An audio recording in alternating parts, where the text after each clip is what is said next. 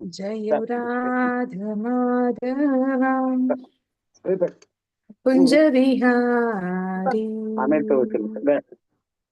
जयुराध माधवा कुंज विहारी जयु गोपी जन वल्लभा गिरिवरदारी जयु गोपी जन वल्लभा गिरिवरदारी यशोदनन्दन व्रजजनरञ्जन यशोदनन्दन व्रजजनरञ्जन यमुनातीरा वनचारी यमुनातीरा वनचारी जयुराध माधव कुंज बिहारी जयुराध माधव कुंज बिहारी हरे कृष्णा कृष्ण कृष्ण हरि हरि हरि राम राम राम हरि हरि हरे कृष्णा कृष्ण कृष्ण हरि हरि हरि राम राम राम हरि हरि हरे कृष्णा कृष्ण कृष्ण हरि हरि हरि राम राम राम हरि हरि ॐ अज्ञानतिमिरान्धस्य ज्ञानाञ्जनशलाकया चक्षुरुन्मिलितं येन तस्मै श्रीगुरुवे नमः। श्रीचैतन्यमनोभीष्टं स्थापितं येन भूतले स्वयं रूपः कदा मह्यं ददाति स्वपदान्तिकं। वन्देऽहं श्रीगुरुश्रीयुतपदकमलं श्रीगुरून् वैष्णवांश्च श्रीरूपं साग्रजातं सहगण रघुनाथान्वितं तं सजीवं साद्वैतं सावधूतं परिजनसहितं कृष्णचैतन्यदेवं श्रीराधाकृष्णपादान् सहगण ललिता श्रीविशाखान्वितांश हे कृष्णा करुणा सिन्धु दीनबन्धु जगत्पते गोपीश गोपिकान्त राधाकान्त नमोस्तुते तप्त कांचन गौरांगी राधे वृंदावनेश्वरी वृषभानुसुते देवी प्रणमामि हरिप्रिये वाञ्छाकल्पतरुश्च कृपा सिन्धुभ्य एव च पतितनां पावनेभ्यो वैष्णवेभ्यो नमो नमः। नमो विष्णुपादाय कृष्णपृष्ठाय भूतले श्रीमते भक्तिवेदांत स्वामिनिति नामिने नमस्ते सरस्वती देवी गौरवाणी प्रचारिणि निर्विशेष शून्यवादि पाश्चात्य देशतारिणि जयो श्री कृष्ण चैतन्य प्रभु नित्यानंद श्री अद्वैत गदाधर श्रीवासादि गौरभक्तवृंद हरे कृष्णा कृष्ण कृष्ण हरे हरे हरे राम राम हरे हरे हरे ಕೃಷ್ಣ ಎಲ್ಲರಿಗೂ ಶ್ರೀ ಹರೇ ಶ್ರೀ ಕೃಷ್ಣ. ರಾಧಾ ಗೋವಿಂದ ಮಂಗಳೂರು ಇಸ್ಕಾನ್ ನಿಂದ ಅಂದ್ರೆ ನಾಮನಿಷ್ಠ ಪ್ರಭುಗಳು ಆಯೋಜಿಸಿರುವ ಭಕ್ತಿಶಾಸ್ತ್ರಿ ತರಗತಿಗೆ ಎಲ್ಲರಿಗೂ ಸ್ವಾಗತ. ಹರೇ ಕೃಷ್ಣ. ಹರೇ ಕೃಷ್ಣ ಮಾತಾಜಿ. ಹರೇ ಕೃಷ್ಣ ಮಾತಾಜಿ. ಹರೇ ಕೃಷ್ಣ. ನಾವು ಈಗಾಗಲೇ 18ನೇ ಅಧ್ಯಾಯನ ಪ್ರಾರಂಭ ಮಾಡಿದ್ದೀವಿ. 18ನೇ ಅಧ್ಯಾಯದಲ್ಲಿ ಅಂದ್ರೆ ನಾವೀಗಾಗಲೇ ತಿಳ್ಕೊಂಡಿದೀವಿ ಅಂದ್ರೆ ಈ ಭಗವದ್ಗೀತೆನ 3 ಭಾಗ ಮಾಡಿದ್ದಾರೆ. ಯಾವ್ದೆಲ್ಲ 3 ಭಾಗ? ಹರೇ ಕೃಷ್ಣ. ಅದೇ ಕರ್ಮಯೋಗ, ಹಾ ಭಕ್ತಿ ಯೋಗ, ಮಾತಾಜಿ. ಜ್ಞಾನ ಯೋಗ. ಕರ್ಮಯೋಗ, ಭಕ್ತಿ ಯೋಗ, ಜ್ಞಾನ ಯೋಗ. ಈಗ ನಾವು 6 ಅಂದ್ರೆ 6 ಅಧ್ಯಾಯಗಳು ಒಂದೊಂದು ಭಾಗ ಅಂತ ಹೇಳ್ತಾ ಇದೀವಿ. ಆದ್ರೆ ಇಲ್ಲಿ ಏನಂತ ಹೇಳ್ತಾರೆ ಅಂದ್ರೆ ಪ್ರಭುಪಾದರು ಇದು ವಾಸ್ತವದಲ್ಲಿ ಜ್ಞಾನ ಯೋಗ 17ನೇ ಅಧ್ಯಾಯಕ್ಕೆನೆ ಮುಗಿಯುತ್ತೆ. 18ನೇ ಅಧ್ಯಾಯ ಅನ್ನುವಂಥದ್ದು ಉಪಸಂಹಾರ ಅಂದ್ರೆ ಇದು ಕನ್ಕ್ಲೂಷನ್ ಅಂತ ಹೇಳ್ತಾರೆ ಪ್ರಭುಪಾದರು. ಅಂದ್ರೆ ಇಡೀ ಭಗವದ್ಗೀತೆ ಭಗವಂತ ತಿಳಿಸಿದಾದ್ಮೇಲೆ ಅದರ ಒಂದು ಸಾರವನ್ನ ಅಂದ್ರೆ ಸಾರ. ಏನೆಲ್ಲ ಅವನು ಹೇಳ್ಕೊಟ್ಟ ಅದರಲ್ಲಿ ಪೂರ್ತಿ ಪರಿಪೂರ್ಣವಾಗಿ ಕರ್ಮಯೋಗ, ಜ್ಞಾನ ಯೋಗ, ಭಕ್ತಿ ಯೋಗ ಮತ್ತೆ ಎಲ್ಲ ಮತ್ತೆ ಪುನರಾವರ್ತನೆ ಆಗ್ತಾ ಇದೆ. ಅಂದ್ರೆ ಉತ್ತಮ ಗುರು ಅವನು ರಿವಿಷನ್ ಮಾಡ್ತಾನೆ ಅಂತ. ಹಾಗೆ ಇಲ್ಲಿ ಭಗವಂತ ಕೃಷ್ಣ ಅಲ್ಲಿ ರಿವಿಷನ್ ಮಾಡ್ತಾ ಇದ್ದಾನೆ. ಇಲ್ಲಿ ನಾವು ನಿನ್ನೆ ಅಂದ್ರೆ ಹೋದ ವಾರದಲ್ಲಿ ನೋಡಿದಾಗ ನಾವು ಯಾವ್ದೆಲ್ಲ ತಿಳ್ಕೊಂಡಿದ್ವಿ, ಕರ್ಮಯೋಗದ ಬಗ್ಗೆ ಭಗವಂತ ಹೇಳಿದ್ದ.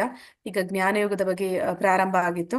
ಅಂದ್ರೆ ಈಗ ನಾವು 17ನೇ ಅಧ್ಯಾಯದಲ್ಲಿ ಏನೆಲ್ಲ ಈ ತ್ರಿಗುಣಗಳಲ್ಲಿ ಇರುವಂತಹ ವ್ಯಕ್ತಿಗಳ ಆಹಾರ ಪದ್ಧತಿ, ಅವರ ಯಜ್ಞ, ಅವರ ದಾನ, ಅವರ ತಪಸ್ಸಿನ ಬಗ್ಗೆ ತಿಳಿದಿದ್ವಿ. ಅದೇ ಹಾಗೆ ಇನ್ನ ಹೆಚ್ಚು ಹೆಚ್ಚು ಆ ಗುಣದಲ್ಲಿ ಇರುವಂತಹ ವ್ಯಕ್ತಿಗಳ ಲಕ್ಷಣಗಳ ಬಗ್ಗೆ ಈಗ ತಿಳಿಸ್ಲಿಕ್ಕಿದ್ದಾನೆ. ಮುಂದುವರಿಸೋಣವಾ? ಹರೇ ಕೃಷ್ಣ. ಹರೇ ಕೃಷ್ಣ. ಶ್ರುತಿ ಮಾತಾಜಿ, ಹರೇ ಕೃಷ್ಣ. ಹರೇ ಕೃಷ್ಣ ಮಾತಾಜಿ. ಮಾತಾಜಿ, ನೀವು ಎಕ್ಸಾಮ್ ಬರೀತೀರಲ್ಲ ಮಾತಾಜಿ? ಹ್ಞೂ ಮಾತಾಜಿ. ಅಲ್ಲ ಮಾತಾಜಿ, ನಿಮ್ದು ಲಿಸ್ಟ್ ಅಲ್ಲಿ ಹೆಸರಲ್ಲಿ ಫಸ್ಟ್ ಯೂನಿಟ್ ಸೆಕೆಂಡ್ ಯೂನಿಟ್ ಅಲ್ಲಿ ನಿಮ್ ಹೆಸರು ಇರ್ಲಿಲ್ಲ. ನೀವ್ ಯಾವಾಗ ಜಾಯ್ನ್ ಆಗಿದ್ ಮಾತಾಜಿ? ಇದು ಸೆಕೆಂಡ್ ಬರ್ದಿದ್ದೀನಿ ಮಾತಾಜಿ. ಸೆಕೆಂಡ್ ಇದ್ದ ಫಸ್ಟ್ ಜಾಯ್ನ್ ಆಗ್ಲಿಲ್ಲ ಮಾತಾಜಿ, ಫಸ್ಟ್ ಆಗ್ಲಿಲ್ಲ. ಸರಿ ಮಾತಾಜಿ. ಅದೇ ನಿಮ್ಮ ಹೆಸರು ಬಿಟ್ಟೋಗಿತ್ತು, ನಾನು ಅದು ನೋಡ್ತಾ ಇದ್ದೆ. ನೀವು ಬರ್ತಿರಲ್ಲ ರೆಗ್ಯುಲರ್ ಆಗಿ. ಇವರು ಶಶಿಕುಮಾರ್ ಪ್ರಭುಜಿಗೆ ಬರ್ದಿದ್ದೆ, ಕಳ್ಸಿದ್ದೀನಿ ಮಾತಾಜಿ. ಅವ್ರ ಮುಂದೆ ನಾನು ಬರ್ದಿದ್ದೆ. ಸರಿ ಮಾತಾಜಿ. ಅದೇ ನಂದು ಲಿಸ್ಟ್ ಅವ್ರು- ನಾನು ಫಸ್ಟ್ ಎತ್ಕೊಂಡೆ ಅನ್ಸುತ್ತೆ, ಮಲ್ಲಿಕಾ ಮಾತಾಜಿದು. ಅದ್ರಲ್ಲಿ ನಿಮ್ಮ ಹೆಸರು ಕಾಡ್ಲಿಲ್ಲ ನನ್ಗೆ. ಸರಿ ಮಾತಾಜಿ, ಇನ್ಕ್ಲೂಡ್ ಮಾಡ್ತೀನಿ ನಿಮ್ಮ ಇವರು ಹೆಸರು. ಶಶಿಕುಮಾರ್ ಪ್ರಭುಜಿ ಅವ್ರಿಗೆ ಫಸ್ಟ್ ಯೂನಿಟ್ ಇಂದು ಬರ್ದೆ ಮಾತಾಜಿ. ಮತ್ತೆ ಶ್ಲೋಕ ಅಸೈನ್ಮೆಂಟ್ ನನಗೆ ಇದು ವಾಟ್ಸಪ್ ಮಾಡಿ ಅಂತ ಹೇಳಿದ್ರು ಮಾತಾಜಿ. ಅವ್ರಿಗೆಲ್ಲದನ್ನು ಮಾಡಿದ್ದೀನಿ. ಸೆಕೆಂಡು ಬರ್ದಿದ್ದೀನಿ ಮಾತಾಜಿ. ಸರಿ ಮಾತಾಜಿ. ಮಾತಾಜಿ, ಅದೇ ನಿಮ್ಮನ್ನ ಕೋ-ಹೋಸ್ಟ್ ಮಾಡಿದೀನಿ ಮಾತಾಜಿ. ಬೈ ಚಾನ್ಸ್ ಏನಾದ್ರು ಹೋಯ್ತಂದ್ರೆ ಶೇರ್ ಮಾಡಿ ಮಾತಾಜಿ, ಪ್ಲೀಸ್. ಸರಿ ಮಾತಾಜಿ, ಸರಿ ಮಾತಾಜಿ. ಮಾತಾಜಿ, ಹರೇ ಹಾ ಕೃಷ್ಣ ಮಾತಾಜಿ. ಮಾತಾಜಿ. ಹಾ ಇವತ್ತು ಮಾತಾಜಿ. ಮಾತಾಜಿ, ನಮ್ಗೆ ನಿಮ್ದು ಇದು ಎಕ್ಸಾಮಿನೇಷನ್ ಮೇಲ್ ಡೇಟ್ ಹಾಕ್ತೀರಾ ಹೇಳ್ಬಿಟ್ರೆ ಅನುಕೂಲ. ಮಾತಾಜಿ? ಹರೇ ಕೃಷ್ಣ. ನಿಮ್ದು ಶ್ರುತಿ ಮಾತಾಜಿ, ಮೇಲ್ ಐಡಿ ಹಾಕ್ತೀರಾ ಮಾತಾಜಿ? ಇದು ಅಸೈನ್ಮೆಂಟ್ ಇವಾಗಿಂದ ಈ ಯೂನಿಟ್ ಸೆಂಡ್ ಮಾಡೋದಕ್ಕೆ. ಮಾತಾಜಿ ಅಸೈನ್ಮೆಂಟ್ ಇದು ಕಳ್ಸಿದಲ್ಲ ಮಾತಾಜಿ, ಅವ್ರ ಹೆಸರುಗಳು ಕಳ್ಸಿದ್ನ ನಾನು. ಹೌದು. ಹಾ, ಇನ್ನೊಂದ್ಸತಿ ಹಾಕ್ತೀನಿ ರೀ ಮಾತಾಜಿ. ನಾನು ಯಾರಿಗೆ ಈ ಹಿಂದೆ ಯಾರು ಕಳ್ಸಿದ್ರೋ ಅದೇ ಸೇಮ್ ಹೆಸರುಗಳೇ ಕಳ್ಸಿದ್ದೆ ನಾನು. ಓಕೆ ಗಾಯತ್ರಿ ಮಾತಾಜಿ. ಮಾತಾಜಿ, ಆಮೇಲೆ ಅವ್ರಿಗೆ ಶ್ಲೋಕ, ಶ್ರೀದೇವಿ ಇನ್ನೊಬ್ರು ಮಾತಾಜಿ, ಶ್ರೀದೇವಿ ಮಾತಾಜಿ. ಇನ್ನೊಂದು ಶ್ರೀದೇವಿ ಮಾತಾಜಿ. ಇನ್ನೊಂದು ಇದು ಈ ಎಕ್ಸಾಮ್ ಆದ್ಮೇಲೆ ಅಲ್ವಾ ಮಾತಾಜಿ? ಅದು ಹಾಕೊಡ್ತೀನಿ. ಅಂದ್ರೆ ಕ್ಲೋಸ್ಡ್ ಬುಕ್ ಅಸೆಸ್ಮೆಂಟ್ ಅಂದ್ರೆ ಎಕ್ಸಾಮ್ ಆದ್ಮೇಲೆ ಬರುವಂತದ್ದು. ಮಾತಾಜಿ, ಹಾ ಇವತ್ತು ಮಾತಾಜಿ. ಎಕ್ಸಾಮಿನೇಷನ್ ಡೇಟ್ ಏನ್ರಿ ಹೇಳಿಕ್ ಆಗ್ಬೋದಾ? ಮಾತಾಜಿ, ಅದು ಈಗ ನೋಡಿ 18 ಚಾಪ್ಟರು ನಾನು 3 ಕ್ಲಾಸಲ್ಲಿ ಮುಗಿಸೋಣ ಅಂತ ಅನ್ಕೊಂಡೆ. ಅದು ಮೊನ್ನೆ ಎಷ್ಟು 20 ಶ್ಲೋಕ ಕೂಡ ಆಗಿಲ್ಲ. ಇದರಲ್ಲಿ 78 ಶ್ಲೋಕ ಇದೆ. 20 ಅಂತ ನೋಡಿದ್ರು 18 ಆಗಿದೆ. 18 ಆಗಿದೆ. 20 ಶ್ಲೋಕ ಅಂತ ಅನ್ಕೊಂಡ್ರು ಕೂಡ ಲೆಕ್ಕಕ್ಕೆ ಇದು 4 ಕ್ಲಾಸ್ ಆಗಿ ಆಮೇಲೆ ನಾನು ತಿರುಗಿ ಸ್ಲೈಡ್ಸ್ ಮಾಡ್ಬೇಕಲ್ವಾ ನಿಮ್ಗೆ. ಆಕ್ಚುಲಿ ಅದು ಮಾಡ್ಬೇಕು ಮೇನ್ ಆಗಿ. ಅದೊಂದ್ ದಿನ ಹಿಡಿಯುತ್ತೆ. ಆಮೇಲೆ ಒಂದ್ ದಿನ ಗ್ಯಾಪ್ ತಗೋತೀರಾ, ರಿವಿಷನ್ ಅಂತ ಹೇಳ್ತಾ ಇದೀರಲ್ವಾ? ಹೌದು, ರಿವಿಷನ್ ಒಂದ್ ಬೇಕು ಮಾತಾಜಿ. ಆಮೇಲೆ ನಿಮ್ಗೆಲ್ಲರಿಗೂ ಒಂದು ರಿಕ್ವೆಸ್ಟ್ ಏನು ಅಂದ್ರೆ, ದಯವಿಟ್ಟು ಲೆವೆಲ್ 1 ಮಾಡ್ತಾರಲ್ವಾ ಕ್ಲಾಸಸ್, ಕೊನೆ ಪಕ್ಷ ಕೊನೆ 6 ಅಧ್ಯಾಯ ಇದ್ದಾಗಾದ್ರೂ ನೀವು ಅಟೆಂಡ್ ಮಾಡಿ. ಅದು ನಿಮ್ಗೆ ನಿಜವಾಗ್ಲೂ ರಿವಿಷನ್ ಅಲ್ಲೂ ಆಗುತ್ತೆ, ಓಕೆ ಈಸಿಯಾಗಿ ಮಾತಾಜಿ. ಆಗುತ್ತೆ. ಓಕೆ ಎಲ್ಲರೂ ಮಾತಾಜಿ. ಅಟೆಂಡ್ ಮಾಡಿ ಕೇಳಿಕ್ಕೆ ಅದು ನಿಮ್ಗೆ ತುಂಬಾ ಯೂಸ್ಫುಲ್ ಆಗುತ್ತೆ. ಯಾರು ಓಕೆ ಮಾಡ್ತಿದ್ರು?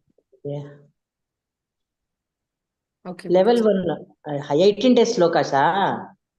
ಅಲ್ಲ ಮಾತಾಜಿ, ಲೆವೆಲ್ 1 BG ಲೆವೆಲ್ 1 ಮಾಡ್ತಾರಲ್ವಾ 18 ಡೇಸ್ದು ಕ್ಲಾಸಸ್. ಹೌದು ಹೌದು. ಅದ್ರಲ್ಲಿ ಕೊನೆ ಪಕ್ಷ 6 ಕ್ಲಾಸಸ್ ಇರುತ್ತಲ್ವ, ಲಾಸ್ಟ್ 6 ಕ್ಲಾಸ್ಗಳು.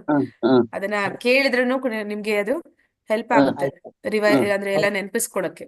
ಅದೇ ಈಗ ಯಾರು ಮಾಡ್ತಾ ಇದ್ದಾರೆ ಅವ್ರದ್ದು ಲಿಂಕ್ ಒಂದ್ ಸ್ವಲ್ಪ ಹಾಕ್ಬಿಟ್ರೆ ಮಾತಾಜಿ ನಾವು ಕೇಳ್ಕೋಬಹುದು. ಮಾರ್ಚ್ 5ರಿಂದ ಅಲ್ಲ, ಇವಾಗ ಹೌದು ಮಾತಾಜಿ, ಆಗೋದಿದೆಯಲ್ಲ ಮಾತಾಜಿ? ಈಗಿಂದ ಆಗಿದೆ ಏಪ್ರಿಲ್ ಮಾತಾಜಿ. ಅಲ್ವಾ? ಇನ್ನೊಂದು ನಿಮ್ಗೆ ಮಾರ್ಚ್ ಬರುತ್ತಲ್ವಾ? ಓಕೆ ಓಕೆ ಮಾತಾಜಿ, ಹಾ ಮಾತಾಜಿ. ನೋಡ್ಕೋತೀವಿ. ಸೊ ಅದಾದ್ಮೇಲೆ ಆಗತ್ತ ಅಂದ್ರೆ ಮಾರ್ಚ್ ನಮ್ಗೆ ಸೆಕೆಂಡ್ ವೀಕೋ ಥರ್ಡ್ ವೀಕೋ ಆಗತ್ತಲ್ಲ ಮಾತಾಜಿ? ಎಂಡಿಂಗ್ ಆಗ್ಬೋದು. ಇನ್ನ 4 ವಾರ ಬೇಕಲ್ಲ ನಮ್ಗೆ, 5 ವಾರ. ಹೌದು ಹೌದು. ಎಂಡಿಂಗ್ ಆಗುತ್ತೆ. ಇವತ್ತು 22 ಅಲ್ವಾ ಮಾತಾಜಿ? ಹೌದು ಹೌದು ಮಾತಾಜಿ. ಇನ್ನೊಂದು 4-5 ವಾರ ಅಂದ್ರೆ ಸೆಕೆಂಡ್ ಡೇ. 4-5 ವಾರ ಅಂತಂದ್ರೆ ಮಾರ್ಚ್ ಎಂಡ್ ಹತ್ರ ಆಗ್ಬೋದು ಮಾತಾಜಿ. March end. ತೀರಾ ಎಂಡ್ ಆದ್ರೂ ಕೂಡ ಪೋಸ್ಟ್ಪೋನ್ ಆಗುತ್ತೆ ಮಾತಾಜಿ. ಅಂದ್ರೆ ನಮ್ಗೆ 31st ಮಾತಾಜಿ ಏಪ್ರಿಲ್ ಅಲ್ಲಿ ಮಾಡ್ತೀರಾ ಮಾತಾಜಿ ಎಕ್ಸಾಮ್? ಅದೇ ಏಪ್ರಿಲ್ ಅಲ್ಲಿ ಮಾಡ್ತೀರಿ ಅಂದ್ರೆ. ಅದೇ ಮಾತಾಜಿ, ಆ ತರ ಆದ್ರೂ ಆಗ್ಬೋದೇನೋ ಅಂತ ಅನಿಸ್ತಿದೆ ನನ್ಗೆ. ಯಾಕಂದ್ರೆ ನಾನು ಒಂದ್ ಸ್ವಲ್ಪ ಹೈದರಾಬಾದ್ ನಲ್ಲಿ ನಮ್ಮ ಭಾವ ಅವ್ರು ಸೀರಿಯಸ್ ಇದಾರೆ, ಒಂದ್ ಸ್ವಲ್ಪ ಬುಕ್ ಮಾಡ್ಕೋಬೇಕಾಯ್ತು ಅವ್ರನ್ನ ಭೇಟಿ ಆಗ್ಲಿಕ್ಕೆ ಫ್ಲೈಟ್. ಸೊ ಮೊದ್ಲೇ ಮಾಡಿದ್ರೆ ಚೀಪರ್ ಆಗಿರುತ್ತೆ ಮಾತಾಜಿ, ಅದಕ್ಕೋಸ್ಕರ ಅಷ್ಟೇ ಮಾರ್ಚ್ ಎಂಡ್ಗೆ ಹೋಗೋಣ ಅನ್ಕೋತಾ ಇದ್ದೀನಿ. ಅಥವಾ 20th ಹಂಗೆ, ಅದಕ್ಕೋಸ್ಕರ ಕೇಳಿದೆ ಅಷ್ಟೇ. ಮಾರ್ಚ್ ಆದ್ರೆ ಮಾತಾಜಿ ಆಲ್ಮೋಸ್ಟ್ ಎಂಡ್ಗೆ ಬರುತ್ತೆ. ಎಂಡ್ ಇಲ್ಲದ್ರೆ ಏಪ್ರಿಲ್ ಸ್ಟಾರ್ಟಿಂಗ್ ಅಲ್ಲಿ ಬರ್ಬೋದು. ಫಸ್ಟ್ ಅಂದ್ರೆ ನೆಕ್ಸ್ಟ್ ಯೂನಿಟ್ ನಿಮ್ಗೆ ಮಲ್ಲಿಕಾ ಮಾತಾಜಿ ತಗೋತಾ ಇದ್ದಾರೆ. ಅವರು ಸ್ವಲ್ಪ ಪ್ರೆಷರ್ ಅಂದ್ರೆ ಫೋರ್ಸ್ ಮಾಡ್ತಿದ್ದಾರೆ, ಬೇಗ ಮುಗಿಸಿ ನನ್ಗೆ ಬೇಗ ತಗೋಬೇಕು ಅಂತಿದ್ದಾರೆ. ಅಯ್ಯೋ ಇರ್ಲಿ ಬಿಡಿ ಮಾತಾಜಿ, ಆ ಪ್ರೆಷರ್ಗೆಲ್ಲ ಒಳಗಾಗ್ಬೇಡಿ. ನೀವ್ ಆರಾಮಾಗಿ ನಿಮ್ಗೆ ಏನ್ ಹೆಂಗಾಗತ್ತೋ ಹಂಗ್ ಮಾಡಿ. ನಾವು ಆಕ್ಚುಲಿ ಆರಾಮಾಗಿ ಕಲಿತಾ ನಮ್ದು ಇದೀವಿ. ಯೂನಿಟ್ 6-7 ವಾರದಲ್ಲಿ ಮುಗಿಸ್ಬೇಕಾಗಿತ್ತು ನಂದು. ಅಂದ್ರೆ ಮೇನ್ ಹೇಳ್ಬೇಕು ಅಂದ್ರೆ ನಾವು ಡೀಟೇಲ್ ಆಗಿ ಹೋಗ್ತಿರೋದ್ರಿಂದ ಲೇಟ್ ಆಗ್ತಿದೆ. ಅದೇ ಅವರು ಹೇಳ್ತಾ ಇದ್ರು ಬೇಗ ಹೇಳಿ ನನ್ಗೆ, ನಾನ್ ರೆಡಿ ಆಗ್ಬೇಕು ಅಂತ. ಇಲ್ಲ ಮಾತಾಜಿ, ಈ ಯೂನಿಟ್ ಮಾತ್ರ ನಿಜವಾಗ್ಲೂ ನನಗೆ ತುಂಬಾ ಸ್ಯಾಟಿಸ್ಫ್ಯಾಕ್ಷನ್ ಇದೆ ಮಾತಾಜಿ. ನನ್ಗೆ ಎಲ್ಲಾ ಶ್ಲೋಕಗಳನ್ನು ಹೇಳ್ತಾ ಇದ್ದೀರಾ, ಓದ್ತಾ ಇದ್ದೀರಾ, ಮತ್ತೆ ನಮ್ದು ಅವಸರ ಮಾಡ್ತಾ ಇಲ್ಲ. ಆಳವಾಗಿ good ಮಾತಾಜಿ. ಕರೆಕ್ಟ್ ಆಗಿದೆ ಮಾತಾಜಿ. ಇದು ಎಲ್ಲರೂ ಹೇಗಂತಿದ್ರೆ ಗೊತ್ತಿಲ್ಲ, ಆದ್ರೆ ನನಗೆ ಬಹಳ ಸ್ಯಾಟಿಸ್ಫ್ಯಾಕ್ಷನ್ ಇದೆ ಹೌದೌದು ಮಾತಾಜಿ. ಹೌದು, ಈ ಭಕ್ತಿ ಅದಕ್ಕೆ ಶಾಸ್ತ್ರಿಯಲ್ಲಿ ಈ ಇದೇ ಯೂನಿಟ್ ಸ್ಪೀಡ್ ಅಲ್ಲೇ ಮಾತ್ರ ಹೋಗಿ ನನಗೆ ಅಂತ. ಬಹಳ ಸ್ಯಾಟಿಸ್ಫ್ಯಾಕ್ಷನ್ ಇದೆ. ಅಲ್ಲ ಮಾತಾಜಿ, ಭಕ್ತಿ ಶಾಸ್ತ್ರಿ ಟೆನ್ಷನ್ ಎಕ್ಸಾಮ್ ಅನ್ನೋದಿಲ್ಲ, ಆರಾಮಾಗಿ ಕ್ಲಾಸು ಮುಂದುವರಿತಾ ಅಟೆಂಡ್ ಇದೆ. ಮಾಡ್ತಾ ಇದೀವಿ. ಹೌದು ಹೌದು. ಅದೇ ಸಮಯ ಸಿಕ್ಲಿ ಅಂತಾನೆ ಮಾತಾಜಿ, ಎಲ್ಲರಿಗೂ ಅದ್ ಮಾಡಕ್ಕೆ ಸಮಯ ಸಿಗ್ಲಿ, ಕರೆಕ್ಟ್ ಆಗಿ ಫ್ರೀ ಆಗಿ ಮಾಡ್ಲಿ ಅಂತ ಅನ್ಕೊಂಡೆ ಅಷ್ಟೇ. Thanks Mataji, thanks. ಚೆನ್ನಾಗ್ Okay, ಬರ್ತಾ ಮಾತಾಜಿ. ಇದೆ. ಆರಾಮಾಗಿ ಮಾಡಿ ಮಾತಾಜಿ, ಏನ್ ಹೆಚ್ಚು ಕಡಿಮೆ ತಗೋತಾರೆ ಆಗತ್ತೆ ನಮ್ಮ ಸ್ವಲ್ಪ, ಭಕ್ತಿ ಪರವಾಗಿಲ್ಲ. ರಸಾಮೃತ ಈಶೋಪನಿಷತ್ತು ಅವ್ರು ತಗೋತಾರೆ ನಮ್ಮ ಮಲ್ಲಿಕಾ ಮಾತಾಜಿ. ಇರ್ಬೇಕು ಮಾತಾಜಿ. ಹ್ಮ್ ಅಲ್ಲ ಇದು ಭಕ್ತಿ ರಸಾಮೃತ. ಭಕ್ತಿ ರಸಾಮೃತ, ಈಶೋಪನಿಷತ್ತು, ಉಪದೇಶಾಮೃತ. ಅದು ಎರಡು ಇನ್ನೊಂದು ಯೂನಿಟ್ ಮಾತಾಜಿ. ಅದು ನೆಕ್ಸ್ಟ್ 5ನೇ ಯೂನಿಟ್ ಅಯ್ಯೋ, ಬರುತ್ತೆ. ಇವಾಗ ಒಂದೇನಾ ಭಕ್ತಿ ರಸಾಮೃತ? ಒಂದ್ ಯೂನಿಟ್? ಹೌದು ಮಾತಾಜಿ, ಅದು ಒಂದೇ ಇರುತ್ತೆ. ಇನ್ನೊಂದಿದೆ ಎಕ್ಸಾಮ್. ಸ್ವಾಮಿ, ನಾವು ನಿಮ್ದೇ ಲಾಸ್ಟ್ ಅನ್ಕೊಂಡೆ ಮಾತಾಜಿ. ಏಕೆಂದ್ರೆ ಯಾರು ಇಲ್ಲ ನನ್ಗೆ ಆತರ ಇದು ಮೊಬೈಲ್ ಅಲ್ಲಿ ಹೆಲ್ಪ್ ಮಾಡಕ್ಕೆ.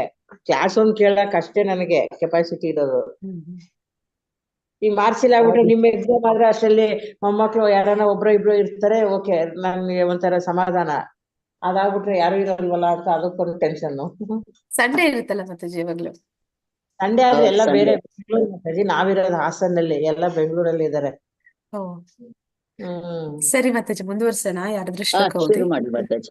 ಓಕೆ. ಹೇಗ್ ಮಾಡ್ತಾರ ನೋಡೋಣ. ಓದ್ಲಾ ಮಾತಾಜಿ? ಹಾ ಮಾತಾಜಿ. ಶ್ಲೋಕ 19. ಜ್ಞಾನಂ ಕರ್ಮಿ ಚ ಕರ್ತಾ ಚ ತ್ರಿದೈವ ಗುಣಭೇದತಃ ಪ್ರೋಚ್ಯತೆ ಗುಣಸಂಖ್ಯಾನೇ ಯಥಾ ವಜ್ರನುತಾನ್ಯಪಿ. ಅನುವಾದ: ಐಹಿಕ ಪ್ರಕೃತಿಯ 3 ಬೇರೆ ಬೇರೆ ಗುಣಗಳಿಗೆ ಅನುಗುಣವಾಗಿ ಜ್ಞಾನ, ಕರ್ಮ ಮತ್ತು ಕರ್ತ ಇವುಗಳಲ್ಲಿ 3 ವಿಧ. ಅವುಗಳ ವಿಷಯವನ್ನು ನನ್ನಿಂದ ತಿಳಿದುಕೋ. ಹರೇ ಕೃಷ್ಣ. ಹರೇ ಕೃಷ್ಣ ಮಾತಾಜಿ. ಅಂದ್ರೆ ಇಲ್ಲಿಂದ ಆಚೆಗೆ ಭಗವಂತ 17ನೇ ಅಧ್ಯಾಯದಲ್ಲಿ ಹೇಳಿದ ಹಾಗೆ ಅವರವರ ಒಂದು ಗುಣಗಳ ಆಧಾರದ ಮೇಲೆ ಒಂದು ಜ್ಞಾನ, ಕರ್ಮ, ಕರ್ತ ಅಂದ್ರೆ ಮುಂದೆ ತಿಳಿಸ್ಕೊಡ್ತಾ ಇದ್ದಾನೆ. ಬುದ್ಧಿ, ಜ್ಞಾನ ಅನ್ನುವಂಥದ್ದು ಮಾಡುವಂತ ವ್ಯಕ್ತಿ, ನಂತರ ಅವನು ಮಾಡುವ ಕೆಲಸ, ಅವನ ಸಂಕಲ್ಪ, ಹೀಗೆ ಅನೇಕ ವಿಷಯಗಳನ್ನ ಕುರಿತಾಗಿ ಆಗ ಒಂದು ತ್ರಿಗುಣಗಳ ಒಂದು ಪ್ರಭಾವದಲ್ಲಿ ಆ ವ್ಯಕ್ತಿ ಯಾವ ರೀತಿ ಅವನು ನಡ್ಕೋತಾನೆ ಅನ್ನೋದನ್ನ ತಿಳಿಸ್ತಾ ಇದ್ದಾನೆ. ಅದನ್ನ ಇಲ್ಲಿ ಹೇಳ್ತಾ ಇದ್ದಾನೆ. ಅಂದ್ರೆ 14ನೇ ಅಧ್ಯಾಯದಲ್ಲಿ ನಾವು ಒಂದು ತ್ರಿಗುಣಗಳ ಬಗ್ಗೆ ತಿಳ್ಕೊಂಡಿದೀವಿ. ಐಹಿಕ ಪ್ರಕೃತಿಯ 3 ಗುಣಗಳ ಬಗ್ಗೆ ತಿಳ್ಕೊಂಡಿದೀವಿ. ನಂತರ ಅದ್ರಲ್ಲಿ ಏನ್ ತಿಳ್ಕೊಂಡಿದ್ವಿ ಅಂದ್ರೆ ಸತ್ವಗುಣದ ವ್ಯಕ್ತಿ ಯಾವ ರೀತಿ ಇರ್ತಾನೆ ಅಂತ ತಿಳಿದಿದ್ವಿ. ಹರೇ ಕೃಷ್ಣ. ಅವನು ತುಂಬಾ ಪ್ರಕಾಶಮಾನವಾಗಿರ್ತಾನೆ, ಆಮೇಲಿಂದ ಸಂತೋಷವಾಗಿರ್ತಾನೆ. ಆಮೇಲಿಂದ ಅವನ್ಗೆ ಸಾಕಷ್ಟು ಜ್ಞಾನ ಇರುತ್ತೆ. ಈ ಎರಡರ ಬಗ್ಗೆ ಅವನ್ಗೆ ಹೆಮ್ಮೆ ಕೂಡ ಇರುತ್ತೆ. ಹಿಂಗಾಗಿ ಅದ್ರೊಳಗೆ ಅವನು ಸುಖವಾಗಿದ್ದೀನಿ ಅಂತ ಅನ್ಕೊಂಡ್ಬಿಟ್ಟಿರ್ತಾನೆ. ಹಾ ಮಾತಾಜಿ. ಅದೇ ರೀತಿ ಯಾರು ರಜೋಗುಣದಲ್ಲಿ ಇರ್ತಾರೆ ಅವರು ಏನು ಅಂತಂದ್ರೆ ಅವರು ತುಂಬಾ ಆಕ್ಟಿವ್ ಆಗಿರ್ತಾರೆ. ಯಾವಾಗ್ಲೂ ಅವರು ಜಾಸ್ತಿ ಬಯಕೆಗಳನ್ನ ಹೊಂದಿರ್ತಾರೆ. ಅದನ್ನೇ ಈಡೇರಿಸ್ಕೊಳ್ಳಿಕ್ಕೆ ಬಹಳ ಚಟುವಟಿಕೆಯಿಂದ ಇರ್ತಾರೆ. ಆ ತರ ಇರ್ತಾರೆ ಮಾತಾಜಿ ಅವರು, ರಾಜಸ ಗುಣದವರು. ಅದೇ ರೀತಿ ತಮೋಗುಣದಲ್ಲಿ ಇರೋರು ಮಾತಾಜಿ. ತಮೋಗುಣದವರು ತುಂಬಾ ನಿಧಾನ, ಸೋಂಬೇರಿತನ, ಆಮೇಲಿಂದ ನಿದ್ರೆ ಅವ್ರಿಗೆ ಯಾವಾಗ್ಲೂ. ಆಮೇಲೆ ಒಂದು ಭ್ರಮೆಯಲ್ಲಿ ಒಳಗಾಗಿ ಹುಚ್ಚಿನ ತರ ಯೋಚನೆ ಮಾಡ್ತಾ ಇರ್ತಾರೆ ಮಾತಾಜಿ ತಮೋಗುಣದವರು. ಹರೇ ಕೃಷ್ಣ ಮಾತಾಜಿ. ಈಗ ಅದೇ ವಿಚಾರವಾಗಿ ಮುಂದೆ ನಾವು ಅವರ ಒಂದು ಗುಣಗಳ ಬಗ್ಗೆ ಅಷ್ಟು ಮಾತ್ರ ತಿಳಿದಿದ್ವಿ. ಈಗ ಅವರ ಒಂದು ಆಹಾರ ಪದ್ಧತಿ ಅದನ್ನು ನೋಡಿದ್ವಿ. ಈಗ ಇನ್ನು ಹೆಚ್ಚು ಅವರ ಬಗ್ಗೆ ಪರಮಾತ್ಮ ಈ ಅಧ್ಯಾಯದಲ್ಲಿ ತಿಳಿಸ್ಕೊಡ್ಲಿಕ್ಕಿದ್ದಾನೆ. ದೈನಂದಿಕ ಕರ್ಮಕ್ಕೆ 3 ಬಗೆಯ ಪ್ರೇರಣೆಗಳು: ಜ್ಞಾನ, ಜ್ಞೇಯ ಮತ್ತು ಜ್ಞಾನಿ. ಆದ್ರೆ ನಾವು ಯಾವುದೇ ಒಂದು ಕೆಲಸ ಮಾಡ್ಬೇಕು ಅಂತಂದ್ರೆ ಯಾವ ಕೆಲಸ ಮಾಡ್ಬೇಕು ಅನ್ಕೊಳ್ತಾ ಇದ್ವಿ ಅದನ್ನ ಜ್ಞೇಯ ಅಂತ ಹೇಳ್ತಾರೆ. ಅದನ್ನ ಹೇಗೆ ಮಾಡ್ಬೇಕು ಅಂತ ತಿಳಿಯೋದನ್ನ ಜ್ಞಾನ ಅಂತ ಹೇಳ್ತಾರೆ. ಯಾರು ಮಾಡ್ತಾ ಇದ್ದಾನೆ ಅವನನ್ನ ಜ್ಞಾನಿ ಅಂತ ಕರೀತಾರೆ. ಅದನ್ನಲ್ಲಿ ಹೇಳ್ತಾ ಇದ್ದಾನೆ. ಕರ್ಮ ಸಾಧನೆಗಳು ಕರ್ಮ ಮತ್ತು ಕರ್ತ. ಅಂದ್ರೆ ಕೆಲಸ ಇರಬೇಕು ಮತ್ತೆ ಮಾಡುವವನು ಇರ್ಬೇಕಲ್ಲಿ. ಇವನ್ನು ಕರ್ಮದ ಘಟಕಗಳು ಅಂತ ಇಲ್ಲಿ ಕರಿತಾ ಇದ್ದಾರೆ. ಯಾವುದೇ ಮನುಷ್ಯನು ಮಾಡಿದ ಕರ್ಮಕ್ಕೆ ಈ ಅಂಶಗಳು ಉಂಟು. ಕರ್ಮ ಮಾಡುವ ಮೊದಲು ಯಾವುದು ಪ್ರೇರಣೆಯ ಇರುತ್ತದೆ, ಇದನ್ನು ಸ್ಫೂರ್ತಿ ಎಂದು ಕರೆಯುತ್ತಾರೆ. ಅಂದ್ರೆ ನಾವೇನ ಮಾಡ್ಬೇಕು ಅಂತಿದೀವಿ, ಅದು ನಮಗೆ ಮಾಡಿಸುವಂತೆ ಮಾಡುತ್ತೆ. ಅಂದ್ರೆ ನನಗೆ ಅದನ್ನ ಮಾಡ್ಬೇಕು ಅಂತ ಒಂದು ಉತ್ಕಟ ಇಚ್ಛೆ ಇದೆ, ಬಯಕೆ ಇದೆ ಅಂತ ಅಂದಾಗ ಅದು ನಮ್ಗೆ ಪ್ರೇರಣೆ ಕೊಡುತ್ತೆ, ಸ್ಫೂರ್ತಿ ಆಗುತ್ತೆ. ಮತ್ತೆ ವಾಸ್ತವವಾಗಿ ಕೆಲಸ ಮಾಡುವ ಮೊದಲು ಕಂಡುಕೊಂಡ ಪರಿಹಾರಗಳು ಕರ್ಮದ ಒಂದು ಸೂಕ್ಷ್ಮ ರೂಪ. ಅನಂತರ ಕರ್ಮವು ಕಾರ್ಯರೂಪವನ್ನು ಪಡೆಯುತ್ತದೆ. ಮೊದಲು ಮನುಷ್ಯನ ವಿಚಾರ, ಭಾವ ಮತ್ತು ಸಂಕಲ್ಪ ಇವುಗಳ ಮಾನಸಿಕ ಪ್ರಕ್ರಿಯೆಗಳನ್ನು ಅನುಭವಿಸಬೇಕು. ಅಂದ್ರೆ ನಾವೇನಾದ್ರೂ ಒಂದು ಕೆಲಸ ಮಾಡ್ಬೇಕಂದ್ರೆ ಅದು ಕಾರ್ಯರೂಪದಲ್ಲಿ ಪ್ರಕಟ ಆಗೋದಕ್ಕೆ ಮೊದಲು ಅದು ಮನಸ್ಸಿನ ಹಂತದಲ್ಲಿ ಸೂಕ್ಷ್ಮ ರೂಪದಲ್ಲಿ ಅದಾಗ್ಲೇ ಶುರು ಆಗ್ಬಿಟ್ಟಿರುತ್ತೆ. ಅದರ ವಿಚಾರ, ಭಾವ ಇವೆಲ್ಲವೂ ಕೂಡ ಮನಸ್ಸಿನಲ್ಲಿ ಆಗ್ಲೇ ಪ್ರಾರಂಭ ಆಗಿರುತ್ತೆ. ಅದು ನಮ್ಗೆ ಕಾಣ್ತಿಲ್ಲ, ಆದ್ರೆ ಅದನ್ನ ಯಾವಾಗ ಅದು ನಮ್ಗೆ ಕಣ್ಣಿಗೆ ಕಾಣುವಂತೆ ಆಗುತ್ತೆ ಅಂದ್ರೆ ಆ ಕಾರ್ಯನ ನಾನು ವಾಸ್ತವದಲ್ಲಿ ಮಾಡೋದಕ್ಕೆ ಶುರು ಮಾಡಿದಾಗ. ಆದ್ರೆ ಆ ನಿಜವಾದ ಕಾರ್ಯ ಅನ್ನುವಂಥದ್ದು ಆಗ್ಲೇ ಅದು ಮನಸ್ಸಿನಲ್ಲಿ ಶುರು ಆಗಿದೆ, ಮೊದಲೇ ಪ್ರಾರಂಭ ಆಗಿದೆ ಅಂತ. ಇದಕ್ಕೆ ಪ್ರೇರಣೆ ಎಂದು ಹೆಸರು. ಕರ್ಮಕ್ಕೆ ಸ್ಫೂರ್ತಿಯು ಧರ್ಮ ಗ್ರಂಥದಲ್ಲಿ ಬರಲಿ, ಗುರುವಿನ ಉಪದೇಶದಲ್ಲಿ ಬರಲಿ, ಅದು ಒಂದೇ. ಆದ್ರೆ ನಮ್ಗೆ ಈ ಒಂದು ಸ್ಫೂರ್ತಿ, ಪ್ರೇರಣೆ ಕೆಲಸ ಮಾಡೋದಕ್ಕೆ ಅದು ಶಾಸ್ತ್ರದ ಮೂಲಕ ಅಥವಾ ಗುರುವಿನ ಮೂಲಕ ಬಂದ್ರೆ ಒಳ್ಳೇದು ಅನ್ನೋದನ್ನ ಇಲ್ಲಿ ಹೇಳ್ತಾ ಇದ್ದಾರೆ. ಸ್ಫೂರ್ತಿಯೂ ಇದ್ದು ಕರ್ಮವೂ ಇದ್ದಾಗ ವಾಸ್ತವ ಚಟುವಟಿಕೆಯು ಮನಸ್ಸು ಸೇರಿದಂತೆ ಇಂದ್ರಿಯಗಳ ನೆರವಿನಿಂದ ಆಗುತ್ತದೆ. ಅದಕ್ಕೆ ಹೇಳ್ತಾರೆ 6 ಇಂದ್ರಿಯಗಳು ಅಂತ. ಅಂದ್ರೆ 5 ಇಂದ್ರಿಯಗಳು ಗೋಚರ ಆಗುತ್ತೆ, ಆದ್ರೆ 6ನೇ ಇಂದ್ರಿಯ ನಮ್ಗೆ ಕಾಣಿಸ್ತಿಲ್ಲ. ಆದ್ರೆ ಅಲ್ಲಿ ಅದು ಕೂಡ ಕೆಲಸ ಮಾಡ್ತಾ ಇದೆ. ಆ ಒಂದು ಮನಸ್ಸಿನ ಹಂತದಲ್ಲಿ ಅಲ್ಲಿ ಮೊದಲ ಒಂದು ಕೆಲಸ ಪ್ರಾರಂಭ ಆಗೋಗಿದೆ. ಅದಕ್ಕೆ ಪ್ರೇರಣೆ ಸಿಗ್ತಾ ಇರುವಂತದ್ದು ಒಂದು ಗುರು ಅಥವಾ ಶಾಸ್ತ್ರದ ಮೂಲಕ ಅಂತಲ್ಲಿ ಹೇಳ್ತಾ ಇದ್ದಾರೆ. ಮನಸ್ಸು ಎಲ್ಲಾ ಇಂದ್ರಿಯಗಳ ಕೇಂದ್ರ. ಒಂದು ಕಾರ್ಯದ ಎಲ್ಲಾ ಘಟಕಗಳ ಒಟ್ಟಾರೆ ಮೊತ್ತವು ಕರ್ಮ ಸಂಗ್ರಹ ಎಂದು ಕರೆಯುತ್ತಾರೆ.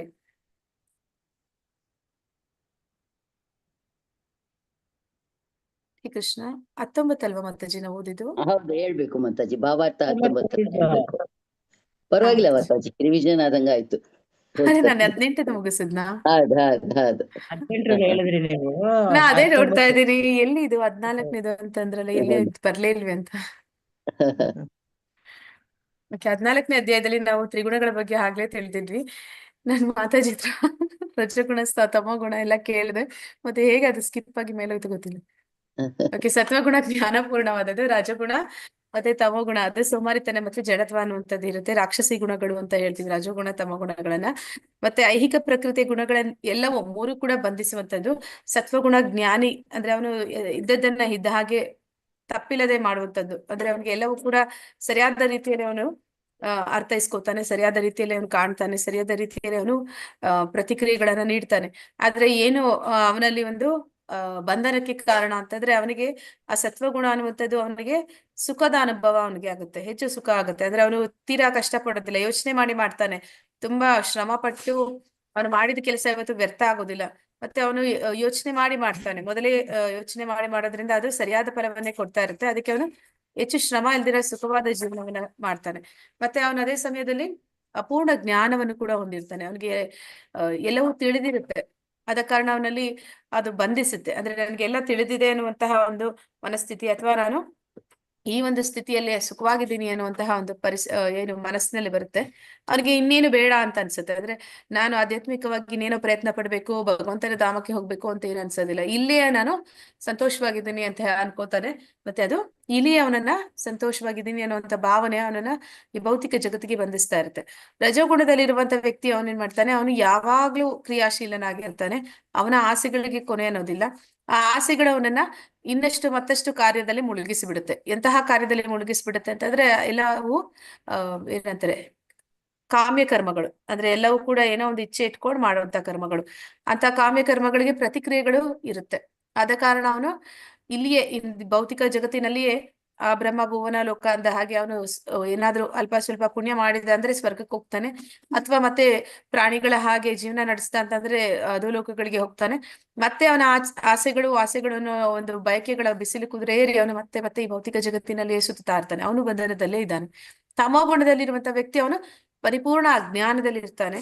ಮತ್ತೆ ಅವನು ಯಾವ ರೀತಿ ಇರ್ತಾನೆ ಅಂತಂದ್ರೆ ಅವನಿಗೆ ಅವನ ಒಂದು ದೈಹಿಕ ಅವಶ್ಯಕತೆಗಳು ಪೂರೈಕೆ ಆದ್ರೆ ಸಾಕು. ಅಂದ್ರೆ ಅವನಿಗೆ ಆಹಾರ, ಒಂದು ಇಂದ್ರಿಯ ಭೋಗ ಮಾಡಿದ್ರೆ ಸಾಕು. ಅಷ್ಟರಲ್ಲಿ ಅವನ ಒಂದು ಅದೇ ಒಂದು ಅವನ ಸರ್ವಸ್ವ ಅನಿಸ್ಬಿಡುತ್ತೆ ಅವನಿಗೆ.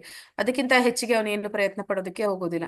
ಮತ್ತೆ ಅವನಲ್ಲಿ ಜಾಸ್ತಿ ಸೋಮಾರಿತನ ಅನ್ನೋದು ಇರುತ್ತೆ. ಸೋಮಾರಿತನ ಅಂತಂದ್ರೆ ಅವನು ಏನಾದ್ರೂ ಮಾಡ್ಬೇಕು ಅಂದ್ರೂ ಕೂಡ ಅದನ್ನ ಮುಂದೆ ಮುಂದೆ ಆಗ್ತಾ ಹೋಗ್ತಾನೆ. ಈ ರೀತಿ ಇರುವಂತವನು ಅಂದ್ರೆ ಅವನು ಅಜ್ಞಾನ ಅಂತಂದ್ರೆ ಅವನು ಹುಚ್ಚುತನಕ್ಕೆ ಹೋಲಿಸ್ತಾರೆ. ಅಂದ್ರೆ ಹುಚ್ಚರು ಹೇಗೆ ಅವರು ಒಂದು ಗೊತ್ತು ಗುರಿ ಇಲ್ಲ ಅವ್ರಿಗೆ, ಏನ್ ಮಾಡ್ತಾ ಇದ್ದಾರೆ, ಯಾವ್ದು ಒಂದು ಅವರೊಂದು ಪ್ರಜ್ಞೆ ಅನ್ನುವಂಥದ್ದು ಪರಿಪೂರ್ಣವಾಗಿ ಅದು ಅದು ಅಧಮ ಆಗಿರುತ್ತೆ. ಅಂದ್ರೆ ಅವ್ರಿಗೆ ಏನು ಸರಿ, ಯಾವ್ದು ತಪ್ಪು, ಯಾವ್ದು ಅವ್ರಿಗೆ ಅರ್ಥ ಆಗೋದಿಲ್ಲ. ಅಂತಹ ಒಂದು ಮನಸ್ಥಿತಿಯಲ್ಲಿ ಅಂದ್ರೆ ಈ ಪ್ರಾಣಿಗಳ ಹಾಗೆ ಇರ್ತಾರೆ ತಮೋಗುಣದಲ್ಲಿ ಇರುವಂತವ್ರು ಅನ್ನೋದನ್ನ ಹೇಳಿದ್ದಾನೆ. ಮತ್ತೆ ಐಹಿಕ ಪ್ರಕೃತಿಯ ಗುಣಗಳು ಎಲ್ಲವೂ ಕೂಡ ಮೂರು ಕೂಡ ಬಂಧಿಸುತ್ತೆ. ಮತ್ತೆ ಅವು ಮುಕ್ತಿಯ ಮೂಲಗಳು ಅಲ್ಲ. ಈ ಮೂರು ಗುಣಗಳು ಕೂಡ ನಮ್ಗೆ ಮುಕ್ತಿಗೆ ತಗೊಂಡೋಗೋದಿಲ್ಲ. ಸತ್ವಗುಣದಲ್ಲಿ ಸಹ ಮನುಷ್ಯ ಬದ್ಧನಾಗ್ತಾನೆ. ಮತ್ತೆ 17ನೇ ಅಧ್ಯಾಯದಲ್ಲಿ ನಾವು ನೋಡಿದ್ವಿ ಬೇರೆ ಬೇರೆ ಗುಣಗಳಿಗೆ ಅನುಗುಣವಾಗಿ ಅವರು ಅನುಸರಿಸುವ ಪೂಜೆಯನ್ನ, ಮತ್ತೆ ಅವರು ಮಾಡುವಂತಹ ಆಹಾರ ಪದ್ಧತಿಯನ್ನ, ಮತ್ತೆ ಅವರ ಒಂದು ತಪಸ್ಸು ದಾನಗಳನ್ನ. ಈ ಶ್ಲೋಕದಲ್ಲಿ ಪ್ರಭು ತಾನು ಗುಣತ್ರಯಗಳಿಗೆ ಅನುಗುಣವಾಗಿ ಬೇರೆ ಬೇರೆ ಬಗೆಯ ಜ್ಞಾನ, ಕರ್ತರು ಮತ್ತು ಕರ್ಮ ಇವುಗಳನ್ನು ಕುರಿತು ಮಾತನಾಡಲು ಬಯಸುವುದಾಗಿ ಹೇಳುತ್ತಾನೆ. ಅಂದ್ರೆ ಈಗ ಇಲ್ಲಿವರೆಗೂ ತಿಳಿದಿದ್ದೀವಿ 14ನೇ ಅಧ್ಯಾಯದಲ್ಲಿ 3 ಗುಣದ ವ್ಯಕ್ತಿಗಳ ಒಂದು ಗುಣಲಕ್ಷಣಗಳನ್ನ ಸ್ವಲ್ಪ ಮಟ್ಟಿಗೆ ತಿಳಿದಿದ್ದೀವಿ. 17ನೇ ಅಧ್ಯಾಯದಲ್ಲಿ ನಾವು ಸ್ವಲ್ಪ ಇನ್ನ ಹೆಚ್ಚು ತಿಳಿದ್ವಿ, ಆಹಾರ ಪದ್ಧತಿ ಅದನ್ನೆಲ್ಲ ನೋಡಿದ್ವಿ. ಈಗ ನಾವು ನೋಡೋಕಿರುವಂತದ್ದು ಆ ಒಂದು 3 ಗುಣಗಳಲ್ಲಿ ಇರುವಂತಹ ವ್ಯಕ್ತಿಗಳ ಅವರ ಜ್ಞಾನ, ಅವರ ಬುದ್ಧಿ, ಅವರ ಒಂದು ಸಂಕಲ್ಪ, ಅವ್ರು ಮಾಡುವಂತಹ ಕೆಲಸ ಎಂತದಾಗಿರುತ್ತೆ, ಆ ಗುಣದಲ್ಲಿ ಇರುವಂತಹ ಜನ ಅವ್ರು ಯಾವ ರೀತಿ ಇರ್ತಾರೆ ಅನ್ನೋದನ್ನ ಭಗವಂತ ಇನ್ನಷ್ಟು ನಮ್ಗೆ ತಿಳಿಸ್ಕೊಡ್ತಾ ಇದ್ದಾನೆ. ಹರೇ ಕೃಷ್ಣ ಮಾತಾಜಿ. ಒಂದ್ ನಿಮಿಷ ಓದ್ಲಾ? ಮಾತಾಜಿ, ಇರಿ ಮಾತಾಜಿ, ನಾನು ಏನೋ ಮಾಡ್ತಾ ಇದ್ದೀನಿ, ತಪ್ಪು ಮಾಡ್ತಾ ಇದ್ದೀನಿ. ಕೆಳಕ್ಕಿಲ್ದಿರ ಮೇಲಕ್ಕೆ ಹೋಗ್ತಾ ಇದ್ದೀನಿ. ಹೋಯ್ತು. ಹಾ ಮಾತಾಜಿ. ಶ್ಲೋಕ 20. ಅರೆ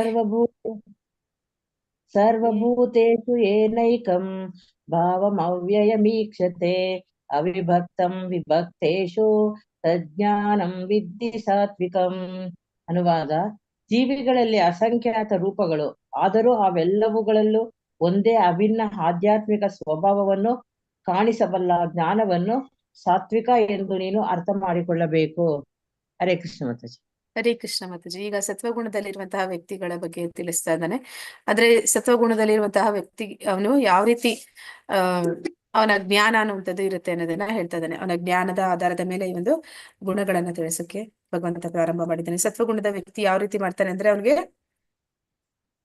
ಅವನು ಮನುಷ್ಯರನ್ನ ಯಾವ ರೀತಿ ಕಾಣ್ತಾನೆ ಅಂತ ಅಂದ್ರೆ ಯಾವುದೇ ಒಂದು ಜೀವಿನ ಕಂಡಾಗ ಅವನು ಅವರ ಒಂದು ಆತ್ಮಸ್ವರೂಪದಲ್ಲಿ ಕಾಣ್ತಾನೆ ಹೊರತು ನಮ್ಮ ಹಾಗೆ ದೇಹ ಭಾವನೆಯಿಂದ ಅವನು ನೋಡುದಿಲ್ಲ. ಅಂದ್ರೆ ಯಾರನ್ನೇ ನೋಡಲಿ ಒಂದು ಪಂಡಿತ ಅಥವಾ ಒಂದು ವಿದ್ವಾಂಸ ಅವನು ಯಾವ ರೀತಿ ಕಾಣ್ತಾನೆ, ಅವನನ್ನ ಆ ಒಂದು ಜ್ಞಾನ ಇದೆ ಅವನಿಗೆ, ಶಾಸ್ತ್ರದ ಜ್ಞಾನ ಇರೋದ್ರಿಂದ ಅವನೇಂತಾನೆ ಪ್ರತಿಯೊಂದು ಕೂಡ ಆ ಒಂದು ದೇಹ ಪಡೆದಿರುವಂತದ್ದು ಆಯಾ ಕರ್ಮಗಳಿಗೆ ಅನುಗುಣವಾಗಿ, ಅಂದ್ರೆ ಯಾವುದೇ ಒಂದು 84 ಲಕ್ಷ ಯೋನಿಗಳಲ್ಲಿ ಎಲ್ಲಾ ಜೀವಿಗಳು ಬರ್ತಾರೆ. ಆ ಒಂದು ಕರ್ಮಕ್ಕೆ ಅನುಗುಣವಾಗಿ ಅವು ಆ ಒಂದು ದೇಹದಲ್ಲಿ ಇದೆ. ಆದ್ರೆ ವಾಸ್ತವದಲ್ಲಿ ಅಲ್ಲಿ ಇರುವಂತದ್ದು ದೇಹ ಅನ್ನುವಂಥದ್ದು ಬದಲಾಗುವಂಥದ್ದು. ಆದ್ರೆ ಮೂಲದಲ್ಲಿ ಇರುವಂತದ್ದು ಆತ್ಮ, ಅದು ನನ್ನಲ್ಲಿ ಇರುವಂತಹ ಆತ್ಮ ಹಾಗೇನೆ. ಅಂದ್ರೆ ಅದು ಕೂಡ ಭಗವಂತನ ಒಂದು ಅಂಶ. ಆದ ಕಾರಣ ಯಾವ ಒಂದು ಭಾವದಲ್ಲಿ ಅವನು ಕಾಣ್ತಾನೆ ಅಂದ್ರೆ ಈ ಬೇರೆ ಜೀವಿಗಳನ್ನ ಸಹೋದರ ಭಾವದಲ್ಲಿ ಕಾಣ್ತಾನೆ. ಅಂದ್ರೆ ಅದು ಯಾವುದೇ ಒಂದು ಕ್ರಿಮಿ ಕೀಟ ಏನೇ ಆಗಿರ್ಲಿ, ಪಕ್ಷಿ ಆಗಿರ್ಲಿ, ಅದನ್ನ ಸಹೋದರ ಭಾವನೆಯಿಂದ ನೋಡ್ತಾನೆ. ಅಂದ್ರೆ ಎಲ್ಲರೂ ಕೂಡ ಮೂಲದಲ್ಲಿ ಬಂದಿರುವಂತದ್ದು ಭಗವಂತನಿಂದ, ಎಲ್ಲರೂ ಕೂಡ ಭಗವಂತನ ಮಕ್ಕಳು. ಮತ್ತೆ ಎಲ್ಲರ ದೇಹದಲ್ಲೂ ಕೂಡ ಅದು ಯಾವುದೇ ಜೀವಿ ಆಗಿರ್ಲಿ, ಅದೆಂತಹದೇ ನಿಕೃಷ್ಟ ಜೀವಿ ಆಗಿರ್ಲಿ, ಅದರ ಒಳಗಡೆ ಪರಮಾತ್ಮ ಇದ್ದಾನೆ, ಅವನ ಜೊತೆಲಿ ಪರಮಾತ್ಮನಿದ್ದಾನೆ. ಆ ಒಂದು ಮನಸ್ಥಿತಿಯಲ್ಲಿ ಅವನು ಪ್ರತಿಯೊಂದನ್ನು ಕಾಣ್ತಾನೆ ಅನ್ನೋದನ್ನಲ್ಲಿ ಹೇಳ್ತಾ ಇದ್ದಾರೆ. ಅಂತಹ ಒಂದು ಜ್ಞಾನವನ್ನಲ್ಲಿ ಸಾತ್ವಿಕ ಅಂತ ತಿಳಿತಾ ಇದ್ದಾರೆ. ಜೀವಿಯು ದೇವತೆ ಆಗಿರಲಿ, ಮನುಷ್ಯನಾಗಿರಲಿ, ಪಕ್ಷಿ ಆಗಿರಲಿ, ಪ್ರಾಣಿ ಆಗಿರಲಿ, ಜಲಜೀವಿ ಆಗಿರಲಿ, ಸಸ್ಯವಾಗಿರಲಿ, ಎಲ್ಲಾ ಜೀವಿಗಳಲ್ಲಿ ಒಬ್ಬನೇ ಜೀವಾತ್ಮನನ್ನು ಕಾಣುವವನನ್ನು ಸಾತ್ವಿಕ ಜ್ಞಾನವನ್ನು ಹೊಂದಿದವನು. ಅವರವರ ಹಿಂದಿನ ಕರ್ಮಕ್ಕೆ ಅನುಸಾರವಾಗಿ ಅವರಿಗೆ ಬೇರೆ ಬೇರೆ ದೇಹಗಳಿದ್ದರೂ ಎಲ್ಲಾ ಜೀವಿಗಳಲ್ಲಿ ಒಬ್ಬನೇ ಜೀವಾತ್ಮನಿದ್ದಾನೆ. 7ನೇ ಅಧ್ಯಾಯದಲ್ಲಿ ವರ್ಣಿಸಿದಂತೆ ಪ್ರತಿಯೊಂದು ದೇಹದಲ್ಲಿ ಜೀವಶಕ್ತಿಯ ಅಭಿವ್ಯಕ್ತಿಗೆ ಕಾರಣ ಪರಮಪ್ರಭುವಿನ ಒಂದು ಉತ್ತಮ ಶ್ರೇಷ್ಠ ಪ್ರಕೃತಿ. ಅಂದ್ರೆ ನಾವು 7ನೇ ಅಧ್ಯಾಯದಲ್ಲಿ ನೋಡಿದ್ವಿ, ಒಂದು ಜೀವಿ ಆಗಿದೆ ಅಂತಂದ್ರೆ ಅಲ್ಲಿ ಭಗವಂತ ಹೇಳ್ತಾನೆ ಅವನ ಒಂದು ಬಹಿರಂಗ ಶಕ್ತಿ ಅಂತಂದ್ರೆ ಅವನ ಒಂದು ಈ ಒಂದು ಪಂಚಭೂತಗಳು, ಮತ್ತೆ ಆ ಒಂದು ಮನಸ್ಸು, ಬುದ್ಧಿ, ಅಹಂಕಾರ ಇದೆಲ್ಲವೂ ಕೂಡ ಅವನು ಹೇಳಿದಾದ್ಮೇಲೆ ಹೇಳ್ತಾನೆ ಇದೆಲ್ಲವೂ ಕೂಡ ನನ್ನ ಕೆಳಮಟ್ಟದ ಶಕ್ತಿ. ಆದ್ರೆ ಆ ಒಂದು ಕೆಳಮಟ್ಟದ ಶಕ್ತಿಯನ್ನ ಆಳ್ತಾ ಇರುವಂತದ್ದು ನನ್ನ ಉತ್ತಮ ಶ್ರೇಷ್ಠ ಶಕ್ತಿ. ಅದು ಯಾವುದು ಅಂತಂದ್ರೆ ಅವನ ಭಗವಂತನ ವಿಭಿನ್ನ ಅಂಶ ಆದಂತಹ ತಟಸ್ಥ ಶಕ್ತಿ, ನಾವೆಲ್ಲರೂ ಕೂಡ ಜೀವಾತ್ಮಗಳು. ಅದನ್ನ ಅಲ್ಲಿ ಅವನು ತಿಳಿಸ್ಕೊಟ್ಟಿದ್ದಾನೆ. ಅಂದ್ರೆ ದೇಹ ಅನ್ನುವಂಥದ್ದು ಜಡವಸ್ತು ಆಗಿದ್ರು ಕೂಡ ಅಲ್ಲಿ ಜೀವ ತುಂಬ್ತಾ ಇರುವಂತದ್ದು, ಚೈತನ್ಯ ತುಂಬ್ತಾ ಇರುವಂತದ್ದು ಅದು ಭಗವಂತನ ಶ್ರೇಷ್ಠ ಶಕ್ತಿ, ಅವನ ವಿಭಿನ್ನ ಅಂಶವಾದಂತಹ ಆತ್ಮ ಅನ್ನೋದನ್ನ ನೋಡಿದೀವಿ. ಹೀಗೆ ಎಲ್ಲ ದೇಹಗಳಲ್ಲಿಯೂ ಒಂದು ಉತ್ತಮ ಪ್ರಕೃತಿಯನ್ನು, ಜೀವಶಕ್ತಿಯನ್ನು ಕಾಣುವುದು ಸಾತ್ವಿಕವಾದದ್ದು. ಯಾರು ಸತ್ವಗುಣದಲ್ಲಿದ್ದಾನೆ ಅವನಿಗೆ ಈ ಎಲ್ಲ ಪೂರ್ಣ ಜ್ಞಾನ ಇರುತ್ತೆ. ಅವನು ಪ್ರತಿಯೊಂದನ್ನು ಅದೇ ಒಂದು ಮನಸ್ಥಿತಿಯಿಂದ ಅವನು ನೋಡ್ತಾನೆ. ದೇಹಗಳು ನಾಶವಾಗುವುದಾದರೂ ಆ ಜೀವ ಚೈತನ್ಯವು ಅವಿನಾಶಿ. ದೇಹಗಳಲ್ಲಿ ವ್ಯತ್ಯಾಸಗಳನ್ನು ಕಾಣುತ್ತೇವೆ.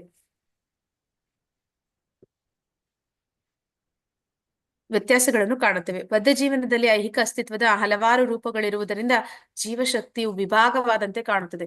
ಇಂತಹ ನಿರಾಕಾರ ಜ್ಞಾನವು ಆತ್ಮ ಸಾಕ್ಷಾತ್ಕಾರದ ಒಂದು ಮುಖ. ಅಂದ್ರೆ ಏನಂತ ಹೇಳ್ತಾರೆ ಅಂದ್ರೆ 3 ರೀತಿಯ ಸಾಕ್ಷಾತ್ಕಾರ ನಾವು ಭಗವದ್ಗೀತೆಯಲ್ಲಿ ತಿಳಿತೀವಿ. ಯಾವ್ದೆಲ್ಲ ಅಂತ ಹೇಳ್ತೀರಾ? ಹರೇ ಕೃಷ್ಣ.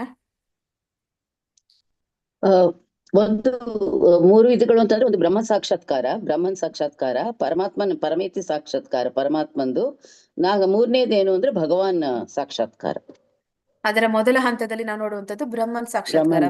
ಬ್ರಹ್ಮನ್ ಸಾಕ್ಷಾತ್ಕಾರ ಅಂದ್ರೆ ಅದು ಬ್ರಹ್ಮ ಜ್ಯೋತಿ, ಅಂದ್ರೆ ನಿರಾಕಾರ. ಅಲ್ಲಿ ಭಗವಂತನಿಗೆ ಒಂದು ನಿರ್ದಿಷ್ಟ ರೂಪ ಇಲ್ಲ ಅನ್ನುವಂಥದ್ದು, ಅವನು ಬರೀ ಶಕ್ತಿ ಅನ್ನುವಂಥದ್ದು ಅಷ್ಟರ ಮಟ್ಟಿಗೆ ತಿಳಿದಂತವ್ರು ಏನಂತಾರೆ, ಈ ಜೀವಶಕ್ತಿಗಳು ಬೇರೆ ಬೇರೆ ದೇಹಗಳಲ್ಲಿ ಇದು ಇದೆ, ಅದೆಲ್ಲವೂ ಕೂಡ ಭಗವಂತನ ವಿಭಿನ್ನ ಅಂಶ ಅಂದಾಗ ಅವ್ರು ಏನ್ ಅನ್ಕೋತಾರೆ, ಭಗವಂತನ ಒಂದು ಅಪಾರ ಶಕ್ತಿ ಏನಿದೆ ಅದು ಹಂಚಿ ಹೋಗ್ತಾ ಇದೆ ಅಂತ ತಿಳಿತಾರೆ. ಆದ್ರೆ ವಾಸ್ತವದಲ್ಲಿ ಭಗವಂತನ ಒಂದು ಶಕ್ತಿ ಅನ್ನುವಂಥದ್ದು ಹಂಚಿ ಹೋಗುತ್ತಾ ಅಂದ್ರೆ, ಅವನು ಈಗ ಏನಂತ ನಿರಾಕಾರವಾದಿಗಳು ವಾದಿಸ್ತಾರೆ ಅಂದ್ರೆ, ಒಂದು ಹಾಳೆ, ಒಂದು ಪೇಪರ್ ಅನ್ನ ತೆಗೆದು ಬಿಟ್ಟು ಇದು ಪುಟ್ಟ ಪುಟ್ಟ ಭಾಗಗಳನ್ನ ಮಾಡಿ ಅವ್ರು ಹೇಳ್ತಾರೆ, ಹೀಗೆ ಭಗವಂತ ಎಲ್ಲದರಲ್ಲೂ ಹಂಚಿ ಹೋಗಿದ್ದಾನೆ. ಕೊನೆಗೆ ಅವನು ನಿಶೇಷವಾಗಿ ಅವನ ಅಂದ್ರೆ ಭಗವಂತನ ಒಂದು ವ್ಯಕ್ತಿತ್ವ ಅನ್ನುವಂಥದ್ದು ಪ್ರತ್ಯೇಕವಾಗಿ ಇಲ್ಲ ಅಂತ ಹೇಳ್ತಾರೆ. ವಾಸ್ತವದಲ್ಲಿ ಹಾಗೆ ಇದೆಯಾ ಅಂದ್ರೆ ಭಗವಂತ ಅವನು ಹಂಚಿ ಹೋಗ್ತಾನ? ಇಲ್ಲ ಮಾತಾಜಿ, ಅವನು ಯಾವಾಗ್ಲೂ ಪೂರ್ಣನೇ. ಈ ವಿಭಿನ್ನಾಂಶಗಳು ಅವನಿಂದ ದೂರವಾದ್ರೂ ಕೂಡ ಅವನು ಪೂರ್ಣನೇ ಯಾವಾಗ್ಲೂ ಕೂಡ. ಅವನ ವ್ಯಕ್ತಿತ್ವ ಉಳ್ಳವನು ಅವನು. ಈಶೋಪನಿಷತ್ತಿನಲ್ಲಿ ಇದಕ್ಕೆ ಒಂದು ಶ್ಲೋಕ ಬರುತ್ತೆ, ಪೂರ್ಣ ಪೂರ್ಣಮದಂ ಪೂರ್ಣಮಿದಂ ಪೂರ್ಣಾತ್ ಪೂರ್ಣ ಮುದಚ್ಯತೆ ಪೂರ್ಣಸ್ಯ ಪೂರ್ಣಮಾದಾಯ ಪೂರ್ಣಮೇವ ವಶಿಷ್ಯತೆ. ಅಂದ್ರೆ ಅವನು ಪರಿಪೂರ್ಣ. ಅವನಿಂದ ನಾವು ಎಷ್ಟನ್ನೇ ಭಾಗಗಳಾಗಿ ಅದು ಬಂದ್ರೂ ಕೂಡ ಅವನು ಪರಿಪೂರ್ಣ ಆಗಿರ್ತಾನೆ. ಅದಕ್ಕೊಂದು ಉದಾಹರಣೆ ಕೂಡ ಪ್ರಭುಪಾದರು ಕೊಡ್ತಾರೆ.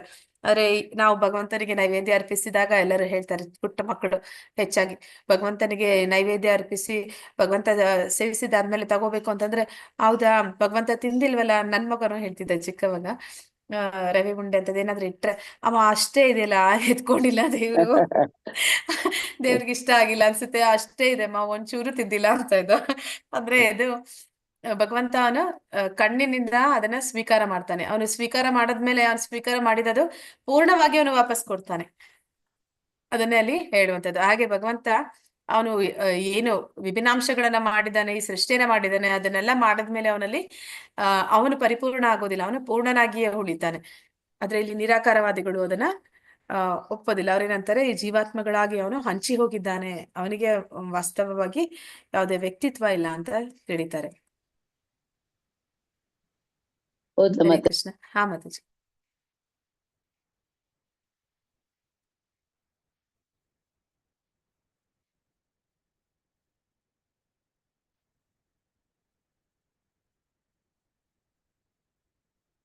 ಅವ್ರದ್ದು ಮ್ಯೂಟ್ ಆಯ್ತೋ ಏನೋ ಮಾತಾಜಿ. ಓದಿ ಮಾತಾಜಿ, ಅರಣಿ ಮಾತಾಜಿ. ಅಲ್ಲ ಮೇಡಮ್ ಬರ್ಲಿ ಅಂತ ಮಾತಾಜಿ. ಅವ್ರು ಬರ್ಬೇಕಲ್ಲ. ಯಾರು ಮಾತಾಜಿ? ಇದಾರೆ ಕಾಣಿಸ್ತಿದ್ದಿಲ್ಲ ಮಾತಾಜಿ, ಅದಕ್ಕೆ. ಇಲ್ಲ ಮಾತಾಜಿ, ನೀವ್ ಮಾತಾಡಿದ್ರೆ ನೀವ್ ಬರ್ತೀರಾ, ನಾನ್ ಕಾಣಲ್ಲ. ಓಕೆ, ಶ್ಲೋಕ 21 ಮಾತಾಜಿ. ಪೃಥಕ್ವೇನ ತು ಯಜ್ಞಾನಾಂ ನಾನಾ ಭಾವಾನ್ ಪೃಥಗ್ವಿದಾನ್ ವೇತ್ತಿ ಸರ್ವೇಷು ಭೂತೇಷು ತಜ್ಜ್ಞಾನಂ ವಿದ್ಧಿ ರಾಜಸಂ. ಅನುವಾದ: ಯಾವ ಜ್ಞಾನದ ಕಾರಣದಿಂದ ಪ್ರತಿಯೊಂದು ಬೇರೆ ದೇಹದಲ್ಲಿಯೂ ಬೇರೆ ಬಗೆಯ ಜೀವಿಯನ್ನು ಮನುಷ್ಯನು ಕಾಣುತ್ತಾನೋ ಆ ಜ್ಞಾನವು ರಾಜಸ ಎಂದು ತಿಳಿ. ಹರೇ ಕೃಷ್ಣ ಮಾತಾಜಿ, ಧನ್ಯವಾದಗಳು. ಹರೇ ಕೃಷ್ಣ ಮಾತಾಜಿ. ನಾನು ಈಗ್ಲೇ ಅಟೆಂಡೆನ್ಸ್ ಹಾಕ್ಬಿಡ್ತೇನೆ ಲಿಂಕು, ಏನಾರು ಹಾಕ್ತಾನೆ ಕೇಳ್ತಾ ಇರಿ, ಹಾಗೆ ಹೇಳ್ತೀರಿ. ಓಕೆ ಹರಿಣಿ ಮಾತಾಜಿ ಹಾಕ್ತೀರಾ? ಹರೇ ಕೃಷ್ಣ. ಹಾಕ್ತಾರೆ ಮಾತಾಜಿ, ಹಾಕ್ತಾರೆ. ಓಕೆ, ಇಲ್ಲಿ ಭಗವಂತ ಯಾವ ವಿಷಯವಾಗಿ ಹೇಳ್ತಾ ಇದ್ದಾನೆ, ರಜೋಗುಣದಲ್ಲಿರುವಂತ ವ್ಯಕ್ತಿ ಎಲ್ಲರನ್ನು ಕೂಡ ಯಾವ ಒಂದು ಜ್ಞಾನದಿಂದ ನೋಡ್ತಾನೆ ಅಂತ ತಿಳಿಸ್ತಾ ಇದ್ದಾನೆ. ರಜೋಗುಣದಲ್ಲಿರುವ ವ್ಯಕ್ತಿ ಅವನು ದೇಹ ಭಾವನೆಯಿಂದ ನೋಡ್ತಾನೆ. ಅಂದ್ರೆ ಅವನಿಗೆ ಈ ಒಂದು ಆತ್ಮದ ಜ್ಞಾನ ಇಲ್ಲ. ಅವನಿಗೆ ತನ್ನ ದೇಹವನ್ನೇ ಸರ್ವಸ್ವ ಅಂತ ತಿಳ್ಕೊತಾನೆ. ತನ್ನ ದೇಹಕ್ಕೆ ಸಂಬಂಧಪಟ್ಟದೆಲ್ಲ ತನ್ನದು ಅನ್ಕೋತಾನೆ. ತನ್ನ ದೇಹಕ್ಕೆ ಸಂಬಂಧಪಟ್ಟವರೆಲ್ಲ ತನ್ನವರು ಅಂತ ತಿಳ್ಕೊಂತಾನೆ. ಅದರಿಂದ ಆಚೆಗೆ ಅವನು ಬೇರೇನು ಯೋಚನೆ ಮಾಡೋದಕ್ಕೆ ಹೋಗೋದಿಲ್ಲ. ಅದನ್ನ ಇಲ್ಲಿ ರಜೋಗುಣದ ಒಂದು ಜ್ಞಾನ ಅಂತ ಇಲ್ಲಿ ತಿಳಿತಾ ಇದೀವಿ. ಐಹಿಕ ದೇಹವೇ ಜೀವಿ ಮತ್ತು ದೇಹವು ನಾಶವಾದಾಗ ಪ್ರಜ್ಞೆಯು ನಾಶವಾಗುತ್ತದೆ ಎಂಬ ಕಲ್ಪನೆಯನ್ನು ರಾಜಸ ಎಂದು ಕರೆಯುತ್ತಾರೆ. ಅಂದ್ರೆ ಯಾವಾಗ ದೇಹ ಸಾಯುತ್ತೆ ಆವಾಗ ಪರಿಪೂರ್ಣ ಪ್ರಜ್ಞೆ ಅಂತಂದ್ರೆ ಆತ್ಮ ಕೂಡ ಸತ್ತ ಹಾಗೆ. ಅಂದ್ರೆ ಅವ್ರಿಗೆ ಆತ್ಮದ ಜ್ಞಾನ ಇಲ್ಲ, ಆದ್ರೆ ಪ್ರಜ್ಞೆ ಅನ್ನುವಂಥದ್ದು ಕೂಡ ನಾಶ ಆಗ್ಬಿಡತ್ತೆ ಅಂತ ಹೇಳ್ತಾರೆ. ಈ ಜ್ಞಾನದ ಪ್ರಕಾರ ದೇಹಗಳಲ್ಲಿ ವ್ಯತ್ಯಾಸವಿರುವುದಕ್ಕೆ ಕಾರಣ ಬೇರೆ ಬೇರೆ ಬಗೆಯ ಪ್ರಜ್ಞೆಗಳ ಬೆಳವಣಿಗೆ. ಇಲ್ಲವಾದರೆ ಪ್ರಜ್ಞೆಯನ್ನು ಪ್ರಕಟಗೊಳಿಸುವ ಪ್ರತ್ಯೇಕ ಆತ್ಮವೇ ಇಲ್ಲ. ಆತ್ಮವೇ ದೇಹವೇ ಆತ್ಮ, ದೇಹದಾಚೆ ಬೇರೆ ಆತ್ಮವಿಲ್ಲ. ಅಂದ್ರೆ ಅವ್ರಿಗೆ ಆ ದೇಹ ಸಾಯ್ತು ಅಂತಂದ್ರೆ ಅಲ್ಲಿ ಪರಿಪೂರ್ಣವಾಗಿ ಆತ್ಮ ಅನ್ನುವಂಥದ್ದು ಇಲ್ಲ, ಅಲ್ಲಿ ನಿಶೇಷ ಆಯ್ತು, ಅದು ಇನ್ನೇನು ಉಳಿಲಿಲ್ಲ ಅಂತ ಅನ್ಕೋತಾರೆ.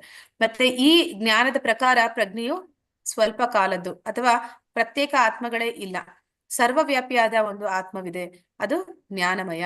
ಈ ದೇಹವು ಸ್ವಲ್ಪ ಕಾಲದ ಅಜ್ಞಾನದ ಅಭಿವ್ಯಕ್ತಿ ಅಥವಾ ದೇಹದಾಚೆ ವಿಶೇಷವಾದ ಪ್ರತ್ಯೇಕ ಆತ್ಮವಾಗಲಿ ಪರಮಾತ್ಮನಾಗಲಿ ಇಲ್ಲ. ಇಂತಹ ಎಲ್ಲಾ ಕಲ್ಪನೆಗಳು ರಾಜಸ ಗುಣದ ಉತ್ಪನ್ನಗಳು ಎಂದು ಪರಿಗಣಿಸುತ್ತಾರೆ. ಅಂದ್ರೆ ಅವರು ಈ ವ್ಯಕ್ತಿ ಯಾರು ಅವ್ರು ಕಣ್ಣಾರೆ ಕಾಣ್ತಿದ್ದಾರೆ, ಅವರು ಸತ್ರು ಅಂತಂದಾಗ ಅವರು ಅಳ್ತಾರೆ. ಯಾಕೆ ಅಳ್ತಾರೆ ಅಂತಂದ್ರೆ ಅವರು ಅಲ್ಲಿ ವಾಸ್ತವದಲ್ಲಿ ಇದ್ದಾರೆ, ಅವ್ರು ಇನ್ನ ಇರ್ತಾರೆ. ಆ ಒಂದು ಜ್ಞಾನ ಅವ್ರಿಗೆ ತಿಳಿದಿರೋದಿಲ್ಲ. ಅವ್ರು ಅನ್ಕೋತಾರೆ ಆ ವ್ಯಕ್ತಿ ಆಯ್ತು, ಇನ್ನ ಅವನ ಒಂದು ಅಂತ್ಯ ಆಗೋಯ್ತು, ಅವನಿಗೆ ಇನ್ನ ಮುಂದೆ ಜೀವನ ಇಲ್ಲ. ಅಂದ್ರೆ ಆ ಜೀವನ ಇಲ್ಲ ಅನ್ನೋದು ನಾವು ಹೇಳುವಂಥದ್ದು. ಅವರ ಪ್ರಕಾರ ಆ ದೇಹ ಹೋಯ್ತು ಅಂದ್ರೆ ಆ ವ್ಯಕ್ತಿನೂ ಇನ್ನ ಕಣ್ಮರೆ ಆದ ಅಷ್ಟೇ ಅಂತ ಅನ್ಕೋತಾರೆ. ಆದ್ರೆ ವಾಸ್ತವದಲ್ಲಿ ಆ ವ್ಯಕ್ತಿ ಇರ್ತಾನೆ, ಅಲ್ಲಿ ಇದಾನೆ. ಅಂದ್ರೆ ಏನಂತ ಹೇಳ್ತಾರೆ ಅಂದ್ರೆ ಕೆಲವರಿಗೆ ಹುಟ್ಟು ಅನ್ನುವಂಥದ್ದು ಅವನ ಹಿಂದಿನ ಜನ್ಮದ ಒಂದು ಅಂತ್ಯ, ಇನ್ನ ಕೆಲವರಿಗೆ ಈ ಸಾವು ಅನ್ನುವಂಥದ್ದು ಅವನ ಮುಂದಿನ ಜನ್ಮಕ್ಕೆ ಆರಂಭ. ಆದ್ರೆ ಆ ಒಂದು ಜ್ಞಾನ ಈ ಒಂದು ರಜೋಗುಣದಲ್ಲಿ ಇರುವವರಿಗೆ ಇರೋದಿಲ್ಲ.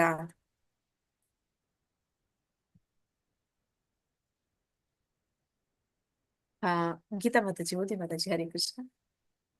ಹರೇ ಕೃಷ್ಣ ಮಾತಾಜಿ. ಶ್ಲೋಕ 22.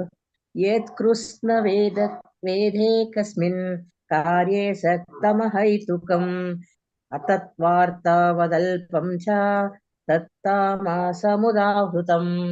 ಅನುವಾದ: ಯಾವ ಜ್ಞಾನದಿಂದ ಸತ್ಯದ ತಿಳುವಳಿಕೆ ಇಲ್ಲದೆ ಒಂದು ಬಗೆಯ ಕರ್ಮವೇ ಸರ್ವಸ್ವ ಎಂದು ಭಾವಿಸುತ್ತೇವೆಯೋ, ಯಾವ ಜ್ಞಾನವು ಅಲ್ಪವಾದುತ್ತೋ ಅದು ತಾಮಸ ಗುಣದಲ್ಲೇ ಇದೆ ಎಂದು ಹೇಳುತ್ತಾರೆ. ಹರೇ ಕೃಷ್ಣ ಮಾತಾಜಿ. ಹರೇ ಕೃಷ್ಣ ಮಾತಾಜಿ. ಈಗ ಸತ್ವಗುಣದಲ್ಲಿರೋರಿಗೆ ಸಾವಿನ ನಂತರ ಬದುಕಿದೆ ಅಂತ ಗೊತ್ತಿದೆ.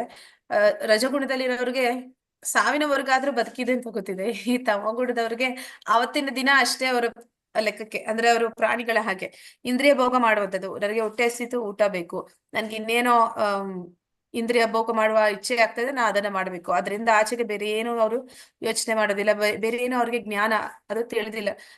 ಆದ ಕಾರಣ ಅಲ್ಲಿ ತಮೋಗುಣದವರನ್ನ ಅಜ್ಞಾನಿಗಳಂತಲೇ ಕರಿತೀವಿ. ಅಂದ್ರೆ ಅವ್ರಿಗೆ ಏನೇನೋ ಜ್ಞಾನ ಅನ್ನುವಂಥದ್ದು ಇರೋದಿಲ್ಲ ಅನ್ನೋದನ್ನ ಇಲ್ಲಿ ಅದನ್ನೇ ಮುಂದುವರಿಸಿ ಹೇಳ್ತಾ ಇದ್ದಾನೆ ಭಗವಂತ. ಭಾವಾರ್ಥ ಪ್ರಭುಪಾದರಿಂದ ಪ್ರಭುಪಾದರಿಗೆ ಜಯವಾಗಲಿ. ಸಾಮಾನ್ಯ ಮನುಷ್ಯನ ಜ್ಞಾನವು ಯಾವಾಗಲೂ ತಮಸ್ಸಿನ ಗುಣದಲ್ಲಿ ಇರುತ್ತದೆ, ಏಕೆಂದರೆ ಬದ್ಧ ಜೀವನದಲ್ಲಿ ಪ್ರತಿಯೊಂದು ಜೀವಿಯು ತಾಮಸ ಗುಣದಲ್ಲಿಯೇ ಹುಟ್ಟುತ್ತಾನೆ.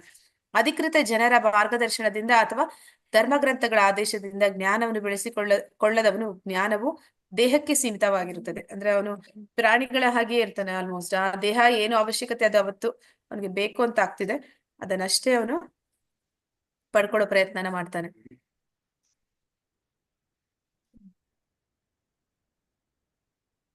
ಅಧಿಕೃತ ಜನರ ಮಾರ್ಗದರ್ಶನದಿಂದ ಅಥವಾ ಧರ್ಮಗ್ರಂಥಗಳ ಆದೇಶದಿಂದ ಜ್ಞಾನವನ್ನು ಬೆಳೆಸಿಕೊಳ್ಳದವನ ಆ ಜ್ಞಾನವು ದೇಹಕ್ಕೆ ಸೀಮಿತವಾಗಿರುತ್ತದೆ. ಅವನಿಗೆ ಧರ್ಮಗ್ರಂಥದ ಆದೇಶಗಳಿಗೆ ಅನುಗುಣವಾಗಿ ಕೆಲಸ ಮಾಡುವ ಯೋಚನೆ ಇಲ್ಲ. ಅವನಿಗೆ ಹಣವೇ ದೇವರು. ಅವನಿಗೆ ಅವನ ಒಂದು ಐಹಿಕ ಏನು ಬಯಕೆಗಳು ಇದೆ, ಅವಶ್ಯಕತೆಗಳಿದೆ, ಅದನ್ನ ಈಡೇರಿಸೋದಕ್ಕೆ ಅವನಿಗೆ ಬೇಕಾಗಿರೋದು ಹಣ ಒಂದೇ. ಹಣ ಹೊಂದಿದ್ರೆ ಏನ್ ಬೇಕಾದ್ರೂ ಮಾಡ್ಬೋದು ಅಂತ ತಿಳಿತಾನೆ. ದೇವ್ರು ಅನ್ನೋಂತ ಒಂದು ಪರಿಕಲ್ಪನೆ ಕೂಡ ಅವನಿಗೆ ಬೇಡ. ಅವನ ಒಂದು ಆದ್ರೆ ಈ ರಷ್ಯಾದಲ್ಲಿ ಈ ಕೃಷ್ಣ ಪ್ರಜ್ಞೆಯನ್ನ ಹಬ್ಬಬೇಕು ಅಂತಂದಾಗ ಅದು ತುಂಬಾ ಕಷ್ಟ ಆಯ್ತು. ಯಾಕಂದ್ರೆ ಅಲ್ಲಿ ಇದ್ದಂಥವ್ರೆಲ್ಲ ಹೆಚ್ಚು ಕಮ್ಯುನಿಸ್ಟ್ ಅಂತಂದ್ರೆ ಅವರು ನಾಸ್ತಿಕರೇ ಜಾಸ್ತಿ ಇರ್ತಾರೆ ಅಂತ ಹೇಳ್ತಾರೆ. ಅಲ್ಲಿ ಅದಕ್ಕೂ ಮೊದಲು ಏನಿತ್ತು ಅಂತಂದ್ರೆ ಅಲ್ಲಿ ಕ್ರಿಶ್ಚಿಯಾನಿಟಿ ಇತ್ತು. ಅಲ್ಲಿ ಚರ್ಚ್ಗಳಲ್ಲಿ ಯಾರಾದ್ರೂ ಹೋಗಿ ಹೊರಗಡೆ ಬರ್ಬೇಕಾದ್ರೆ ಈ ಒಂದು ಕಮ್ಯುನಿಸ್ಟ್ಗಳು ಅವರಿಗೆ ಬ್ರೆಡ್ಗಳನ್ನ ಬನ್ನನ್ನ ಕೊಡ್ತಾ ಇದ್ರಂತೆ. ಹೊರಗಡೆ ಬಂದಾಗ ಕೊಟ್ಟು ಬಿಟ್ಟು ಅವ್ರಿಗೆ ಹೇಳ್ತಿದ್ರಂತೆ, ನೋಡು ನೀನ್ ಒಳಗಡೆ ಹೋಗಿ ಇಷ್ಟೊತ್ತಿದ್ದು ಬಂದೆ, ನಿನಗೆ ನಿನ್ ದೇವ್ರು ಏನು ಕೊಟ್ಟ? ನಾನ್ ನಿನಗೆ ಬ್ರೆಡ್ ಕೊಡ್ತಾ ಇದ್ದೀನಿ. ಆದ ಕಾರಣ ದೇವ್ರು ಅಂತ ಯಾರು ಇಲ್ಲ. ನಾವೇ ಎಲ್ಲರೂ, ಅಂದ್ರೆ ನಾವೇ ಎಲ್ಲ ನಮ್ಮ ಒಂದು ಕಷ್ಟಪಟ್ಟು ದುಡಿದ್ರೆ ನಮಗೆ ಏನು ಸಿಗುತ್ತೆ ಅದೇ ನಿಜ. ನಾವು ಕಷ್ಟಪಟ್ಟು ದುಡಿಲಿಲ್ಲ ಅಂತಂದ್ರೆ ನಮ್ಮ ಒಂದು ಏನಂತಾರೆ ಪರಿಸ್ಥಿತಿನ ನಾವು ಬದಲಾಯಿಸಕ್ಕೆ ಸಾಧ್ಯ ಇಲ್ಲ. ನಾವು ಕೂತ್ಕೊಂಡು ದೇವರ ಧ್ಯಾನ ಮಾಡ್ತಾ ಇದ್ರೆ, ಅಂದ್ರೆ ದೇವ್ರು ಅಂತಂದ್ರೆ ಅಲ್ಲಿ ವಾಸ್ತವದಲ್ಲಿ ದೇವ್ರು ಅಂತ ಯಾರು ಇಲ್ವೇ ಇಲ್ಲ ಅಂತ ಹೇಳ್ತಾರೆ. ಹಾಗೆ ಈ ಕಮ್ಯುನಿಸ್ಟ್ಗಳು ಅಥವಾ ಈ ಒಂದು ಯಾರು ಜ್ಞಾನಿಗಳು, ಅಂದ್ರೆ ಮಾಯಾ ಅಪಹೃತ ಜ್ಞಾನಿಗಳು ಅಂತ ಹೇಳ್ತಾರೆ, ಅಂದ್ರೆ ಈ ಭೌತಿಕ ಜ್ಞಾನವನ್ನ ಪಡೆದಂತವ್ರು, ಅವರು ಎಲ್ಲವನ್ನು ಪ್ರಾಯೋಗಿಕವಾಗಿ ನೋಡ್ತೀವಿ ನಾವು ಹೆಸರಿನಲ್ಲಿ ಅವ್ರು ಏನ್ ಹೇಳ್ತಾರೆ, ನನಗೆ ಭಗವಂತ ಕಾಣ್ತಿಲ್ಲ, ಅವ್ನು ನನ್ಗೆ ಯಾವ ರೀತಿನೂ ಸಹಾಯ ಮಾಡ್ತಿಲ್ಲ, ಮತ್ ನಾನೇನಕ್ಕೆ ಅವನಿಗೆ ಶರಣಾಗ್ಬೇಕು ಅಥವಾ ಅವನನ್ನ ಯಾಕೆ ನಾನು ಆರಾಧನೆ ಮಾಡ್ಬೇಕು? ಆ ರೀತಿ ಒಂದು ತಮೋ ಗುಣದ ವ್ಯಕ್ತಿಗಳ ಒಂದು ಮನೋಭಾವ. ಜ್ಞಾನವೆಂದರೆ ದೇಹದ ದೇಹದ ಕೇಳಿಕೆಗಳನ್ನು ತೃಪ್ತಿಪಡಿಸುವುದು. ಅಂದ್ರೆ ದೇಹಕ್ಕೆ ಏನು ಅವಶ್ಯಕತೆ ಬೇಕಿದೆ, ಅದಕ್ಕೆ ಏನ್ ಬೇಕಿದೆ ಅದನ್ನ ಒದಗಿಸ್ಬೇಕಷ್ಟೇ ಅವನದು ಅವನ ಜ್ಞಾನದ ಹಂತ. ಇಂತಹ ಜ್ಞಾನಕ್ಕೂ ಮತ್ತು ಪರಮಸತ್ಯಕ್ಕೂ ಸಂಬಂಧವೇ ಇಲ್ಲ. ಇದು ಸ್ವಲ್ಪ ಹೆಚ್ಚು ಕಡಿಮೆ ಸಾಮಾನ್ಯ ಪ್ರಾಣಿಗಳ ಜ್ಞಾನದಂತೆಯೇ ಇದೆ. ತಿನ್ನುವುದು, ಮಲಗುವುದು, ರಕ್ಷಣೆ ಮತ್ತೆ ಮೈಥುನ ಇವುಗಳ ಜ್ಞಾನ. ಪ್ರಭುಪಾದ್ರು ಹೇಳುವ ಹಾಗೆ ಯಾರು ಆಹಾರ ನಿದ್ರಾ ಮೈಥುನಂಶ ಅದರಲ್ಲಿ ಇದ್ದಾನೆ, ಅವನು 2 ಕಾಲುಗಳ ಪ್ರಾಣಿ ಅಂತ. ಇಲ್ಲಿ ಇಂತಹ ಜ್ಞಾನವನ್ನು ತಮೋ ಗುಣದ ಉತ್ಪನ್ನ ಎಂದು ಹೇಳಿದೆ. ಎಂದರೆ ಈ ದೇಹದ ಆಚೆಗಿನ ಜೀವಾತ್ಮನನ್ನು ಕುರಿತ ಜ್ಞಾನವನ್ನು ಸಾತ್ವಿಕ ಗುಣ ಎಂದು ಕರೆಯಲಾಗಿದೆ. ಅಂದ್ರೆ ದೇಹದಿಂದ ಆಚೆ ಜೀವಾತ್ಮ ಇದ್ದಾನೆ, ಜೀವಾತ್ಮ ಪರಮಾತ್ಮರು ಆ ದೇಹದಲ್ಲಿ ಇದ್ದಾರೆ, ಅವರೇ ವಾಸ್ತವದಲ್ಲಿ ಇರುವಂತಹ ಒಂದು ವ್ಯಕ್ತಿ ಅನ್ನೋದನ್ನ ತಿಳಿಯುವಂತದ್ದು ಸತ್ವಗುಣ. ಪ್ರಾಪಂಚಿಕ ತರ್ಕ ಮತ್ತು ಊಹಾತ್ಮಕ ಚಿಂತನೆಗಳಿಂದ ಪ್ರಮೇಯಗಳನ್ನು ತತ್ವಗಳನ್ನು ಸೃಷ್ಟಿಸುವ ಜ್ಞಾನವು ರಾಜಸ ಗುಣ. ಅಂದ್ರೆ ಇಲ್ಲಿ ಏನಂತ ಯೋಚನೆ ಮಾಡ್ತಾರೆ ರಜೋಗುಣದವರು, ಅವರದೇ ಆದಂತಹ ಒಂದು ಫಿಲಾಸಫಿ ಅಂತ ಹೇಳ್ತಾರೆ, ಊಹಾತ್ಮಕ ಚಿಂತನೆಗಳು, ಅವರದೇ ಆದಂತಹ ಒಂದು ತರ್ಕ, ಅವರದೇ ಆದಂತಹ ಒಂದು ತತ್ವಗಳನ್ನು ಸೃಷ್ಟಿ ಮಾಡ್ತಾರೆ. ಅಂತಹ ಒಂದು ಗುಣವನ್ನ ಇಲ್ಲಿ ರಜೋಗುಣ ಅಂತ ಕರೆದ್ರೆ, ದೇಹವನ್ನು ನೆಮ್ಮದಿಯಾಗಿಡಲು ಒಂದೇ ವಿಷಯಕ್ಕೆ ಸಂಬಂಧಿಸಿದ ಜ್ಞಾನವು ತಾಮಸ ಜ್ಞಾನ ಅಂತ ಹೇಳ್ತಾ ಇದ್ದಾರೆ. ಅಂದ್ರೆ ದೇಹಕ್ಕೆ ಅವಶ್ಯಕತೆ ಪೂರೈಸೋದು ಅಷ್ಟೇ ಅವನ ಜೀವನದ ಗುರಿ. ಆ ದೇಹಕ್ಕೆ ಈಗ ಹಸಿವಾಗಿದೆ, ಊಟ ಕೊಡಬೇಕು, ಆ ದೇಹಕ್ಕೆ ಇನ್ನೇನೋ ಒಂದು ಬಯಕೆ ಇದೆ, ಅದನ್ನ ಈಡೇರಿಸ್ಬೇಕು, ಅಷ್ಟೇ ಅವನ ಒಂದು ಜೀವನ. ಅಂದ್ರೆ ಈ ಪ್ರಾಣಿಗಳು ಹೇಗೆ ಬದುಕನ್ನ ಬದುಕ್ತವೆ, ಅಂತಹ ಒಂದು ಜ್ಞಾನದಲ್ಲಿರುವಂತವ್ರನ್ನ ತಮೋಗುಣದ ವ್ಯಕ್ತಿಗಳು ಅಂತ ಹೇಳಿ ಕರಿತಾ ಇದ್ದಾರೆ.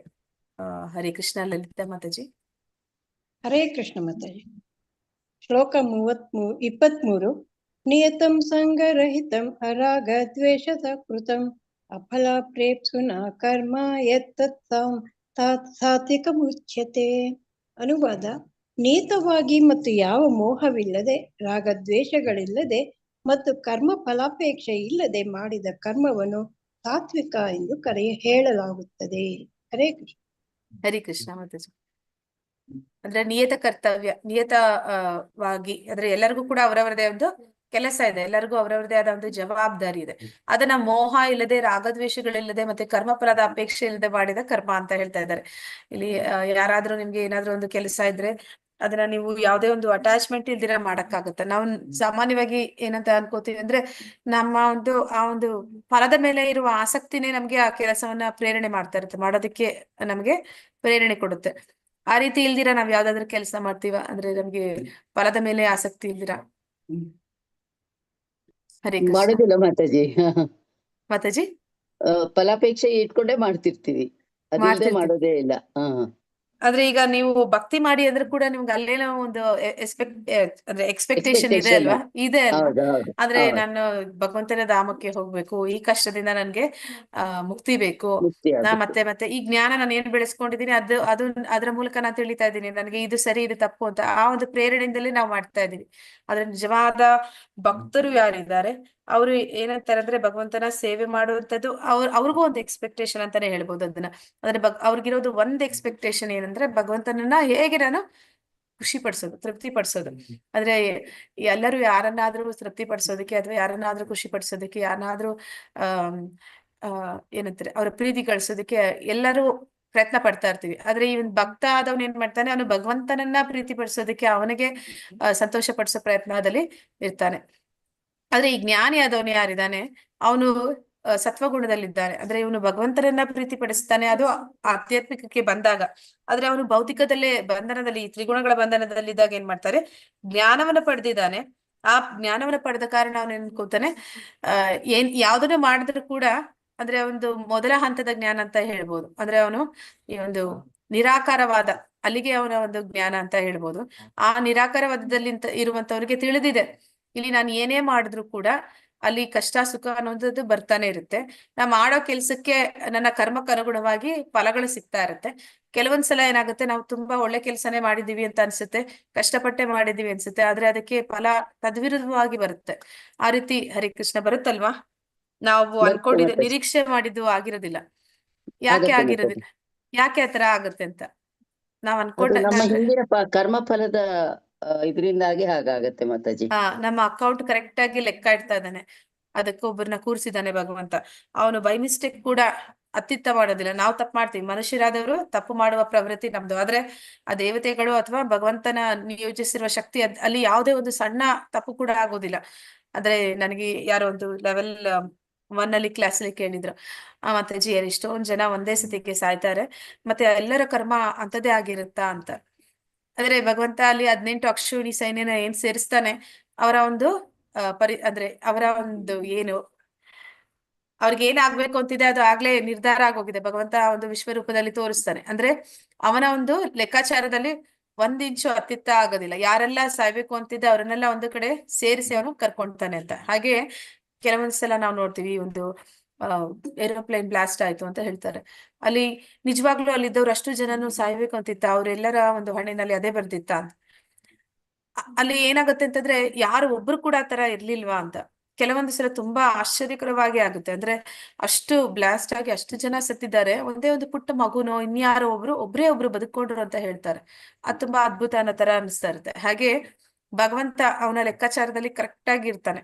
ಆದ್ರೆ ಅವನು ಮಾಡುವಂತ ಕೆಲಸಗಳು ಆತರ ಇರುತ್ತೆ, ಪಕ್ಕಾ ಕೆಲಸ ಅಂತ. ಹಾಗೆ ಇಲ್ಲಿ ಈ ಒಂದು ಸತ್ವಗುಣದಲ್ಲಿ ಇರುವಂತವ್ರಿಗೆ ಈ ಎಲ್ಲಾ ವಿಚಾರ ಗೊತ್ತಿರುತ್ತೆ. ಅಂದ್ರೆ ಅವ್ರಿಗೆ ಆ ಜ್ಞಾನ ಇರೋದ್ರಿಂದ ಗೊತ್ತಿರುತ್ತೆ, ನಾನು ಏನೇ ಮಾಡಿದ್ರು ಕೂಡ ಅದಕ್ಕೆ ಫಲ ಕೊಡುವಂತವನು ಭಗವಂತ. ಅಂದ್ರೆ ಅದಕ್ಕೆ ಫಲ ಕರ್ತವ್ಯ ಮಾಡುವಂತದಷ್ಟೇ ನನ್ನ ಕೈಯಲ್ಲಿ ಇರುವಂತದ್ದು, ಕೆಲಸ ಮಾಡೋದಷ್ಟೇ ನನಗೆ ಇಟ್ಟಿರುವಂತಹ ಸ್ವಾತಂತ್ರ್ಯ. ಅದರ ಫಲದ ಮೇಲೆ ನನಗೆ ಯಾವ ಅಧಿಕಾರನೂ ಇಲ್ಲ. ಆ ಫಲವನ್ನು ಅನ್ನುವಂಥದ್ದನ್ನು ಕೂಡ ನಾನು ಇಂಥದೇ ಬೇಕು ಅಂತ ನಿರೀಕ್ಷೆ ಮಾಡುವಂತಿಲ್ಲ. ಹಾಗೆ ಅವನು ಮಾಡುವಂತದ್ದು ಏನ್ ಮಾಡ್ತಾನೆ, ಮೋಹ ಇಟ್ಕೊಳ್ಳೋದಿಲ್ಲ, ಅದರಲ್ಲಿ ರಾಗ ದ್ವೇಷಗಳಿಲ್ಲ. ಕೆಲಸವನ್ನ ಕೊಟ್ಟಾಗ ಅವನು ಮನ್ಸಾರೆ ಮಾಡ್ತಾನೆ, ಪ್ರಾಮಾಣಿಕವಾಗಿ ಮಾಡ್ತಾನೆ. ಯಾಕಂದ್ರೆ ಕೆಲಸ ಮಾಡೋ ಅಧಿಕಾರ ಇದೆ ನನ್ಗೆ. ಅಂದ್ರೆ ಆ ಒಂದು ಏನಂತಾರೆ, ಕೆಲಸ ಮಾಡುವಂತ ಸ್ವಾತಂತ್ರ್ಯ ನನಗಿದೆ. ಅದನ್ನ ನಾನು ಯಾವ ರೀತಿ ಮಾಡ್ತೀನಿ ಅನ್ನುವಂಥದ್ದು ನನಗೆ ಬಿಟ್ಟದ್ದು. ಅಂದ್ರೆ ಅದನ್ನ ನಾನು ಪ್ರಾಮಾಣಿಕವಾಗಿ ಮಾಡ್ತೀನಿ, ನನ್ನ ಮನಸಾರೆ ಮಾಡ್ತೀನಿ.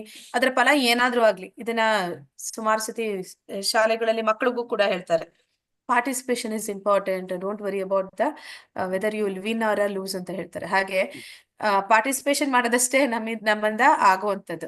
ಅದರ ಫಲ ಅನ್ನುವಂಥದ್ದು ಅದು ಆಮೇಲೆ, ಅದು ಭಗವಂತ ಕೊಟ್ಟಾಗ ನಾವು ಪಡ್ಕೊಳ್ಳುವಂಥದ್ದು. ಆದ್ರೆ ಆ ಪಾರ್ಟಿಸಿಪೇಷನ್ ಅನ್ನೋ ಸ್ವಾತಂತ್ರ್ಯ ನಮ್ಗೆ ಕೊಟ್ಟಾಗ ಯಾರು ಇವನಿದ್ದಾನೆ ಸಾತ್ವಿಕ ಗುಣದಲ್ಲಿ ಅವನೇನ್ ಮಾಡ್ತಾನೆ, ನಾನು ಪ್ರಾಮಾಣಿಕವಾಗಿ ಮಾಡಿದ್ದೀನಿ, ನನ್ನ ಒಂದು ಪರಿಪೂರ್ಣ ಪ್ರಯತ್ನ ಮಾಡಿದ್ದೀನಿ, ನಂತರ ಅದರಲ್ಲಿ ಬರೋದು ಬಿಡೋದು ನನಗೆ ಬೇಕಾಗಿಲ್ಲ. ಅವನಿಗೆ ಅಲ್ಲಿಗೆ ತೃಪ್ತಿ, ಅಷ್ಟಕ್ಕೆ ಸಂತೋಷ. ಅಂತಹ ಒಂದು ಜ್ಞಾನ ಅಂದ್ರೆ ಅಂತಹ ಕರ್ಮ ಮಾಡುವಂತವನ್ನ ಇಲ್ಲಿ ಸಾತ್ವಿಕ ವ್ಯಕ್ತಿ ಅಂತ ಇಲ್ಲಿ ಹೇಳ್ತಾ ಇದ್ದಾರೆ. ಸಮಾಜದ ವಿವಿಧ ಆಶ್ರಮಗಳು ಮತ್ತು ವಿಭಾಗಗಳಿಗೆ ಅನುಗುಣವಾಗಿ ಧರ್ಮ ಗ್ರಂಥಗಳು ವಿಧಿಸಿದ ವೃತ್ತಿ ನಿಯಂತ್ರಿತ ಕರ್ತವ್ಯಗಳನ್ನು ಮಾಡಬೇಕು. ಅಂದ್ರೆ ಅವರವರ ಒಂದು ವರ್ಣಾಶ್ರಮಗಳಿಗೆ ಅಥವಾ ರಾಜನಿಗೆ ಅವನದೇ ಆದಂತಹ ಒಂದು ಕರ್ತವ್ಯ ಇರುತ್ತೆ, ಅಥವಾ ತಾಯಿಗೆ ತನ್ನದೇ ಕರ್ತವ್ಯ ಇರುತ್ತೆ, ಶಿಕ್ಷಕನಿಗೆ ಗುರುವಿಗೆ ಅವನದೇ ಆದ ಕರ್ತವ್ಯಗಳಿರುತ್ತೆ. ಹಾಗೆ ಪ್ರತಿಯೊಬ್ಬರಿಗೂ ಅವರವರದ ಒಂದು ನಿಯತ ಕರ್ತವ್ಯ ಅಂತ ಇರುತ್ತೆ. ಇವನ್ನ ಮೋಹವಿಲ್ಲದೆ ಮಾಡ್ಬೇಕು. ಆದ್ರೆ ಅವನಿಗೆ ಏನ್ ಕೆಲಸ ಕೊಟ್ಟಿದ್ದಾರೆ, ಅವನು ಯಾವ ಒಂದು ಪಾತ್ರ ವಹಿಸ್ತಾ ಇದ್ದಾನೆ ಈ ಒಂದು ಜನ್ಮದಲ್ಲಿ, ಆ ಪಾತ್ರವನ್ನು ಅವನು ಪರಿಪೂರ್ಣವಾಗಿ ಅವನು ಮಾಡ್ಬೇಕು. ಮಾಡುವಾಗ ಅವನಿಗೆ ಮೋಹ ಅನ್ನುವಂಥದ್ದು ಇಟ್ಕೋಬಾರ್ದು. ಅಂದ್ರೆ ನನಗೆ ಇಂಥದ್ದೇ ಆಗ್ಬೇಕು, ಇದರಿಂದ ಇದೇ ಸಿಗ್ಬೇಕು ಅನ್ನುವಂಥದ್ದು ಯೋಚನೆ ಮಾಡ್ಬಾರ್ದು. ಆದ್ರೆ ನಾವು ಯಾವಾಗ ಅದನ್ನ ಯೋಚನೆ ಮಾಡೋದಿಲ್ಲ ಅಂದ್ರೆ, ನನಗೆ ಮೇಲೆ ಒಬ್ಬ ಭಗವಂತ ಇದ್ದಾನೆ, ನನಗೆ ಮೇಲೆ ಇನ್ನೊಂದು ನನ್ನ ಕರ್ಮಗಳು, ನಾನು ಹಿಂದಿನ ಮಾಡಿರುವಂತ ಈಗ ನನ್ಗೆ ನೆನಪಿಲ್ಲದ ಕರ್ಮಗಳು, ಇವುಗಳ ಒಂದು ಏನಂತಾರೆ, ಅದರ ಒಂದು ಕೈವಾಡ ಅಲ್ಲಿದೆ ಅಂತಂದಾಗ ನಾನು ಅದ್ರ ಮೇಲೆ ಮೋಹ ಇಟ್ಕೊಳ್ಳೋದಕ್ಕೆ ಸಾಧ್ಯ ಇಲ್ಲ. ಮತ್ತೆ ಸಾಮ್ಯದ ಹಕ್ಕುಗಳಿಲ್ಲದೆ, ಪ್ರೀತಿ ದ್ವೇಷಗಳಿಲ್ಲದೆ ಮಾಡಬೇಕು. ಕೃಷ್ಣ ಪ್ರಜ್ಞೆಯಲ್ಲಿ ಪರಮಪ್ರಭುವಿನ ಸಂತೃಪ್ತಿಗಾಗಿ ತನ್ನ ತೃಪ್ತಿ ಅಥವಾ ತನ್ನ ಭೋಗವಿಲ್ಲದೆ ಮಾಡಬೇಕು. ಅಂದ್ರೆ ತನ್ನ ತೃಪ್ತಿ, ತನ್ನ ಭೋಗ ಅಂತಂದ್ರೆ ನಾವು ಒಂದು ಕಾಮ್ಯ ಕರ್ಮ ಅದನ್ನ ಇಟ್ಕೊಳ್ದಿರ ಮಾಡುವಂಥದ್ದು, ಭಗವಂತನ ಒಂದು ತೃಪ್ತಿ ಪಡಿಸುವಂತಹ ಒಂದು ಉದ್ದೇಶದಿಂದ ಇಂತಹ ಕರ್ಮಗಳು ಸಾತ್ವಿಕ ಕರ್ಮಗಳು ಎಂದು ಇಲ್ಲಿ ಕರಿತಾ ಇದ್ದಾರೆ. ಸತ್ವಗುಣದಲ್ಲಿರುವಂತಹ ವ್ಯಕ್ತಿ ಮಾಡುವಂತಹ ಕರ್ಮಗಳು ಈ ರೀತಿಯದಾಗಿರುತ್ತೆ ಅಂತ. ಕೃಷ್ಣ.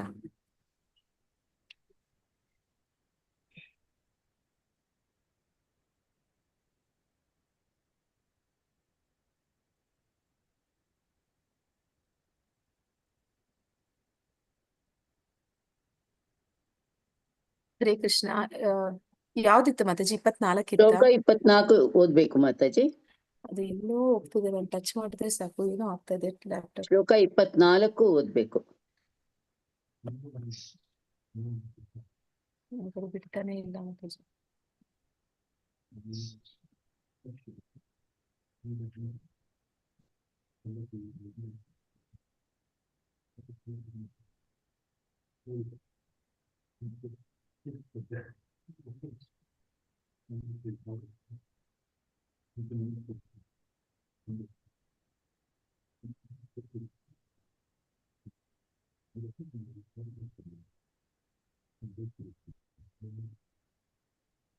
ಹರೇ ಕೃಷ್ಣ. ಗೀತಾ ಮಾತಾಜಿ ಇದೆ ಮಾತಾಜಿ. ಕೃಷ್ಣ ಮಾತಾಜಿ. ಶ್ಲೋಕ 24. ಯತ್ತು ಕಾಮೇಪ್ಸುನಾ ಕರ್ಮ ಸಾಹಂಕಾರೇಣ ವಾ ಪುನಃ ಕ್ರಿಯತೆ ಬಹುಲಾಯ ಸಂತದ್ ರಾಜಸಮುದಾವೃತಂ. ಅನುವಾದ: ಆದರೆ ತನ್ನ ಕಾಮನೆಗಳನ್ನು ತೃಪ್ತಿಯನ್ನು ಬಯಸುವ ಮನುಷ್ಯನು ಮಾಡಿದ ಮತ್ತು ಮಿಥ್ಯಾಂಕಾರದಿಂದ ಮಾಡಿದ ಕರ್ಮವನ್ನು ರಾಜಸ ಕರ್ಮ ಎಂದು ಕರೆಯುತ್ತಾರೆ. ಹರೇ ಕೃಷ್ಣ. ಹರೇ ಕೃಷ್ಣ ಮಾತಾಜಿ. ಈಗ ರಜಗುಣದ ವ್ಯಕ್ತಿ ಯಾವ ರೀತಿ ಕೆಲಸ ಮಾಡ್ತಾನೆ ಅಂತ ಇಲ್ಲಿ ಹೇಳ್ತಾ ಇದ್ದಾರೆ. ಅವನಿಗೆ ಇಂದ್ರಿಯ ಭೋಗ ಅನ್ನುವಂಥದ್ದು ಇರುತ್ತೆ. ಅಂದ್ರೆ ಅವನ ಒಂದು ಆಸೆಗಳು ಅವನಿಗೆ ಪ್ರೇರಣೆ ನೀಡ್ತಾ ಇದೆ. ಆ ಆಸೆಗಳ ಒಂದು ಪ್ರೇರಣೆಯಿಂದ ಅವನ ಕೆಲಸ ಮಾಡ್ತಾ ಇದ್ದಾನೆ. ಅವನ ಒಂದು ಗುರಿ ಅನ್ನುವಂಥದ್ದು ಏನಂದ್ರೆ, ಅವನ ಒಂದು ಇಚ್ಛೆ ಇದೆ, ಅವನ ಸಂಕಲ್ಪ ಮಾಡಿದಾನೆ, ಇದೆ ನನಗೆ ಈ ರೀತಿ ಒಂದು ಲಾಭ ಬರಬೇಕು, ಇಂತಹ ಒಂದು ಉದ್ದೇಶ ಇಟ್ಕೊಂಡೇ ಕೆಲಸ ಸ್ಟಾರ್ಟ್ ಮಾಡುವಾಗ್ಲೇ ಒಂದು ಕೆಲಸ ಒಂದು ಫಲದ ಒಂದು ಗುರಿಯನ್ನಾಗಿ ಇಟ್ಕೊಂಡೇ ಮಾಡ್ತಾನೆ. ಮತ್ತೆ ಅದನ್ನ ಅವನು ಏನ್ ಮಾಡ್ತಾನೆ, ಆ ರೀತಿ ಅವ್ನು ಅನ್ಕೊಂಡಿದ್ದೆ ಅಲ್ಲಿ ಬರ್ಬೇಕು ಅಂತ ಅನ್ಕೊಳ್ತಾನೆ. ಅವ್ನು ಅನ್ಕೊಂಡಿದ್ದು ಅಲ್ಲಿ ಬರ್ಲಿಲ್ಲ ಅಂತಂದ್ರೆ ಅವನಿಗೆ ಆ ಕೆಲಸನ ಅವನು ಮಾಡೋದಕ್ಕೆ ಹೋಗೋದಿಲ್ಲ. ಮತ್ತೆ ಅಲ್ಲಿ ಅವನಿಗೆ ಮಿಥ್ಯಾಹಂಕಾರ ಇದೆ. ಮಿಥ್ಯಾಹಂಕಾರ ಅಂತಂದ್ರೆ, ಹರೇ ಕೃಷ್ಣ, ಮಿಥ್ಯಾಹಂಕಾರ ಅಂದ್ರೆ ಯಾವ್ದನ್ನ ಕರೀತಾರೆ? ನಾನು ನನ್ನದು ಅಂತ ಹೇಳಿ ಮಾತಾಜಿ. ದೇಹ ಭಾವನೆ. ದೇಹ ಭಾವನೆಯಲ್ಲಿ ಇರುವಂತದನ್ನೇ ಮಿಥ್ಯಾಹಂಕಾರ ನಾನು ಅಂತ. ನನ್ನದು ಅನ್ನೋದು ಮಾತಾಜಿ.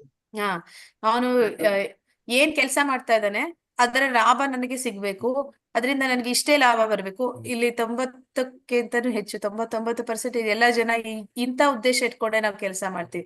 ಮಾಡಕ್ ಮುಂಚೆ ನಮ್ಗೆ ಯಾವತ್ತೂ ಅನ್ಸೋದಿಲ್ಲ ನನ್ನ ಕರ್ಮಾನುಸಾರ ಈಗಾಗುತ್ತೆ, ಭಗವಂತನ ಇಚ್ಛಾನುಸಾರ ಈಗಾಗುತ್ತೆ ಅಂತ. ನಾವೇನ್ ಅನ್ಕೋತೀವಿ, ಅದನ್ನೆಲ್ಲ ಪಕ್ಕಕ್ಕಿಟ್ಟಿ ನಾನೇನ್ ಮಾಡ್ತಾ ಇದ್ದೀನಿ ಅಂದ್ರೆ, ಈಗ ಒಂದು ಸ್ಲೋಗನ್ಗಳು ಕೊಡ್ತಾರೆ. ಅಂದ್ರೆ ಯಾರು ಅವರವರ ಒಂದು ಭವಿಷ್ಯವನ್ನ ಅವರೇ ರೂಪಿಸ್ಕೊಳ್ತಾರೆ. ಹೇಗೆ ರೂಪಿಸ್ಕೊಳ್ತಾರೆ? ಕಷ್ಟಪಟ್ಟು ದುಡಿದ್ರೆ ಅವರ ಭವಿಷ್ಯನ ಅವರೇ ರೂಪಿಸ್ಕೊಳ್ತಾರೆ ಅಂತ. ವಾಸ್ತವದಲ್ಲಿ ಆ ರೀತಿ ಆಗತ್ತಾ? ನಮ್ಮ ಭವಿಷ್ಯ ನಮ್ ಕೈಯಲ್ಲಿ ಇದೆಯಾ?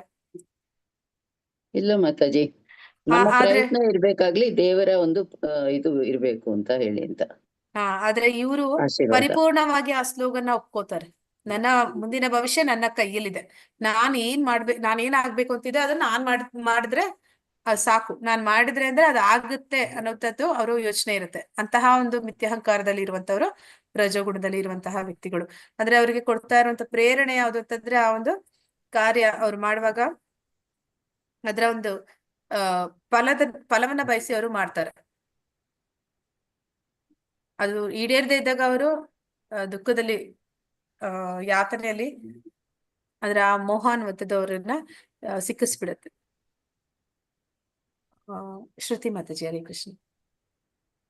ಹರೇ ಕೃಷ್ಣ ಮಾತಾಜಿ. ಶ್ಲೋಕ 25. ಅನುಬಂಧಂ ಕ್ಷಯಂ ಹಿಂಸಾಮನಪೇಕ್ಷ್ಯ ಚ ಪೌರುಷಂ ಮೋಹದಾರಭ್ಯತೆ ಕರ್ಮ ಯತ್ತತ್ತಾಮಸಮುಚ್ಯತೆ. ಅನುವಾದ: ಮಾಯಾವಶನಾಗಿ ಧರ್ಮಗ್ರಂಥಗಳನ್ನು ಅಲಕ್ಷಿಸಿ ಮುಂದಿನ ಬಂಧನವನ್ನಾಗಲಿ ಹಿಂಸೆಯನ್ನಾಗಲಿ ಇತರರಿಗೆ ಉಂಟಾಗುವ ಯಾತನೆಯನ್ನಾಗಲಿ ಲಕ್ಷಿಸದೆ ಮಾಡಿದ ಕರ್ಮವನ್ನು ತಾಮಸ ಕರ್ಮ ಎಂದು ಕರೆಯುತ್ತಾರೆ. ಹರೇ ಕೃಷ್ಣ ಮಾತಾಜಿ. ಹರೇ ಕೃಷ್ಣ ಮಾತಾಜಿ. ಅಂದ್ರೆ ಇಲ್ಲಿ ಇವನು ಇನ್ನೂ ಒಂದು ಹೆಜ್ಜೆ ಜಾಸ್ತಿ ಅಂತ ಹೇಳ್ಬೋದು. ಅಂತಂದ್ರೆ ಈ ತಮೋಗುಣದಲ್ಲಿ ಇರುವಂತ ವ್ಯಕ್ತಿ ಏನ್ ಮಾಡ್ತಾ ಇದ್ದಾನೆ, ಅವನು ಮಾಡುವಂತಹ ಕೆಲಸಗಳು ಅದು ಬಂಧನಕ್ಕೆ ಕಾರಣ ಆಗುತ್ತೆ, ಅದರಿಂದ ಇನ್ನೊಬ್ಬರಿಗೆ ನೋವಾಗುತ್ತೆ, ಇದು ಯಾವ್ದನ್ನು ಕೂಡ ಅವನು ಯೋಚನೆ ಮಾಡೋದಿಲ್ಲ. ಅವನು ತಮೋಗುಣದಲ್ಲಿ ಮಾಡುವಂತ ಕೆಲಸ ಯಾವ ರೀತಿ ಇರುತ್ತೆ ಅಂದ್ರೆ, ತನ್ನ ಅವಶ್ಯಕತೆ ಪೂರೈಕೆ ಆಯ್ತಾ, ತನ್ನ ದೇಹದ ಒಂದು ಸ್ವಾರ್ಥ ಅನ್ನುವಂಥದ್ದು ಹೆಚ್ಚು ಸ್ವಾರ್ಥಿಯಾಗಿರ್ತಾನೆ. ಮತ್ತೆ ಅವನು ಯಾವುದೇ ಒಂದು ಧರ್ಮ ಗ್ರಂಥಗಳನ್ನ ಶಾಸ್ತ್ರಗಳನ್ನ ಅವನು ಒಪ್ಪೋದಿಲ್ಲ. ಶಾಸ್ತ್ರಗಳನ್ನ ಅಂದ್ರೆ ಯಾವ ರೀತಿ ಹೇಳ್ತಾರೆ ಅಂದ್ರೆ ಅವ್ರನ್ನ ಪರಿಪೂರ್ಣವಾಗಿ ತಮೋಗುಣದಲ್ಲಿರುವಂತ ವ್ಯಕ್ತಿಗಳನ್ನ ಕರೆದು ಭಗವದ್ಗೀತೆಯ ಜ್ಞಾನ ಕೊಡ್ತೀವಿ ಅಂತಂದ್ರೆ ಅವರು ಜ್ಞಾನ ಯಾವ ರೀತಿ ತಗೋತಾರೆ ಅಂದ್ರೆ ಅವರಲ್ಲಿ ಒಂದು ಏನಂತ ಹೇಳ್ತಾರೆ, ವಾಕ್ಚಾತುರ್ಯ ಇರುತ್ತೆ.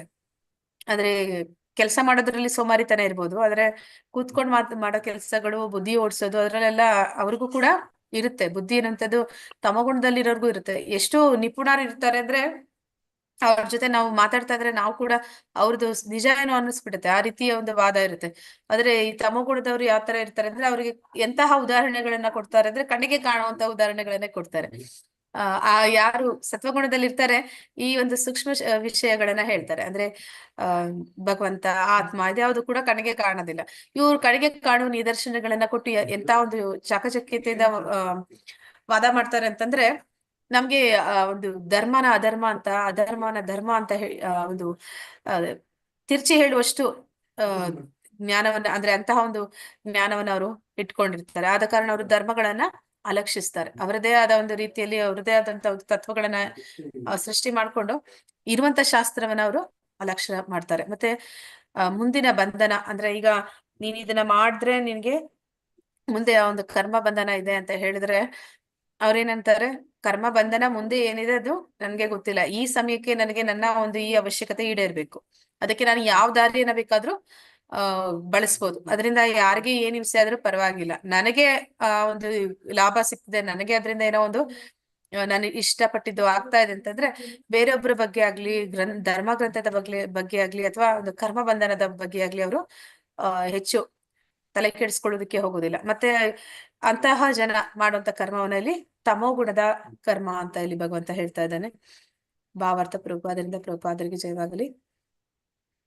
ಮನುಷ್ಯನು ತನ್ನ ಕರ್ಮಗಳನ್ನು ರಾಜ್ಯಕ್ಕಾಗಲಿ ಯಮದೂತರಿಗಾಗಲಿ ಒಪ್ಪಿಸಬೇಕಾಗುತ್ತದೆ. ಅಂದ್ರೆ ನಾವು ಮಾಡೋ ಕೆಲಸಕ್ಕೆ ಇಬ್ರು ಶಿಕ್ಷೆ ಕೊಡೋರಿದ್ದಾರೆ. ಒಂದು ಈ ಭೌತಿಕ ಜಗತ್ತಿನಲ್ಲಿ ಲಾ ಅಂಡ್ ಆರ್ಡರ್ ಇದೆ.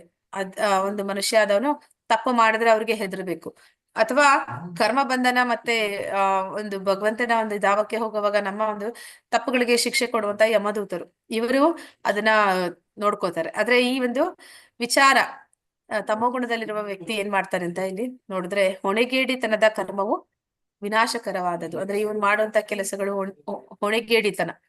ಅಂದ್ರೆ ಇಂತಹ ವ್ಯಕ್ತಿಗಳು ಅವರು ಯಾವ ರೀತಿ ಇರ್ತಾರೆ ಅಂತಂದ್ರೆ ನಾವು ನೋಡ್ತೀವಿ, ಮಾದಕ ದ್ರವ್ಯಗಳಿಗೆ ತುಂಬಾ ವ್ಯಸನಿಗಳಾಗಿರ್ತಾರೆ. ಅಂತಹ ಜನ ಆ ಮಾದಕ ದ್ರವ್ಯಗಳನ್ನ ತಗೊಂಡಾಗ ಏನ್ ಮಾಡ್ತಾರೆ, ಆ ಒಂದು ಮೈ ಮೇಲೆ ಪ್ರಜ್ಞೆ ಇಲ್ಲದೆ ಅವ್ರು ಮಾಡೋ ಕೆಲಸಗಳು ಕೂಡ ಎಲ್ಲ ಇನ್ನೊಬ್ರಿಗೆ ಹಿಂಸೆ ಕೊಡುವಂತದ್ದು, ಅಥವಾ ಇನ್ನೇನು ತನಗೆ ತಾನೇ ಒಂದು ಹಿಂಸೆ ಕೊಟ್ಕೊಡುವಂತ ಕೆಲಸಗಳನ್ನೇ ಅವರು ಹೊಣೆಗೇಡಿತನ ಅಂತೇಳಿ ಕರಿತಾ ಇದ್ದಾರೆ.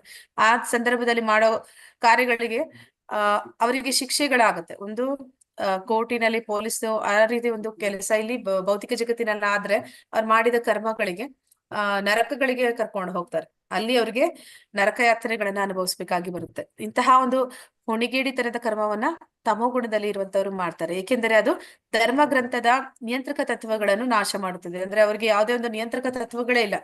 ಶಾಸ್ತ್ರದಲ್ಲಿ ಅವ್ರಿಗೆ ನಂಬಿಕೆ ಇಲ್ಲ ಅಂದ್ಮೇಲೆ ಅವರು ನಿಯಂತ್ರಕ ತತ್ವಗಳನ್ನ ಪಾಲನೆ ಮಾಡೋದೇ ಇಲ್ಲ. ಅಂದ್ರೆ ಮಾಂಸ ಭಕ್ಷಣೆ ಮಾಡ್ಬೇಡಿ ಅಂತ ಅವ್ರ ಹತ್ರ ನೀವು ಹೋಗಿ ಹೇಳಿದ್ರೆ ಅವರು ನಗಾಡ್ತಾರೆ. ನೀವ್ ಆಮೇಲೆ ಅಂದ್ರೆ ಏನಂತ ಹೇಳ್ತಾರೆ ಅಂದ್ರೆ, ಹೌದಪ್ಪ ನೀನ್ ಇಷ್ಟೆಲ್ಲ ಓದಿ ಇಷ್ಟೆಲ್ಲ ಜ್ಞಾನ ಇದೆ ಅಂತ ಹೇಳ್ತೀಯ, ಒಂದ್ ವೇಳೆ ನೀನ್ ಸತ್ತ ಮೇಲೆ ಸ್ವರ್ಗ ಅನ್ನೋದು ಇಲ್ಲ, ನರಕ ಅನ್ನೋದು ಇಲ್ಲ ಅಂತ ಅಂದಾಗ, ಅಲ್ಲಿ ಒಂದು ದೇವ್ರು ಅನ್ನೋದೇ ಇಲ್ಲ ಅಂತ ಅಂದಾಗ ನಿನ್ಗೆ ನೀನ್ ಇಷ್ಟು ದಿನ ಕಷ್ಟಪಟ್ಟು ನೀನ್ ಏನೆಲ್ಲ ಮಾಡ್ದೆ, ನಿನ್ಗೆ ಎಷ್ಟು ಬೇಸರ ಆಗ್ಬೋದು. ಅದಕ್ಕೆ ಭಕ್ತರು ಹೇಳಿದ್ರಂತೆ, ಅದು ಸರಿ ಬಿಡು, ನನ್ಗೆ ದೇವ್ರು ಕಾಣಿಸ್ಲಿಲ್ಲ ಅಂದ್ರೆ ನನ್ಗೆ ದೇವ್ರೇ ಇಲ್ಲ ಅಂದ್ರು ಅಷ್ಟು ನಾನೆಲ್ಲ ಮಾಡಿದ್ದು ವ್ಯರ್ಥ ಆಯ್ತು ಅಂತ ಅನ್ಕೋಬಹುದು. ಆದ್ರೆ ಇಡೀ ಜೀವನ ನಾನು ತಪ್ಪಾದ ಕೆಲಸವನ್ನ ಮಾಡಿಲ್ಲ. ಆದ್ರೆ ನೀನು ಒಂದ್ ನಿಮಿಷ ಯೋಚನೆ ಮಾಡು, ನೀನ್ ಸತ್ತ ಮೇಲೆ ನಾನ್ ಹೇಳಿದಾಗೆ ನಿನ್ಗೆ ಅಲ್ಲಿ ಯಮದೂತರು ಬಂದು ನಿನ್ಗೆ ನರಕಕ್ಕೆ ಕರ್ಕೊಂಡೋದ್ರು ಅಂದ್ರೆ ಆಗ ನೀನ್ ಏನ್ ಮಾಡ್ತೀಯ. ಹಾಗೆ ಈ ಒಂದು ಮನಸ್ಥಿತಿ ಅವ್ರದ್ದು. ಅಂದ್ರೆ ಯಾವುದೇ ಒಂದು ಶಾಸ್ತ್ರದ ವಿಚಾರದಲ್ಲಿ ಅವರು ಒಪ್ಕೊಳ್ಳೋದಿಲ್ಲ. ಅಂದ್ರೆ ಈ ಒಂದು ಇಂದ್ರಿಯ ಭೋಗ ಅನ್ನುವಂಥದ್ದೇ ಜೀವನದ ಅಂದ್ರೆ ಅತ್ಯುನ್ನತ ಒಂದು ಗುರಿ ಅಂತ ತಿಳ್ಕೊತಾರೆ. ಆದ್ರೆ ಅವ್ರಿಗೆ ಯಾವ್ದು ಅವ್ರನ್ನ ತಡೆಯುವಂತದ್ದು ಯಾವ್ದು ಇಲ್ಲ. ಮಾಂಸ ಭಕ್ಷಣೆ ಮಾಡುವಂತದ್ದು ಅವ್ರಿಗೆ ಏನು ಅನ್ಸೋದಿಲ್ಲ. ಅಲ್ಲಿ ನೋವಾಗುತ್ತೆ, ಆ ಒಂದು ಪ್ರಜ್ಞೆ ಇದೆ, ಅದಕ್ಕೆ ಈ ವಿಚಾರಗಳು ಯಾವ್ದು ಒಪ್ಪೋದಿಲ್ಲ. ಮತ್ತೆ ಮಾದಕ ದ್ರವ್ಯಗಳ ಒಂದು ವ್ಯಸನಿಗಳು ಅವರು ಆಗಿರ್ತಾರೆ. ನಂತರ ಅವರು ಅನೈತಿಕ ಸಂಬಂಧಗಳನ್ನ ಹೊಂದಿರ್ತಾರೆ. ಇದು ಸಾಮಾಜಿಕವಾಗಿ ಆಗ್ಲಿ, ಅವರಿಗೆ ಮುಂದಿನ ಜನ್ಮದಲ್ಲೇ ಆಗ್ಲಿ, ಇವೆಲ್ಲವೂ ಕೂಡ ಅವರಿಗೆ ಎಷ್ಟು ಬಂಧನಕ್ಕೆ ಕಾರಣ ಆಗುತ್ತೆ, ಎಷ್ಟು ಅವ್ರನ್ನ ಅಧೋಗತಿಗೆ ಕರ್ಕೊಂಡು ಹೋಗುತ್ತೆ, ಅದರ ಒಂದು ಯಾವುದೇ ಒಂದು ಚಿಂತನೆ ಅವರಲ್ಲಿ ಇರೋದಿಲ್ಲ. ಮತ್ತೆ ಜೂಜಾಡುವಂಥದ್ದು, ಅಂದ್ರೆ ಈ ಒಂದು ಹಣ ಬೇಕು, ಎಲ್ಲ ಮಾಡೋದಕ್ಕೂ ಹಣ ಬೇಕು, ಅದನ್ನ ಅವರು ಒಂದು ಶಾರ್ಟ್ ಕಟ್ ಇಂದ ಪಡ್ಕೋಬೇಕು ಅಂತ ಅನ್ಕೋತಾರೆ. ಕಷ್ಟಪಟ್ಟು ದುಡಿಯುವಂತಹ ಒಂದು ಜಾಯಮಾನ ಅವ್ರದ್ದಲ್ಲ ಅಂತ ಹೇಳ್ತಾರೆ. ಅಂದ್ರೆ ಕೂತಲ್ಲಿ ಅವ್ರಿಗೆ ಬರ್ಬೇಕು, ಅದಕ್ಕೆ ಕೂತಲ್ಲಿ ಒಂದು ಪ್ಲಾನ್ ಮಾಡುವಂಥದ್ದು. ಮೋಸ ಮಾಡು, ಏನಾದ್ರೂ ಮಾಡು, ಆ ಒಂದು ಹಣವನ್ನ ಗಳಿಸಿ ಇಂದ್ರಿಯ ಭೋಗವನ್ನ ಮಾಡು ಅಷ್ಟೇ. ಹಲವೊಮ್ಮೆ ಅದಕ್ಕೆ ಹಿಂಸೆಯೇ ಆಧಾರ. ಅಂದ್ರೆ ಅವರು ಇದೆಲ್ಲ ಮಾಡೋದಕ್ಕೆ ಅವರಿಗೆ ಹಿಂಸೆ ಅನ್ನುವಂಥದ್ದನ್ನ ಅವರು ಎಲ್ಲರ ಮೇಲೂ ಕೂಡ ಪ್ರಯೋಗ ಮಾಡ್ತಾ ಇರ್ತಾರೆ. ಇದು ಇತರ ಜೀವಿಗಳಿಗೆ ಸಂಕಟವನ್ನು ಮಾಡುತ್ತದೆ. ಅಂದ್ರೆ ಅವ್ರು ಏನ್ ಮಾಡ್ತಾ ಇದಾರೆ, ಅದು ಬೇರೆ ಅಂದ್ರೆ ಅವರ ಒಂದು ಕುಟುಂಬಸ್ಥರಿಗಿರ್ಬೋದು, ಅವರ ಒಂದು ಸಮಾಜಕ್ಕೆ ಇರ್ಬೋದು, ಅಥವಾ ಇನ್ನೊಂದು ಜೀವಿಗೆ ಇರ್ಬೋದು, ಅಥವಾ ತನ್ನ ಒಂದು ಜೀವಾತ್ಮನಿಗೆ ಇರ್ಬೋದು, ಅದು ಸಂಕಟವನ್ನು ಮಾತ್ರನೇ ಕೊಡ್ತಾ ಇರುತ್ತೆ. ಇಂತಹ ಹೊಣೆಗೇಡಿ ಕರ್ಮವನ್ನು ಮನುಷ್ಯನು ತನ್ನ ವೈಯಕ್ತಿಕ ಅನುಭವದ ಕಾರಣದಿಂದ ನಡೆಸುತ್ತಾನೆ. ಇದಕ್ಕೆ ಮಾಯೆ ಎಂದು ಹೆಸರು. ಇಂತಹ ಮಾಯೆಯ ಕೆಲಸವೆಲ್ಲ ತಾಮಸ ಗುಣದ ಸೃಷ್ಟಿ. ಅಂದ್ರೆ ಅವನು ಮಾಯೆಯ ಒಂದು ಹಿಡಿತದಲ್ಲಿ ಪರಿಪೂರ್ಣವಾಗಿ ಅವನು ಸಿಕ್ಕಾಕೊಂಡಿರ್ತಾನೆ. ಅಂತವ್ರಿಗೆ ಅಜ್ಞಾನ ಇರೋ ಕಾರಣದಿಂದ ಅವನು ಒಂದು ಜ್ಞಾನದ ಒಂದು ಬೆಳಕು ಅವನಿಗೆ ಸಿಗೋದಿಲ್ಲ. ಆದ ಕಾರಣ ಅವನೇನ್ ಮಾಡ್ತಾನೆ, ದೇಹದ ಭೌತಿಕ ಇಚ್ಛೆಗಳನ್ನ ಪೂರೈಸುವುದೇ ಜೀವನ. ಅದನ್ನ ನ್ಯಾಯ ಮಾರ್ಗವಾಗಿ ಕೂಡ ಅವನು ಈಡೇರಿಸ್ಕೊಡೋದಿಲ್ಲ. ಅದನ್ನ ಅವನು ಅನ್ಯ ಮಾರ್ಗದಿಂದ ಮಾಡೋದ್ರಿಂದ ಅವನು ಇನ್ನಷ್ಟು ಮತ್ತಷ್ಟು ಲೋಕಕ್ಕೆ ಕಂಟಕನಾಗ್ತಾನೆ. ಅವನಿಗೂ ಅವನು ಯಾವುದೇ ಒಂದು ಒಳ್ಳೆಯ ಒಂದು ಆತ್ಮದ ಉದ್ಧಾರದ ಕೆಲಸವನ್ನ ಮಾಡೋದಿಲ್ಲ. ಹರೇ ಕೃಷ್ಣ. ಲಲಿತಾ ಮಾತಾಜಿ. ಹರೇ ಕೃಷ್ಣ ಮಾತಾಜಿ. ಶ್ಲೋಕ 26.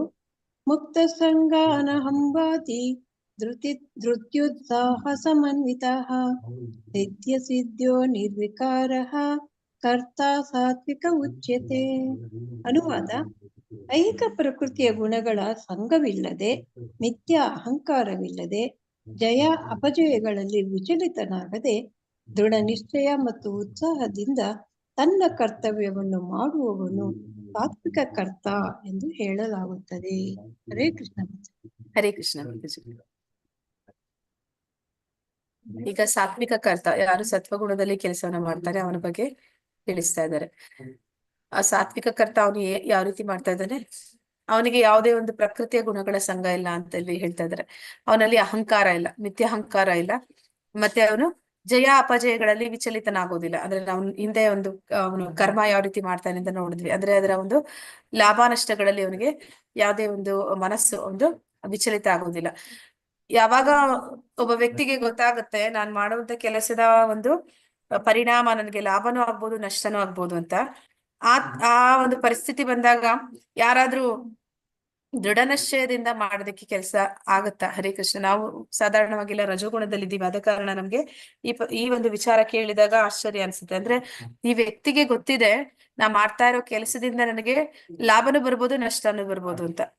ಆ ರೀತಿ ನಷ್ಟನೂ ಆಗ್ಬೋದು ಅನ್ನೋಂತಹ ಮನಸ್ಥಿತಿ ಇರುವಂತಹ ವ್ಯಕ್ತಿ ಅದನ್ನ ದೃಢ ನಿಶ್ಚಯದಿಂದ ಮಾಡ್ತಾನ? ಹರೇ ಕೃಷ್ಣ. ಇಲ್ಲ ಮಾತಾಜಿ, ಮಾಡ್ಲಿಕ್ಕೆ ಸಾಧ್ಯ ಇಲ್ಲ. ದೃಢ ನಿಶ್ಚಯದಿಂದ ಮಾಡ್ಬಿಟ್ರು ಪರವಾಗಿಲ್ಲ, ಉತ್ಸಾಹ ಇರತ್ತ ನಮ್ಗೆ ಹುಮ್ಮಸ್ಸಿನಿಂದ ಮಾಡ್ತೀವಿ ಅದನ್ನ. ಆದ್ರೆ ಈ ವ್ಯಕ್ತಿ ಆತರ ಮಾಡ್ತಾನೆ ಅಂತ ಇಲ್ಲಿ ಹೇಳ್ತಾ ಇದ್ದಾರೆ. ಯಾರು ಸಾತ್ವಿಕ ಗುಣದಲ್ಲಿದ್ದಾನೆ ಅವನ ಒಂದು ಫಲದ ಒಂದು ಜಯ ಅಪಜಯಗಳಲ್ಲಿ ಅವನು ಯಾವುದೇ ರೀತಿ ತಲೆ ಕೆಡಿಸ್ಕೊಂಡಿರ ಮಾಡೋ ಕೆಲ್ಸವನ್ನ ನಿಶ್ಚಯವಾಗಿನೂ ಮಾಡ್ತಾ ಇದ್ದಾನೆ, ಉತ್ಸಾಹದಿಂದನೂ ಮಾಡ್ತಾ ಇದ್ದಾನೆ ಅಂತ ಒಂದು ಕರ್ತ ಮಾಡುವಂತಹ ವ್ಯಕ್ತಿಯನ್ನ ಇಲ್ಲಿ ಸಾತ್ವಿಕ ಗುಣದಲ್ಲಿದ್ದಾನೆ ಅಂತೇಳಿ ಹೇಳ್ತಾ ಇದ್ದಾರೆ. ಕೃಷ್ಣ ಪ್ರಜ್ಞೆ ಭಾವಾರ್ಥ ಪ್ರಭುಪಾದರಿಗೆ ಜಯವಾಗಲಿ. ಕೃಷ್ಣ ಪ್ರಜ್ಞೆಯಲ್ಲಿ ಇರುವವನು ಯಾವಾಗಲೂ ಐಹಿಕ ಪ್ರಕೃತಿಯ ಗುಣಗಳನ್ನು ಮೀರಿದವನು. ಅವನಿಗೆ ವಹಿಸಿದ ಕೆಲಸದಿಂದ ಅವನು ಯಾವ ಫಲವನ್ನು ನಿರೀಕ್ಷಿಸುವುದಿಲ್ಲ, ಏಕೆಂದರೆ ಅವನು ಮಿಥ್ಯಾಹಂಕಾರ ಮತ್ತು ಗರ್ವಗಳನ್ನು ಮೀರಿದವನು. ಐಹಿಕ ಪ್ರಕೃತಿಯ ಗುಣಗಳನ್ನು ಮೀರಿದವನು ಅಂದ್ರೆ ಅಂದ್ರೆ ಸತ್ವಗುಣವನ್ನು ಮೀರಿದವನು, ಶುದ್ಧ ಸತ್ವದಲ್ಲಿ ಇರುವಂತವನು. ಅವನಿಗೆ ಏನಾದ್ರೂ ಕೆಲಸ ಕೊಟ್ರೆ ಅವನು ಫಲವನ್ನ ನಿರೀಕ್ಷಿಸುವುದಿಲ್ಲ. ಅವನು ಮಾಡುವ ಕೆಲಸಕ್ಕೆ ಏನ್ ಫಲ ಸಿಗುತ್ತೆ ಅಂತ ಅವನು ಯೋಚನೆ ಮಾಡೋದಿಲ್ಲ. ಯಾಕಂದ್ರೆ ಅವನು ಆ ಒಂದು ಸುಳ್ಳು ಭಾವನೆ, ಅಥವಾ ದೇಹದ ಒಂದು ಸಂಬಂಧಗಳು, ಈ ಒಂದು ಸುಳ್ಳು ಭಾವನೆ ಅವನಿಗೆ ಇರೋದಿಲ್ಲ. ಮತ್ತೆ ಆದ ಕಾರಣ ಅವನಿಗೆ ಗರ್ವ ಕೂಡ ಇಲ್ಲ. ಗರ್ವ ಪಡುವುದಕ್ಕೆ ಏನೂ ಇಲ್ಲ. ಜ್ಞಾನಿ ಆದವನು ಗರ್ವ ಪಡೋದಿಲ್ಲ. ಯಾಕೆಂದ್ರೆ ಅವನ ದೇಹದಿಂದ ಹಿಡಿದು ಅವನ ಆತ್ಮದಿಂದ ಹಿಡಿದು ಅವನಿಗೆ ಇರುವಂತಹ ಈ ಅವಕಾಶಗಳು, ಈ ಒಂದು ಭೌತಿಕ ಪ್ರಕೃತಿ ಪ್ರತಿಯೊಂದು ಕೂಡ ಭಗವಂತನಿಂದಲೇ ಬಂದಿರುವಂತದ್ದು. ಅವನು ಅಹಂಕಾರ ಪಡುವಂತಹ ವಿಷಯನೇ ಅವನಿಗೆ ಯಾವುದು ಇರುವುದಿಲ್ಲ. ಆದರೂ ಅವನ ಕೆಲಸ ಮುಗಿಯುವವರೆಗೂ ಯಾವಾಗಲೂ ಉತ್ಸಾಹಿಯಾಗಿರುತ್ತಾನೆ. ಅಂದ್ರೆ ಅವನು ಕೆಲಸ ಮಾಡುವಾಗ ನಿರುತ್ಸಾಹ ಇಲ್ಲ, ಇದು ಯಾವ್ದು ನಂದಲ್ಲ, ಮತ್ತೆ ಇದರಿಂದ ನನ್ಗೆ ಏನ್ ಫಲ ಸಿಗುತ್ತೆ ಏನ್ ಸಿಗಲ್ಲ ಗೊತ್ತಿಲ್ಲ, ಆತರ ಯೋಚನೆ ಮಾಡೋದಿಲ್ಲ. ಅವನು ಕೊಟ್ಟಿರೋ ಕೆಲಸವನ್ನ ಅಷ್ಟೇ ಉತ್ಸಾಹದಿಂದ ಅವನು ಮಾಡ್ತಾ ಇದ್ದಾನೆ. ಅವನು ಕೈಗೊಂಡ ಕಾರ್ಯದ ನೋವನ್ನು ಕುರಿತು ಚಿಂತಿಸುವುದಿಲ್ಲ. ಅಂದ್ರೆ ಈಗ ಕೆಲವೊಂದು ಸಲ ಏನಾಗುತ್ತೆ, ಸಮಾಜಕ್ಕೆ ಒಳಿತಾಗ್ಬೇಕು ಅಂತ ಮಾಡುವಂತಹ ಕೆಲಸಗಳಿಂದ ನಮಗೆ ಕಷ್ಟಗಳು ನಷ್ಟಗಳು ಬಂದ್ರೆ ಪರವಾಗಿಲ್ಲ, ಆದ್ರೆ ಅದರಿಂದ ಜಾಸ್ತಿ ನೋವು ಕೂಡ ಬರುವಂತಹದ್ದು ಆಗುವಂತ ಸಾಧ್ಯತೆಗಳು ಇರುತ್ತೆ. ಅಂತಹ ನೋವನ್ನು ಕುರಿತು ಕೂಡ ಯೋಚನೆ ಮಾಡುದಿಲ್ಲ ಅಂತಲ್ಲಿ ಹೇಳ್ತಾ ಇದ್ದಾರೆ. ಅಂದ್ರೆ ಅನೇಕ ಜನ ಈ ಒಂದು ಕೃಷ್ಣ ಪ್ರಜ್ಞೆ ಆಂದೋಲನದಲ್ಲಿ ಈ ರೀತಿ ಕಷ್ಟಪಟ್ಟವ್ರು ಇದ್ದಾರೆ ಅಂತ ಹೇಳ್ತಾರೆ. ಹೆಚ್ಚಾಗಿ ಉದಾಹರಣೆಗೆ ನಾವು ನೋಡುವಂಥದ್ದು ಈ ರಷ್ಯಾದಲ್ಲಿನೇ, ಅಲ್ಲಿ ಯಾರೆಲ್ಲ ಹೋಗಿ ಪ್ರಚಾರ ಕಾರ್ಯದಲ್ಲಿ ತೊಡಗಿದ್ರು ಅಂತವರಿಗೆ ತುಂಬಾ ಕಠಿಣ ಘೋರ ಶಿಕ್ಷೆ ಕೊಡ್ತಾ ಇದ್ರು. ಅವರನ್ನ ಜೈಲಿಗೆ ಹಾಕಿ ಅವ್ರಿಗೆ ಏನಂತ ಹೇಳ್ತಾರೆ, 3rd ಗ್ರೇಡ್ ಟ್ರೀಟ್ಮೆಂಟ್ ಅಂತೆಲ್ಲ ಹೇಳ್ತಾರೆ. ಅಂತಹ ಒಂದು ತುಂಬಾ ವಿಚಿತ್ರವಾಗಿ ಅವ್ರನ್ನ ಶಿಕ್ಷಿಸ್ತಾ ಇದ್ರು. ಆದ್ರೂ ಕೂಡ ಅವ್ರು ಯಾವತ್ತೂ ಅವ್ರ ಉತ್ಸಾಹನ ಬಿಟ್ಟವರಲ್ಲ, ಅವರ ದೃಢ ನಿಶ್ಚಯನ ಬಿಟ್ಟವರಲ್ಲ. ಅಲ್ಲಿ ಹೋದಂತ ಯಾರು ಪ್ರಭುಪಾದರ ಶಿಷ್ಯರು ಇದ್ರು ಅವರೆಲ್ಲರೂ ಕೂಡ ಅಂತಹದನ್ನಲ್ಲಿ ನೋಡ್ತಾರೆ. ಅಂದ್ರೆ ಯಾವಾಗ ಅವನು ಸಮಾಜಕ್ಕೆ ಒಳಿತನ ಮಾಡ್ಬೇಕು ಅಥವಾ ಭಗವಂತನ ಕಾರ್ಯದಲ್ಲಿ ಮುಂದುವರಿಬೇಕು ಅಂತ ದೃಢ ನಿಶ್ಚಯ ಮಾಡ್ಕೊಳ್ತಾನೆ, ಉತ್ಸಾಹದಿಂದ ಹೋಗ್ತಾನೆ, ಅವನಿಗೆ ಅದರಿಂದ ನೋವಾದ್ರೂ ಕೂಡ ಅದ್ರ ಬಗ್ಗೆ ಅವನು ಯೋಚನೆ ಮಾಡೋದಿಲ್ಲ ಅಂತ. ಜಯಾಪಜಯಗಳನ್ನು ಲಕ್ಷ್ಯ ಮಾಡುವುದಿಲ್ಲ, ಮತ್ತೆ ನೋವು ನಲಿವುಗಳನ್ನು ಸಮಚಿತ್ತನಾಗಿರುತ್ತಾನೆ. ಇಂತಹ ಕೆಲಸಗಾರನು ಸಾತ್ವಿಕ ಗುಣದಲ್ಲಿ ನೆಲೆಯಾದವನು.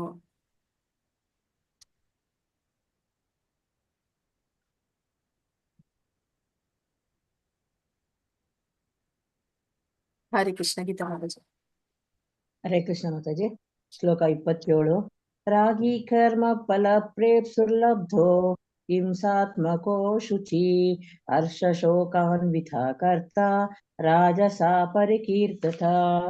ಅನುವಾದ: ಕರ್ಮ ಮತ್ತು ಕರ್ಮ ಫಲಗಳಿಗೆ ಅಂಟಿಕೊಂಡು ಆ ಫಲಗಳನ್ನು ಸವಿಯಲು ಬಯಸುವವನು ಮತ್ತು ಲೋಭಿ, ಸದಾ ಅಸೂಯಪರ, ಅಶುಚಿ, ಸುಖ ದುಃಖಗಳಿಂದ ವಿಚಲಿತನಾಗುವವನು ಇಂತಹ ಕರ್ತಾರನು ರಾಜಸ ಸ್ವಭಾವದವನು ಎಂದು ಹೇಳುತ್ತಾರೆ. ಹರೇ ಕೃಷ್ಣ. ಹರೇ ಕೃಷ್ಣ ಮಾತಾಜಿ. ಆದ್ರೆ ಇಲ್ಲಿ ರಜಗುಣದ ಕರ್ಮಿ ಯಾವ ರೀತಿ ಕೆಲಸ ಮಾಡ್ತಾನೆ ಅಂದ್ರೆ ಅವನು ಕರ್ಮ ಫಲಕ್ಕೆ ಅಂಟ್ಕೊಳ್ತಾನೆ.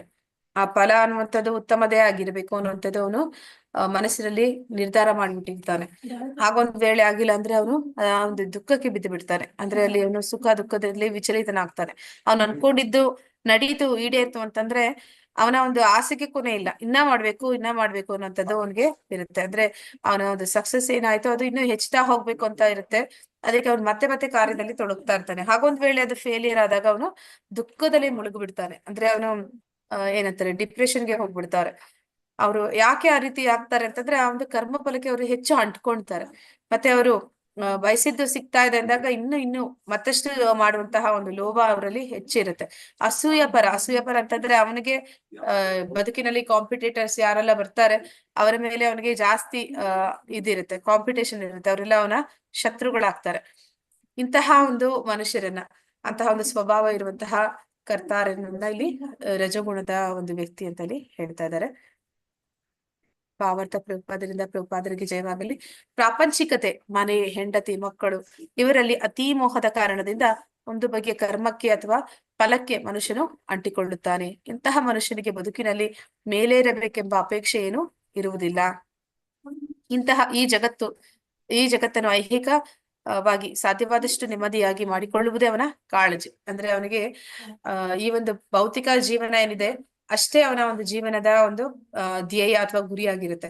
ಅಂದ್ರೆ ನನಗೆ ಒಳ್ಳೆ ಮನೆ ಇರ್ಬೇಕು, ಒಳ್ಳೆ ಹೆಂಡತಿ ಮಕ್ಕಳಿರ್ಬೇಕು, ಸಮಾಜದಲ್ಲಿ ಒಂದು ಹೆಸರು ಇರ್ಬೇಕು, ನನ್ನ ಒಂದು ವಾತಾವರಣದಲ್ಲಿ ನಾನು ಸುಖವಾಗಿರ್ಬೇಕು ಅಷ್ಟೇ. ಅದರಿಂದ ಆಚೆಗೆ ಆಧ್ಯಾತ್ಮಿಕ ಜ್ಞಾನ ಅನ್ನುವಂಥದ್ದಾಗ್ಲಿ ಅಥವಾ ಈ ಬದುಕಿನ ನಂತರ ಇನ್ನೊಂದು ಬದುಕಿದೆ ಆ ಒಂದು ಬದುಕಿಗಾಗಿ ಯೋಚನೆ ಮಾಡುವಂಥದ್ದಾಗ್ಲಿ ಅಂತಹ ಒಂದು ಯಾವುದೇ ಒಂದು ಯೋಚನೆಗಳು ಅವನಲ್ಲಿ ಇರೋದಿಲ್ಲ. ಸಾಮಾನ್ಯವಾಗಿ ಅವನಿಗೆ ದುರಾಸೆ ಏನು ಅಂತಂದ್ರೆ ಈ ಒಂದು ಇರುವಂತಹ ನಾವು ನೋಡ್ತೀವಿ ಎಲ್ಲರೂ ಕೂಡ ಈ ರಜಗುಣದಲ್ಲಿ ಇರುವಂತವ್ರು ಸದಾ ಏನ್ ಮಾಡ್ತಾ ಇರ್ತಾರೆ ಅಂದ್ರೆ ಅವರು ಫ್ಯೂಚರ್ ಪ್ಲಾನ್ ಮಾಡ್ತಾ ಇರ್ತಾರೆ. ಎಲ್ಲಿವರೆಗೂ ಮಾಡ್ತಾರೆ ಫ್ಯೂಚರ್ ಪ್ಲಾನ್? ಹರೇ ಕೃಷ್ಣ.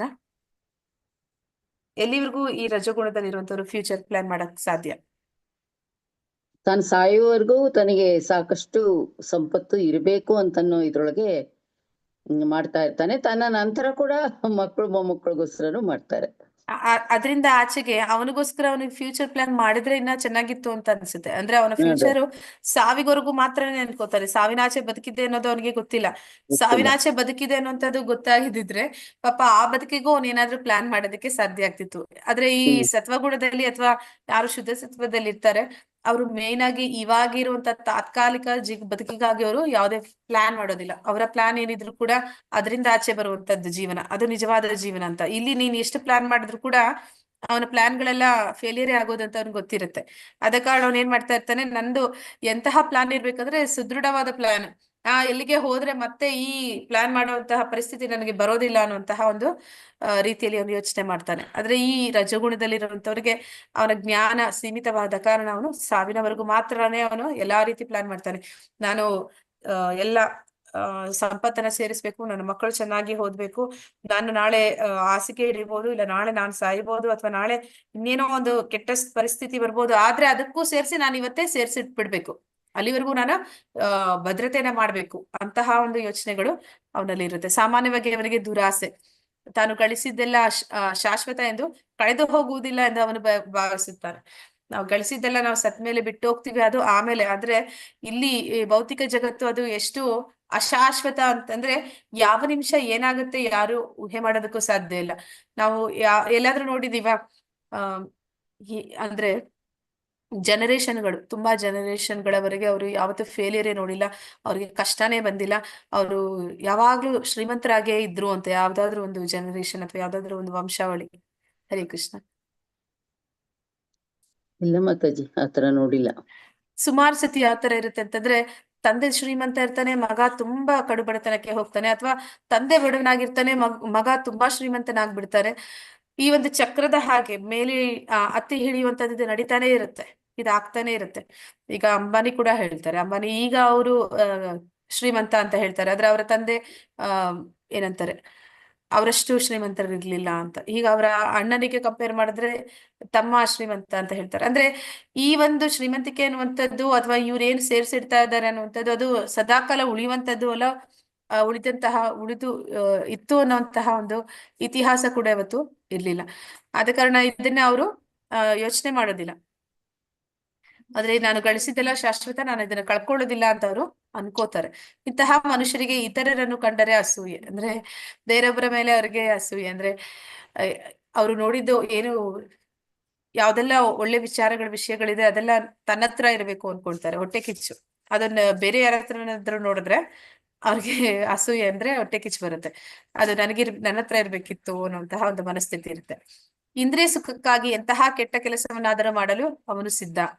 ಅಂದ್ರೆ ಇವರು ಕೂಡ ಅದೇ ರೀತಿ ಮಾಡ್ತಾರೆ, ತಮ್ಮ ಗುಣಕ್ಕೆ ಹಿಡಿತಾರೆ. ಅಂದ್ರೆ ಅವ್ರು ಅನ್ಕೊಂಡಿದ್ದನ್ನ ಸಾಧಿಸೋದಕ್ಕೆ ತಪ್ಪು ಅಂತ ಏನಂತ ಗ್ರಂಥಗಳಲ್ಲಿ ಹೇಳ್ತಾರೆ, ಅದನ್ನ ಅವರು ಯೋಚನೆ ಮಾಡ್ದಿರ ಮಾಡ್ತಾರೆ. ಆದುದರಿಂದ ಇಂತಹ ಮನುಷ್ಯನು ಕೊಳಕ ಅಂತ ಹೇಳಿ ಹೇಳ್ತಾ ಇದಾರೆ. ತನ್ನ ಸಂಪಾದನೆ ಪರಿಶುದ್ಧವೇ ಅಲ್ಲವೇ ಎನ್ನುವ ಯೋಚನೆ ಅವನಿಗೆ ಇರೋದಿಲ್ಲ. ಅಂದ್ರೆ ಈಗ ಯಾರೇ ಆಗ್ಲಿ ಏನೇ ಕೆಲಸ ಮಾಡಿದ್ರು ಕೂಡ ಅದರಲ್ಲಿ ಪರಿಶುದ್ಧವಾದದ್ದು ಅಂತ ಹೇಳಲಿಕ್ಕೆ ಸಾಧ್ಯ ಆಗೋದಿಲ್ಲ. ಈ ಶೂದ್ರನಾದಂತವನು ಅವನೇನ್ ಮಾಡ್ತಾನೆ, ಉಳಿದ 3 ವರ್ಣದವರ ಒಂದು ಕೆಲಸವನ್ನ ಮಾಡ್ತಾನೆ. ಇಲ್ಲಿ ಕಲಿಯುಗದಲ್ಲಿ ಇರುವಂತವ್ರೆಲ್ಲರೂ ಕೂಡ ಶೂದ್ರರೇ, ಅಂದ್ರೆ ನಾವೆಲ್ಲರೂ ಕೂಡ ಸಂಬಳಕ್ಕಾಗಿ ಇನ್ನೊಬ್ರ ಹತ್ರ ಹೋಗಿ ಕೆಲಸ ಮಾಡೋರೆ. ಆದ್ರೆ ನಾನು ಕೆಲಸ ಮಾಡ್ತಾ ಇರುವಂತಹ ಒಂದು ಏನಂತ ಹೇಳ್ತಾರೆ, ಆ ಒಂದು ಸಂಸ್ಥೆ ಅಥವಾ ಆ ಸಂಸ್ಥೆಯಲ್ಲಿರುವಂತಹ ನನಗಿಂತ ಎತ್ತರದಲ್ಲಿರುವಂತಹ ಬೇರೆ ಯಾರೆಲ್ಲ ನಮ್ಮ ಬಾಸ್ ಇರ್ತಾರೆ, ಅವರೆಲ್ಲರೂ ಕೂಡ ನಿಜವಾಗ್ಲೂ ಒಳ್ಳೆ ವ್ಯಕ್ತಿಗಳ, ಅವರು ಪರಿಶುದ್ಧವಾದವ್ರ, ಈ ನಾ ಮಾಡ್ತಾ ಇರುವಂತ ಕೆಲಸ ಅದು ಪರಿಶುದ್ಧವಾದ ಕೆಲಸನ ಅಂತ ಹೇಳಿಕ್ ಆಗುದಿಲ್ಲ. ಅಂದ್ರೆ ಅಲ್ಲಿ ನಾವು ಪಡಿತಾ ಇರುವಂತದ್ದು ಅದು ಒಳ್ಳೆ ರೀತಿಯಲ್ಲೇ ಪಡಿತಾ ಇದೀವ, ಒಳ್ಳೆ ಒಂದು ಮಾರ್ಗದಲ್ಲಿ ನಾನು ಅಣಗಳಿಸ್ತಾ ಇದೀನ, ಆ ರೀತಿ ಈ ರಜೋಗುಣದಲ್ಲಿ ಇರುವಂತವ್ರು ಯಾವತ್ತೂ ಯೋಚನೆ ಮಾಡೋದಿಲ್ಲ. ಅವ್ರು ಏನ್ ಅನ್ಕೋತಾರೆ, ಅದು ಹೇಗಾದ್ರೂ ಹೋಗ್ಲಿ, ನನಗೆ ಈಗ ದುಡ್ಡು ಬೇಕಷ್ಟೇ, ಅದನ್ನ ನಾವು ಸಂಪಾದನೆ ಮಾಡ್ಬೇಕು, ಅದಕ್ಕೆ ನಾನು ಶ್ರಮ ಪಡಬೇಕು, ಅದು ಎಂತದ್ರಿಂದ ಯಾವ ಮೂಲದಿಂದ ಬಂದ್ರೆ ನನಗೇನು, ಅಂತಹ ಯೋಚನೆಯಲ್ಲಿ ಇರ್ತಾರೆ. ಆದ್ರೆ ಈ ಸತ್ವಗುಣದಲ್ಲಿರೋರು ಏನ್ ಮಾಡ್ತಾರೆ, ಅವರು ಆದಷ್ಟು ಒಳ್ಳೆಯ ರೀತಿಯಲ್ಲಿ ಸಂಪಾದನೆ ಮಾಡೋ ಪ್ರಯತ್ನ ಮಾಡ್ತಾರೆ. ಸಂಪಾದನೆ ಮಾಡಿದಾದ್ಮೇಲೆ ಕೂಡ ತಿಳಿಯದೆ ಅಲ್ಲಿ ಯಾವ್ದಾದ್ರು ಒಂದು ಪಾಪದ ಒಂದು ಲೇಪ ಇರುತ್ತೆ ಅಂತ ಹೇಳಿ ಏನ್ ಮಾಡ್ತಾರೆ, ಅವರ ಒಂದು ಸಂಪಾದನೆಯ ಒಂದು ಭಾಗವನ್ನು ಅವರು ದಾನವಾಗಿ ಕೊಡ್ತಾರೆ. ಯಾರಿಗೆ ದಾನ ಕೊಡ್ತಾರೆ, ಸರಿಯಾದ ವ್ಯಕ್ತಿಗೆ ಸರಿಯಾದ ಸಮಯದಲ್ಲಿ ಸರಿಯಾದ ರೀತಿಯಲ್ಲಿ ಕೊಡ್ತಾರೆ. ಆಗ ಏನಾಗುತ್ತೆ, ಅವ್ರು ಮಾಡಿದ ಒಂದು ಸಂಪಾದನೆಯಲ್ಲಿ ಪುಣ್ಯನೂ ಇರುತ್ತೆ ಪಾಪನೂ ಇರುತ್ತೆ. ಆ ಪುಣ್ಯವನ್ನ ಅವರು ತಗೊಳ್ತಾರೆ, ಪಾಪವೂ ಕೂಡ ಅಲ್ಲಿ ನಿಶೇಷ ಆಗುತ್ತೆ. ಆದ್ರೆ ಈ ರಜಗುಣದಲ್ಲಿ ಇರುವಂತವ್ನು ಆ ರೀತಿ ಇಲ್ಲ, 1 ರೂಪಾಯಿ ಕೂಡ ಅವ್ನಿಗೆ ಬೇರೊಬ್ರು ಕೊಡೋದಕ್ಕೆ ಇಷ್ಟ ಇರಲ್ಲ. ನಾನು ಸಂಪಾದನೆ ಮಾಡಿದ್ರೆ ನನ್ನ ಹತ್ರನೇ ಇರ್ಬೇಕು. ಅದು ತಪ್ಪಾದ ರೀತಿಯಲ್ಲಿ ಬಂದಿತ್ತು ಅಂದ್ರೆ ಅಯ್ಯೋ ಪರವಾಗಿಲ್ಲ, ನಾನ್ ಕಷ್ಟಪಟ್ಟು ಸಂಪಾದನೆ ಮಾಡಿದ್ದೀನಿ, ಅದು ಯಾವ ರೀತಿ ಬಂದಿದ್ರೆ ನನಗೇನು, ಆತರ ಯೋಚನೆ ಮಾಡ್ತಾನೆ. ತನ್ನ ಕೆಲಸವು ಯಶಸ್ವಿ ಆದರೆ ಅವನಿಗೆ ಬಹಳ ಖುಷಿ, ತನ್ನ ಕೆಲಸದಲ್ಲಿ ಅಪಜಯವಾದರೆ ತುಂಬಾ ಸಂಕಟ ಪಡುತ್ತಾನೆ. ಹೀಗೆ ಕರ್ಮ ಮಾಡುವವನನ್ನು ರಾಜಸ ಸ್ವಭಾವದವನು ಅಂತೇಳಿ ಹೇಳ್ತಾ ಇದ್ದಾರೆ. ಅಂದ್ರೆ ಅವನ್ಗೆ ಅವ್ನ್ ಮಾಡೋ ಕೆಲಸ ಅದು ಸಕ್ಸಸ್ ಆಗ್ಲೇಬೇಕು, ಆಗ್ಲಿಲ್ಲ ಅಂತಂದ್ರೆ ಅವನು ತುಂಬಾ ತನ್ನನ್ನ ತಾನು ಹೀನ ಸ್ಥಿತಿಗೆ ತಗೊಂಡೋಗ್ಬಿಡ್ತಾನೆ. ಅಷ್ಟೊಂದು ಮಾನಸಿಕವಾಗಿ ಅವನು ಕುಗ್ಗೋಗ್ತಾನೆ. ಹರೇ ಕೃಷ್ಣ. ಶ್ರುತಿ ಮಾತಾಜಿ. ಹರೇ ಕೃಷ್ಣ ಮಾತಾಜಿ. ಶ್ಲೋಕ 28. ಅಯುಕ್ತಃ ಪ್ರಾಕೃತಃ ಸ್ತಬ್ಧಃ ಶಠೋ ನೈಷ್ಕೃತಿಕೋ ಲಸಃ ವಿಷಾಧಿ ದೀರ್ಘಸೂತ್ರೀ ಚ ಕರ್ತ ತಾಮಸ ಉಚ್ಯತೆ.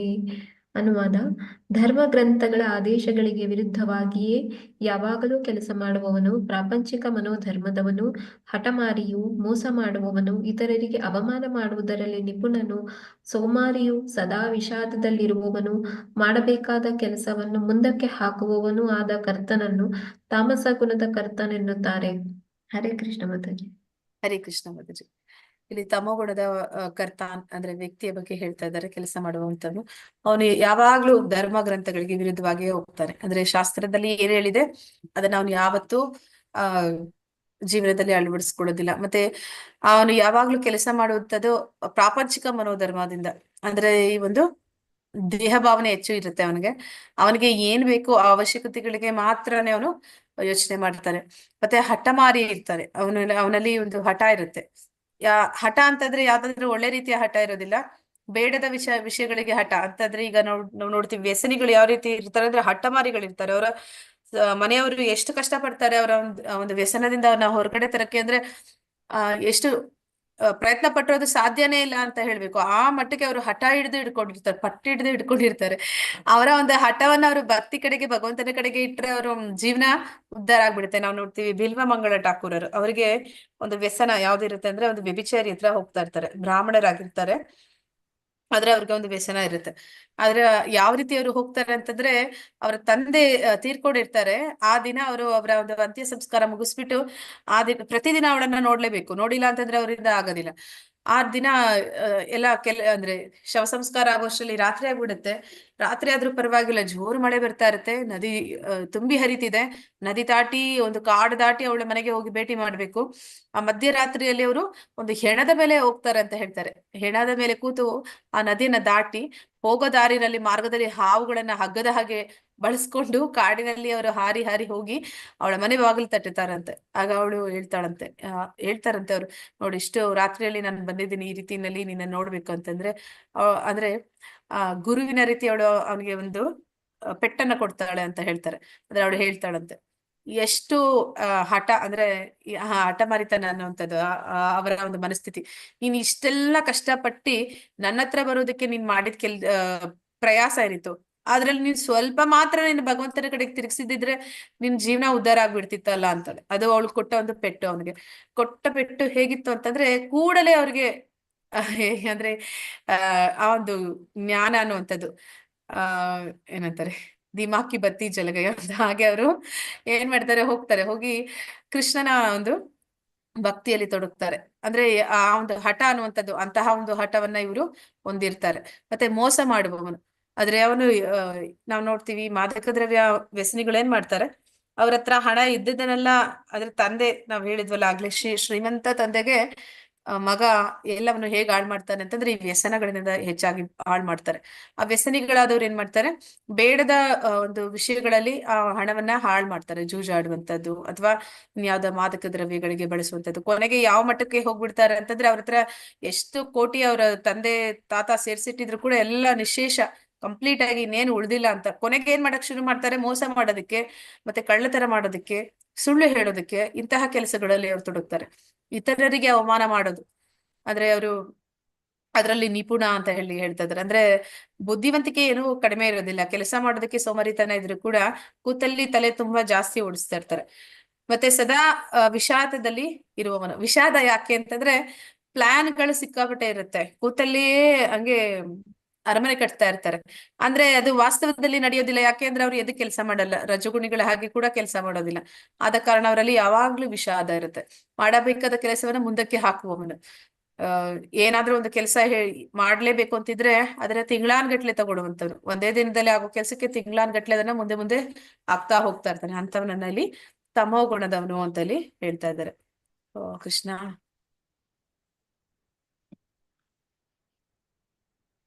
ಎಷ್ಟನೇ ಶ್ಲೋಕ ಆಯ್ತು ಮಾತಾಜಿ? 28 ಆಯ್ತು ಮಾತಾಜಿ, ಈಗ 29ನೇದು 28ನೇ ಭಾವಾರ್ಥ ಸಿದ್ರಿ.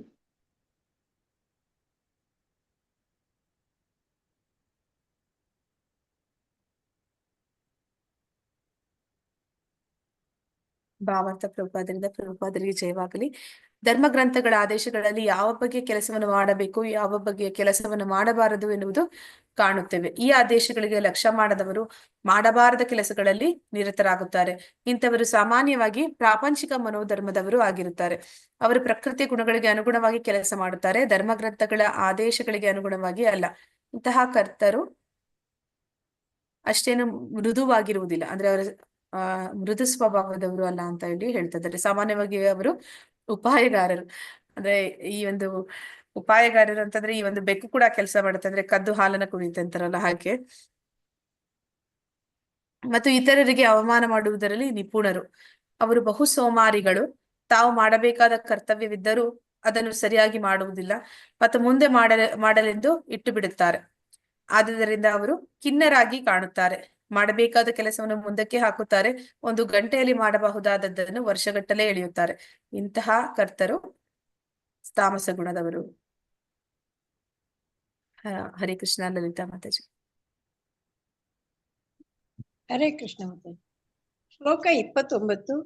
ಬುದ್ಧಿರ್ಭೇದಂ ಧೃತೇಶ್ಚೈವ ಗುಣವತಃ ತ್ರಿವಿಧಂ ಶೃಣು ರೋಚ್ಯಮಾನಂ ಅಶೇಷೇಣ ಪೃಥಕ್ತ್ವೇನ ಧನಂಜಯ. ಅನುವಾದ: ಧನಂಜಯನೇ, ಐಹಿಕ ಪ್ರಕೃತಿಯ 3 ಗುಣಗಳಿಗೆ ಅನುಗುಣವಾದ ಬೇರೆ ಬೇರೆ ಬಗೆಗಳ ತಿಳುವಳಿಕೆಯ ಮತ್ತು ದೃಢ ಸಂಕಲ್ಪದ ವಿಷಯವನ್ನು ವಿವರವಾಗಿ ಹೇಳುತ್ತೇನೆ, ದಯವಿಟ್ಟು ಕೇಳು. ಹರೇ ಕೃಷ್ಣ ಮಾತಾಜಿ. ಹರೇ ಕೃಷ್ಣ ಮಾತಾಜಿ. ಈಗ ಭಗವಂತ ನಮ್ಗೆ ದೃಢ ಸಂಕಲ್ಪ ಮಾಡೋದ್ರಲ್ಲಿ ಈ ಗುಣಗಳ ಒಂದು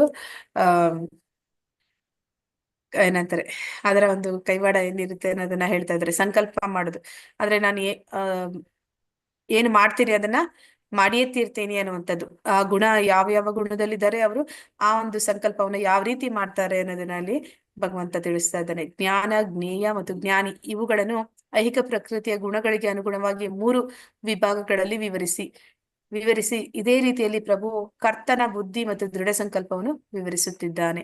ಅಂದ್ರೆ ಇಲ್ಲಿವರೆಗೂ ಭಗವಂತ ಹೇಳಿದ್ದು ಜ್ಞಾನ ಅಂತಂದ್ರೆ ಅವರ ಒಂದು ಜ್ಞಾನ ಸತ್ವಗುಣ, ರಜಗುಣ, ತಮಗುಣದಲ್ಲಿರುವಂತಹ ವ್ಯಕ್ತಿಯ ಜ್ಞಾನದ ಬಗ್ಗೆ ಹೇಳ್ದ.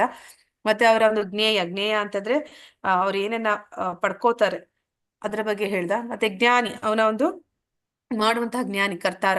ಇಷ್ಟೊತ್ತು ನಾವು ನೋಡಿದ್ದು ಆ ಒಂದು ವ್ಯಕ್ತಿಯ ಬಗ್ಗೆ ತಿಳ್ಕೊಂಡ್ವಿ. ಈಗ ಭಗವಂತ ಹೇಳ್ತಾ ಇರುವಂತದ್ದು ಯಾವ ವಿಚಾರಗಳಲ್ಲಿ ಹೇಳ್ತಾ ಇದ್ದಾನೆ, ಅವನ ಬುದ್ಧಿ ಮತ್ತೆ ಅವನ ಸಂಕಲ್ಪದ ಬಗ್ಗೆ ಮುಂದೆ ತಿಳಿಸ್ತಾ ಇದ್ದೀನಿ ಅಂತ ಹೇಳ್ತಾ ಇದ್ದಾನೆ. ಹರೇ ಕೃಷ್ಣ. ಹರಿಣಿ ಮಾತಾಜಿ. ಶ್ಲೋಕ 30. ಹರೇ ಕೃಷ್ಣ ಮಾತಾಜಿ. ಶ್ಲೋಕ 30. ಪ್ರವೃತ್ತಿಂಚ ನಿವೃತ್ತಿಂಚ ಕಾರ್ಯೇ ಭಯಾಭಯೇ ಬಂಧಂ ಮೋಕ್ಷಂ ಚ ಯಾವೇತಿ ಬುದ್ಧಿ ಸಾ ಪಾರ್ಥ ಸಾತ್ವಿಕಿ. ಅನುವಾದ: ಪಾರ್ಥನೆ, ಏನನ್ನು ಮಾಡಲೇಬೇಕು ಮತ್ತು ಏನನ್ನು ಮಾಡಬಾರದು, ಯಾವುದಕ್ಕೆ ಭಯಪಡಬೇಕು ಮತ್ತು ಯಾವುದಕ್ಕೆ ಭಯಪಡಬಾರದು, ಯಾವುದು ಬಂಧಿಸುತ್ತದೆ ಮತ್ತು ಯಾವುದು ಬಿಡುಗಡೆ ಮಾಡುತ್ತದೆ ಎನ್ನುವುದನ್ನು ತಿಳಿದುಕೊಳ್ಳುವ ಬುದ್ಧಿಯು ಸಾತ್ವಿಕ ಗುಣದಲ್ಲಿದೆ. ಹರೇ ಕೃಷ್ಣ ಮಾತಾಜಿ. ಧನ್ಯವಾದಗಳು. ಹರೇ ಕೃಷ್ಣ ಮಾತಾಜಿ. ಈಗ ಸತ್ವಗುಣದಲ್ಲಿರುವಂತಹ ವ್ಯಕ್ತಿ, ಅವನ ಒಂದು ಬುದ್ಧಿಶಕ್ತಿಯ ಬಗ್ಗೆ ಇಲ್ಲಿ ಹೇಳ್ತಾ ಇದ್ರೆ, ಅವನ ಬುದ್ಧಿ ಯಾವ ರೀತಿಯದಾಗಿರುತ್ತೆ ಅಂತ. ಅವನು ಯಾವ ರೀತಿ ಬುದ್ಧಿವಂತಿಕೆನ ಹೊಂದಿರ್ತಾನೆ ಅಂದ್ರೆ ಏನ್ ಮಾಡ್ಬೇಕು ಏನ್ ಮಾಡಬಾರ್ದು ಅನ್ನೋಂಥದ್ದು ಅವನಿಗೆ ಗೊತ್ತಿರುತ್ತೆ. ಅಂದ್ರೆ ಯಾವ್ದನ್ನ ಮಾಡಿದ್ರೆ, ಇಲ್ಲಿ ನಾವು ನೋಡ್ತೀವಿ ಭೌತಿಕ ಜಗತ್ತಿನಲ್ಲೂ ಕೂಡ ನಾವು ಮಾಡಬೇಕು ಅಂತ ಒಂದು ನಿಯಮ ನಿಬಂಧನೆಗಳು ಈ ಒಂದು ಸಮಾಜದಲ್ಲಿ ಕೂಡ ಇದೆ. ಅದನ್ನ ಉಲ್ಲಂಘಿಸಿದ್ರೆ ನಮ್ಗೆ ಶಿಕ್ಷೆ ಅನ್ನೋಂಥದ್ದು ಇರುತ್ತೆ. ಅದನ್ನ ತಿಳಿದು ಮಾಡುವಂಥದ್ದು, ಯಾವ್ದು ಸರಿ ಯಾವ್ದು ತಪ್ಪು ಅಂತ. ಅದೇ ರೀತಿ ಧರ್ಮಗ್ರಂಥಗಳಲ್ಲೂ ಕೂಡ ಶಾಸ್ತ್ರಗಳಲ್ಲೂ ಕೂಡ ತಿಳಿಸಿದೆ, ಯಾವ್ದನ್ನ ಮಾಡಿದ್ರೆ ನಮ್ಮನ್ನ ಅದು ಈ ಭೌತಿಕ ಜಗತ್ತಿಗೆ ಬಂಧಿಸುತ್ತೆ, ಯಾವ್ದನ್ನ ಮಾಡಿದ್ರೆ ನಾವು ಈ ಭೌತಿಕ ಜಗತ್ತಿನಿಂದ ಈ ಬಂಧನದಿಂದ ಮುಕ್ತಿನ ಪಡಿತೀವಿ ಅನ್ನುವಂಥದ್ದು. ಮತ್ತೆ ನಾವು ಏನಕ್ಕೆ ಹೆದರ್ಬೇಕು, ಯಾವ್ದಕ್ಕೆ ಹೆದರಬಾರದು.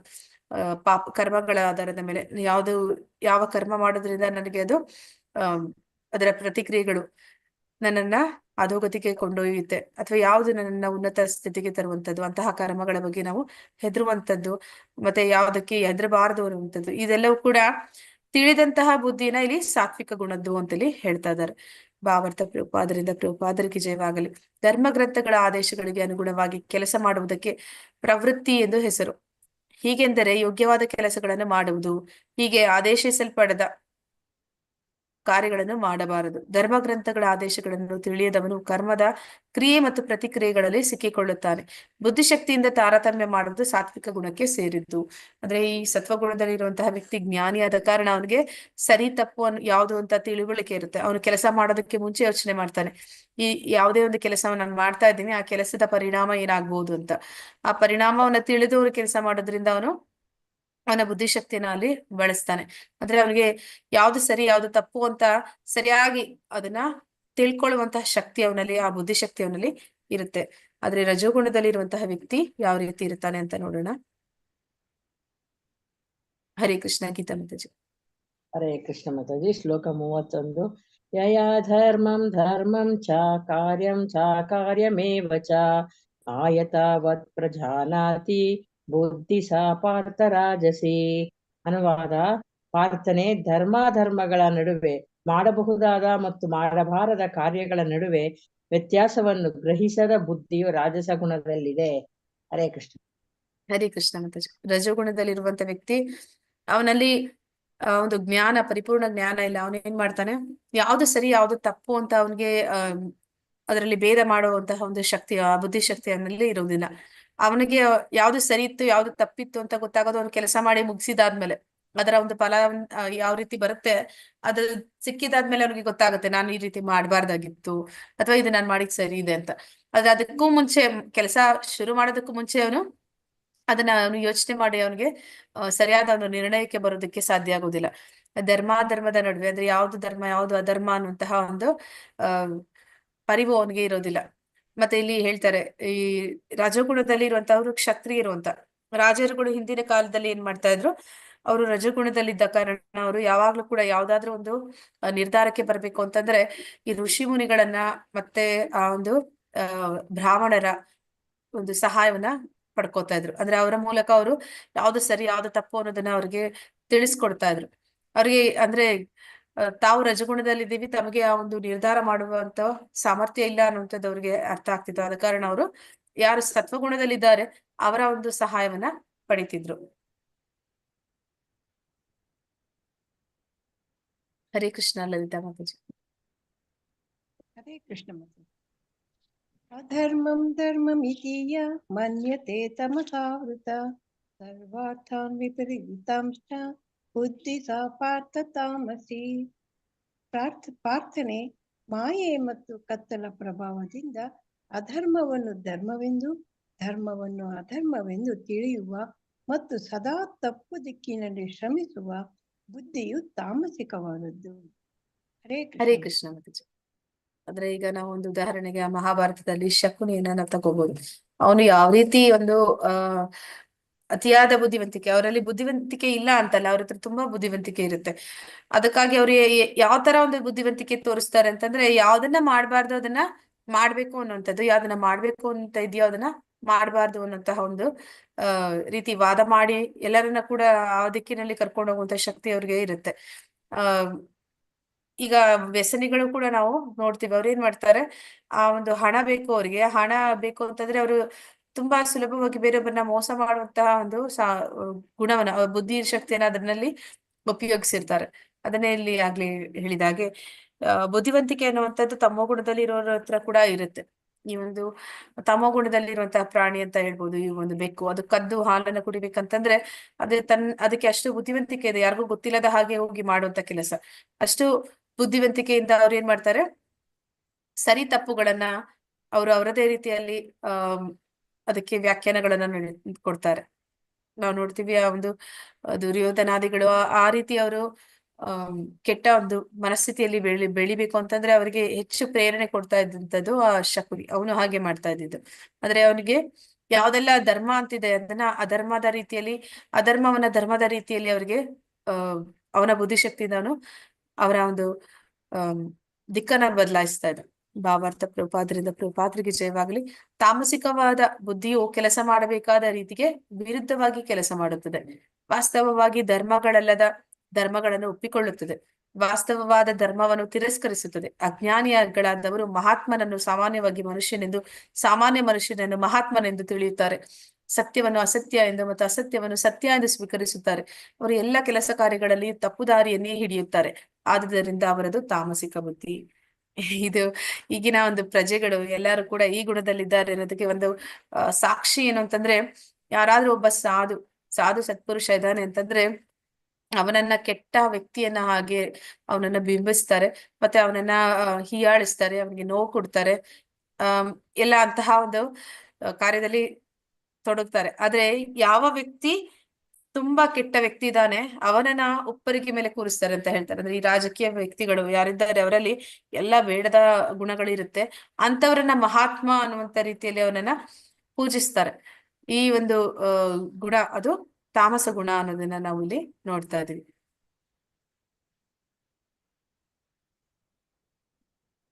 ಹರೇ ಕೃಷ್ಣ. ಹರಿಣಿ ಮಾತಾಜಿ. ಹರೇ ಕೃಷ್ಣ ಮಾತಾಜಿ. ಶ್ಲೋಕ 33. ಧೃತ್ಯಾಯ ಯಯಾ ಧಾರಯತೆ ಮನಃ ಪ್ರಾಣೇಂದ್ರಿಯಾ ಕ್ರಿಯಾಃ ಯೋಗೇನ ವ್ಯಭಿಚಾರಿಣ್ಯಾ ಧೃತಿ ಸಾ ಪಾರ್ಥ ಸಾತ್ವಿಕಿ. ಅನುವಾದ: ಪಾರ್ಥನೆ, ಮುರಿಯಲಾಗದ ಸಂಕಲ್ಪ, ಯೋಗಾಭ್ಯಾಸದಿಂದ ದೃಢವಾದ ಸಂಕಲ್ಪ, ಹೀಗೆ ಮನಸ್ಸು, ಪ್ರಾಣ ಮತ್ತು ಇಂದ್ರಿಯಗಳ ಕರ್ಮಗಳನ್ನು ನಿಯಂತ್ರಿಸುವ ಸಂಕಲ್ಪ, ಇಂತಹ ಸಂಕಲ್ಪವು ಸಾತ್ವಿಕವಾದದ್ದು. ಹರೇ ಕೃಷ್ಣ ಮಾತಾಜಿ. ಧನ್ಯವಾದಗಳು. ಹರೇ ಕೃಷ್ಣ ಮಾತಾಜಿ. ಈಗ ಸಂಕಲ್ಪದ ಬಗ್ಗೆ ಭಗವಂತ ಹೇಳ್ತಾ ಇದ್ದಾನೆ. ಆ ದೃಢ ನಿಶ್ಚಯ ಯಾವ ರೀತಿ ಇರುತ್ತೆ ಅಂತ. ಸಾತ್ವಿಕ ಗುಣದಲ್ಲಿರುವಂತವ್ರು ಎಂತಹ ಸಂಕಲ್ಪ ಮಾಡ್ತಾರೆ ಅಂದ್ರೆ ಅವ್ರದ್ದು ಸಂಕಲ್ಪ ಅದು ಮುರಿಯಲಾಗದ ಸಂಕಲ್ಪ, ಅಂದ್ರೆ ಅವ್ರದ್ದು ಕೂಡ ಅಷ್ಟೇ ದೃಢ ಸಂಕಲ್ಪ ಆಗಿರುತ್ತೆ. ಮತ್ತೆ ಅವರು ಯೋಗಾಭ್ಯಾಸವನ್ನ ಎತ್ತಿ ಹಿಡಿಯುವ ಸಂಕಲ್ಪ. ಯೋಗಾಭ್ಯಾಸ ಅಂತಂದ್ರೆ ಅವರು ಆ ಭಗವಂತನ ಜೊತೆ ತನ್ನನ್ನ ಸಂಪರ್ಕವನ್ನ ಏರ್ಪಡಿಸಿಕೊಳ್ಳುವಂತಹ ರೀತಿಯಲ್ಲಿ ಮುಂದುವರಿಯುವಂಥದ್ದು. ಮತ್ತೆ ಮನಸ್ಸು, ಪ್ರಾಣ, ಇಂದ್ರಿಯಗಳ ಕರ್ಮಗಳನ್ನು ನಿಯಂತ್ರಿಸುವ ಸಂಕಲ್ಪ. ಅಂದ್ರೆ ಅವರು ಈ ಇಂದ್ರಿಯಗಳು ಏನೆಲ್ಲ ಇದೆ, ಆ 6 ಇಂದ್ರಿಯಗಳು ಮನಸ್ಸು ಸೇರಿ ಅವುಗಳ ಮೇಲೆ ನಿಯಂತ್ರಣವನ್ನ ಸಾಧಿಸುವಂತಹ ಒಂದು ಸಂಕಲ್ಪವನ್ನ ಹೊಂದಿರ್ತಾರೆ. ಇದನ್ನ ಇಲ್ಲಿ ಸಾತ್ವಿಕ ಅಂತ ಹೇಳಿ ಹೇಳ್ತಾ ಇದ್ದಾರೆ. ಈ ಒಂದು ಸಂಕಲ್ಪಕ್ಕೆ ನಾವು ಪ್ರಭುಪಾದರನ್ನೇ ಉದಾಹರಣೆಯಾಗಿ ತಗೋಬಹುದು. ಅಂದ್ರೆ ಅವರು ಆ ಒಂದು ಇಳಿ ವಯಸ್ಸಿನಲ್ಲಿ 69-70 ವಯಸ್ಸಿನಲ್ಲಿ ಅವರ ಒಂದು ಸಂಕಲ್ಪ ಯಾವ ರೀತಿಯದಾಗಿತ್ತು ಅಂತಂದ್ರೆ, ಅವರ ಗುರುಗಳನ್ನ ಅವ್ರ ಜೀವನಾವಧಿಯಲ್ಲಿ 2 ಬಾರಿ ಭೇಟಿಯಾದದ್ದು. ಆ 2 ಬಾರಿ ಭೇಟಿಯಾದಾಗ ಗುರುಗಳು ಅವ್ರಿಗೆ ಏನು ಆದೇಶಗಳನ್ನ ಕೊಟ್ಟಿದ್ರು ಅದನ್ನ ಅವರು ಕೊನೆ ಉಸಿರಿನ ಇರುವವರೆಗೂ ಕೂಡ ಅದನ್ನ ಪಾಲನೆ ಮಾಡ್ತಾರೆ. ಅಂದ್ರೆ ಆ ಒಂದು ಸಂಕಲ್ಪ ದೃಢ ಸಂಕಲ್ಪ. ಅಂದ್ರೆ ಅವ್ರು ಹೇಳಿದ ಹಾಗೆ ಒಂದು ಪಾಶ್ಚಾತ್ಯ ದೇಶಗಳಿಗೆ ಹೋಗ್ಬೇಕು ಅಂತಂದ್ರೆ ಅವರು ತಗೊಂಡಂತಹ ಒಂದು ನಿರ್ಧಾರ, ಅದು ಈ ಗಟ್ಟಿ ಮನಸ್ಸು, ಅದು ಯಾರು ಸಾಮಾನ್ಯವಾದ ಜನ ಮಾಡ್ಲಿಕ್ಕೆ ಸಾಧ್ಯ ಇಲ್ಲ. ಮತ್ತೆ ಅಲ್ಲಿ ಅವ್ರಿಗೆ ಯಾವುದೇ ಒಂದು ವಸತಿ ಅಂದ್ರೆ ಅವ್ರಿಗೆ ಯಾರು ನೋಡ್ಕೊಳ್ಳುವಂತವ್ರು ಇಲ್ಲ, ಅಲ್ಲಿ ಅವ್ರಿಗೆ ಬೆಂಬಲ ಕೊಡುವಂತವ್ರು ಇಲ್ಲ, ಆ ಒಂದು ವಾತಾವರಣ ಕೂಡ ಅದಕ್ಕೆ ಅವರಿಗೆ ಪೂರಕವಾದ ಅಲ್ಲ ಅಂತಂದ್ರು ಕೂಡ ಅದನ್ನ ಮಾಡಿ ತೀರ್ಬೇಕು ಅನ್ನುವಂಥದ್ದು ಅದು ಮುರಿಯಲಾಗದ ಸಂಕಲ್ಪ ಆಗಿರುತ್ತೆ. ಮತ್ತೆ ಅಂತಹ ಒಂದು ಸಂಕಲ್ಪ ಅಂದ್ರೆ ಸಾಧಾರಣ ನಮ್ಮಂತಹ ವ್ಯಕ್ತಿಗಳು ಯಾರಾದ್ರೂ ಅಲ್ಲಿಗೆ ಹೋಗಿದ್ದಿದ್ರೆ ಅಂತಹ ಜನರ ಮಧ್ಯೆ ಸೇರಿ ವಾಸ್ತವದಲ್ಲಿ ಈಗ ಯಾರೆಲ್ಲ ಇಲ್ಲಿಂದ ಫಾರಿನ್ಗೆ ಹೋಗ್ತಾರೆ ಅವರ ಒಂದು ಮನಸ್ಥಿತಿ ಯಾವ ರೀತಿ ಇರುತ್ತೆ ಅಂತಂದ್ರೆ ಅದು ಸ್ವರ್ಗ ಇದ್ದ ಹಾಗೆ. ಆದ್ರೆ ಇಲ್ಲಿಂದ ಹೋಗೋರು ಅವರಿಂದ ಪ್ರೇರಣೆ ಪಡ್ಕೊಂಡು ಅವರಂತೆ ಆಗೋದಿಕ್ಕೆ ಹೋಗ್ತಾರೆ ಹೊರತು ಅವರನ್ನ ನಮ್ಮಂತೆ ಆಗುವಂತೆ ಮಾಡುವಂತಹ ಒಂದು ಸಾಮರ್ಥ್ಯ ಯಾರಿಗೂ ಕೂಡ ಇರೋದಕ್ಕೆ ಸಾಧ್ಯ ಇಲ್ಲ. ಆದ್ರೆ ಈ ಸಾತ್ವಿಕ ಗುಣದಲ್ಲಿ ಇರುವಂತವ್ರು ಅಂತಹವರ ಮಧ್ಯೆ ಇದ್ದಾಗ್ಲೂ ಕೂಡ ಅವರನ್ನ ಇವರಂತೆ ಬದಲಾಯಿಸುವಂತ ಶಕ್ತಿ ಅವರಲ್ಲಿ ಇದ್ದಿದ್ದು ಅವರ ಒಂದು ಸಂಕಲ್ಪದಿಂದ, ಆ ಮುರಿಯಲಾಗದ ಸಂಕಲ್ಪದಿಂದ. ಮತ್ತೆ ಅವರು ಅಷ್ಟೆಲ್ಲ ಮಾಡ್ಬೇಕು ಅಂದ್ರೆ ಅವರಿಗೆ ಅವರ ಒಂದು ಇಂದ್ರಿಯಗಳ ಮೇಲೆ ನಿಯಂತ್ರಣವನ್ನ ಸಾಧಿಸಬೇಕು. ಅಂದ್ರೆ ಬೇರೆಯೊಬ್ಬರನ್ನ ಅಥವಾ ಸಮಾಜವನ್ನ ತಿದ್ದಬೇಕು ಅಂತಂದ್ರೆ ಫಸ್ಟ್ ವ್ಯಕ್ತಿ ತನ್ನನ್ನ ತಾನು ಸುದೃಢವಾಗಿ ಅವನು ಅದಕ್ಕೆ ತಯಾರಿಯನ್ನ ನಡೆಸಿರ್ಬೇಕು. ಅಂದ್ರೆ ಅವನು ತನ್ನ ಮನಸ್ಸು ಇಂದ್ರಿಯಗಳನ್ನ ಮೊದಲು ಗೆದ್ದಿರ್ಬೇಕು. ವೈರಿಗಳು ಅನ್ನುವಂಥದ್ದು ಹೊರಗಡೆ ಇರೋದಕ್ಕಿಂತ ಹೆಚ್ಚಾಗಿ ನಮ್ಮೊಳಗಡೆ ಇದ್ದಾರೆ ಅಂತ ಹೇಳ್ತಾರೆ. ಅಂದ್ರೆ ನಮ್ಮೊಳಗಡೆ ಇರುವಂತಹ ವೈರಿಗಳನ್ನ ಗೆದ್ದವನು ಹೊರಗಡೆ ಇರುವ ವೈರಿಗಳನ್ನ ಗೆಲ್ಲುವಂಥದ್ದು ಸುಲಭ ಅಂತ ಹೇಳ್ತಾರಲ್ಲ, ಹಾಗೆ ಪ್ರಭುಪಾದರು ಆ ರೀತಿ ಮಾಡಿ ತೋರಿಸಿದ್ರು. ಅಂದ್ರೆ ಅವರು ಹೇಗೆ ಮೊದಲು ಚೈತನ್ಯ ಮಹಾಪ್ರಭುಗಳು ಅದನ್ನ ಹೇಳ್ತಾರೆ, ಮೊದಲು ನಿಮ್ಮನ್ನ ನೀವು ಶಕ್ತರನ್ನಾಗಿಸ್ಕೊಳ್ಳಿ. ನಂತರ ಸಮಾಜಕ್ಕೆ ಒಂದು ಉನ್ನತವಾದ ಒಂದು ಕೊಡುಗೆಯನ್ನು ಕೊಡೋದಕ್ಕೆ ಸಾಧ್ಯ ಆಗತ್ತೆ ಅಂತ. ಹಾಗೆ ಇಲ್ಲಿ ಸತ್ವಗುಣದಲ್ಲಿ ಇರುವಂತಹರ ಒಂದು ಸಂಕಲ್ಪದ ಬಗ್ಗೆ ಇಲ್ಲಿ ಹೇಳ್ತಾ ಇದ್ದಾರೆ. ಭಾವಾರ್ಥ ಪ್ರಭುಪಾದರಿಗೆ ಜಯವಾಗಲಿ. ಯೋಗವು ಪರಮಾತ್ಮನನ್ನು ಅರ್ಥ ಮಾಡಿಕೊಳ್ಳಲು ಒಂದು ಸಾಧನ. ಯೋಗ ಅಂತಂದ್ರೆ ಅದು ಭಗವಂತನ ಜೊತೆ ನಮ್ಮ ಒಂದು ಸಂಪರ್ಕವನ್ನ ಏರ್ಪಡಿಸಿಕೊಳ್ಳುವಂತಹ ಒಂದು ಸಾಧನ. ಅದನ್ನ ಇಲ್ಲಿ ದೃಢ ಮನಸ್ಸಿನಿಂದ, ಮನಸ್ಸು, ಪ್ರಾಣ ಮತ್ತು ಇಂದ್ರಿಯ ವ್ಯಾಪಾರಗಳನ್ನು ಪರಮಪ್ರಭುವಿನಲ್ಲಿ ಕೇಂದ್ರೀಕರಿಸಿ ಪರಮಾತ್ಮನನ್ನು ಮನಸ್ಸನ್ನು ನಿಲ್ಲಿಸಿದವನು ಕೃಷ್ಣ ಪ್ರಜ್ಞೆಯಲ್ಲಿ ಇರುತ್ತಾನೆ. ಅಂದ್ರೆ ಯಾವ ವ್ಯಕ್ತಿ ಇಂದ್ರಿಯಗಳನ್ನ, ಮನಸ್ಸನ್ನ ನಿಯಂತ್ರಣವನ್ನ ಸಾಧಿಸ್ತಾನೆ, ಅವನು ಕೃಷ್ಣ ಪ್ರಜ್ಞೆಗೆ ಬರೋದಕ್ಕೆ ಸಾಧ್ಯ ಆಗುತ್ತೆ. ಇಂತಹ ದೃಢ ಸಂಕಲ್ಪ ಸಾತ್ವಿಕವಾದದ್ದು. ಅವ್ಯಭಿಚಾರಿಣ್ಯ ಎನ್ನುವ ಮಾತು ಬಹಳ ಮಹತ್ವದ್ದು. ವ್ಯಭಿಚಾರಿಣ್ಯ ಅಂತಂದ್ರೆ ಅದು ಕೃಷ್ಣ ಇದು ಮಾತಾಜಿ, ಕೃಷ್ಣ ಪ್ರಜ್ಞೆಯಲ್ಲಿ ನಿರತರಾದವರ ಮನಸ್ಸು ದೃಢವಾಗಿರುತ್ತದೆ ಅಲ್ವಾ ಮಾತಾಜಿ? ಅದಕ್ಕ ವ್ಯಭಿಚಾರಿಣಿತನ ಅಲ್ಲ ಮಾತಾಜಿ, ಅದು ನಾನು ಹೇಳ್ತಾ ಇದ್ದೆ, ನಾನು ಅಲ್ಲಿ ಅರ್ಥಗಳಲ್ಲಿ ಕೊಟ್ಟಿರ್ತಾರಲ್ವಾ. ಯಾವ ಶ್ಲೋಕ ಮಾತಾಜಿ ಅದು? ಅದು 33. ಅವ್ಯಭಿಚಾರಿಣ್ಯ ಅಂದ್ರೆ ಅರ್ಥ ಭಂಗವಿಲ್ಲದೆ ಅಂತ ಭಂಗವಿಲ್ಲದೆ, ಕೊಟ್ಟಿದ್ದಾನೆ. ಅಂದ್ರೆ ಒಂದೇ ಮಾತಾಜಿ. ಮನಸ್ಸಿನಿಂದ, ಒಂದೇ ಮನಸ್ಸಿನಿಂದ ಯಾರು ತೊಡಗ್ತಾರೆ, ವಿಚಲಿತರಾಗದೆ. ವಿಚಲಿತರಾಗದೆ ಹೋಗ್ತಾರೆ, ಅವರದು ದೃಢ ಮನಸ್ಸು ಅಂದ್ರೆ ದೃಢ ಸಂಕಲ್ಪ ಅಂತೇಳಿ ತಿಳಿಸ್ತಾ ಇದ್ದಾರೆ.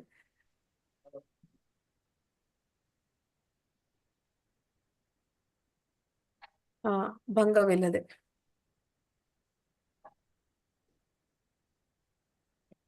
ಕೃಷ್ಣ ಪ್ರಜ್ಞೆಯಲ್ಲಿ ನಿರತರಾದವರ ಮನಸ್ಸು ಬೇರೆ ಯಾವುದೇ ಚಟುವಟಿಕೆಯಿಂದ ವಿಚಲಿತವಾಗುವುದಿಲ್ಲ ಎನ್ನುವುದನ್ನೋದು ಸೂಚಿಸುತ್ತೆ. ಅಂದ್ರೆ ಅವರ ಒಂದು ಮನಸ್ಸು ನೇರವಾಗಿ ಭಗವಂತನ ಒಂದು ಕಾರ್ಯದಲ್ಲಿ, ಅದು ಭಗವಂತನನ್ನ ತೃಪ್ತಿಪಡಿಸುವುದರಲ್ಲಿ ಅದು ಪರಿಪೂರ್ಣವಾಗಿ ಮಗ್ನವಾಗಿರುತ್ತೆ. ಆದ ಕಾರಣ ಅವರೊಂದು ಸಂಕಲ್ಪ ಅನ್ನುವಂಥದ್ದು ದೃಢ ನಿಶ್ಚಯವಾಗಿರುತ್ತೆ ಅಂತೇಳಿ ಹೇಳ್ತಾ ಇದ್ದಾರೆ.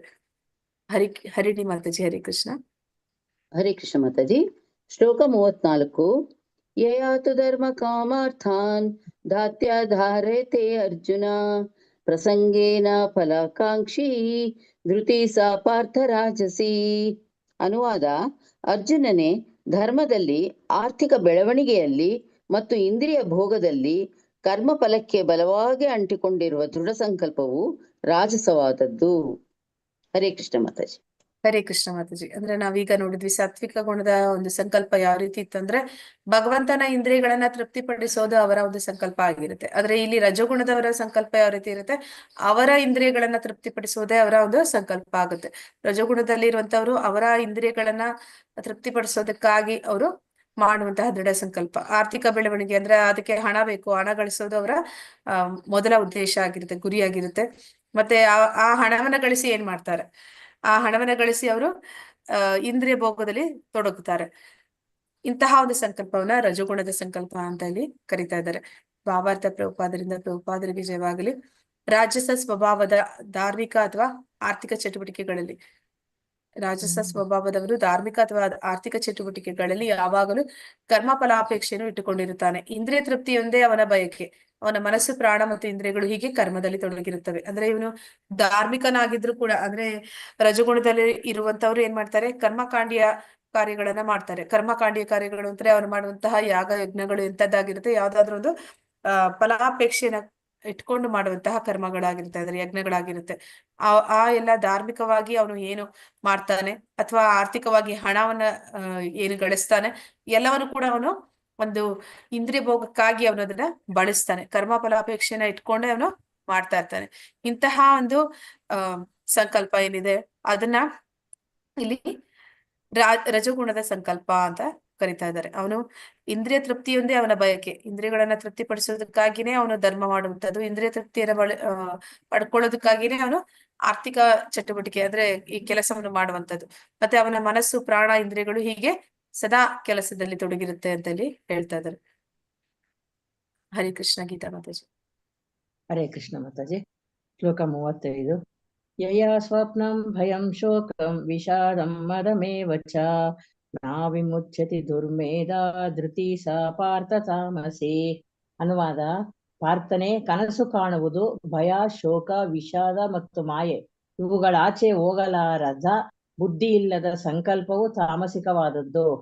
ಹರೇ ಕೃಷ್ಣ. ಹರೇ ಕೃಷ್ಣ ಮಾತಾಜಿ. ಈಗ ತಮೋಗುಣದ ವ್ಯಕ್ತಿಯ ಸಂಕಲ್ಪ ಎಂತದ್ದು ಅಂತ ಇಲ್ಲಿ ಹೇಳ್ತಾ ಇದ್ದಾರೆ. ಅಲ್ಲಿ ನಾವು ಸತ್ವಗುಣದಲ್ಲಿ ಭಗವಂತನ ಇಂದ್ರಿಯಗಳನ್ನ ತೃಪ್ತಿಪಡಿಸೋದ್ರಲ್ಲಿ ಸಂಕಲ್ಪ ಇತ್ತು. ರಜಗುಣದಲ್ಲಿ ವ್ಯಕ್ತಿಯ ಗುಣ ಅಂದ್ರೆ ಅವನ ಒಂದು ಇಂದ್ರಿಯಗಳನ್ನ ತೃಪ್ತಿಪಡಿಸಿಕೊಳ್ಳುವಂಥದ್ದು. ಆದ್ರೆ ಅಲ್ಲಿ ಧರ್ಮದಿಂದಾನು ಕೂಡ ಸರಿ, ಅಥವಾ ಆರ್ಥಿಕ ಬೆಳವಣಿಗೆಯಿಂದ ಅಲ್ಲಾದ್ರೂ ಸರಿ ಅವನ ಇಂದ್ರಿಯಗಳನ್ನ ತೃಪ್ತಿಪಡಿಸ್ಕೊಂಡ. ಆದ್ರೆ ಇವನು ಧರ್ಮ ಮಾರ್ಗದಲ್ಲೂ ಹೋಗೋದಿಲ್ಲ, ಆರ್ಥಿಕವಾಗಿ ಹಣ ಗಳಿಸುವಂತ ಪ್ರಯತ್ನನೂ ಮಾಡೋದಿಲ್ಲ. ಆದ್ರೂ ಕೂಡ ಇವನು ಅವನ ಇಂದ್ರಿಯಗಳನ್ನ ಹೇಗೆ ತೃಪ್ತಿಪಡಿಸ್ಕೊಳ್ತಾನೆ ಅನ್ನುವಂಥದ್ದನ್ನ ಇಲ್ಲಿ ಹೇಳ್ತಾ ಇದಾರೆ.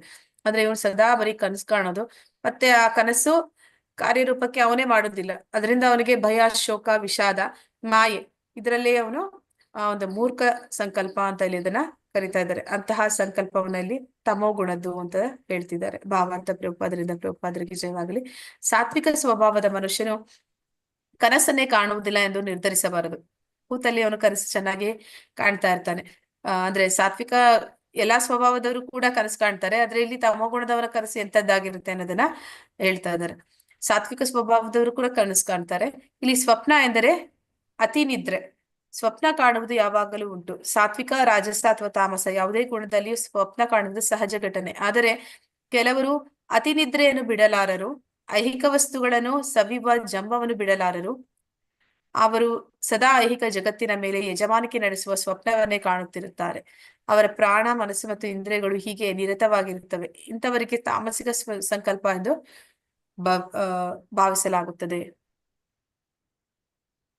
ಅಂದ್ರೆ ಇವ್ರು ಯಾವ ರೀತಿ ಕನಸು ಕಾಣ್ತಾರೆ ಅಂತಂದ್ರೆ ಐಹಿಕ ಒಂದು ಯಜಮಾನಿಕೆ ನಡೆಸುವಂತಹ ಒಂದು ಕನಸನ್ನ ಕಾಣ್ತಾ ಇದ್ದಾರೆ.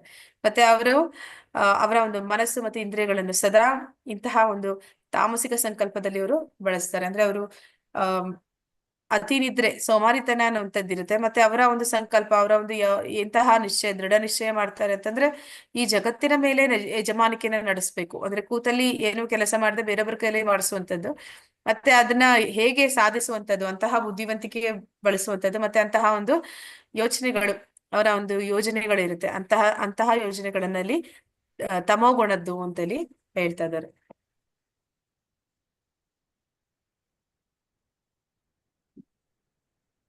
ಹರೇ ಕೃಷ್ಣ ಶ್ರುತಿ ಮಾತಾಜಿ.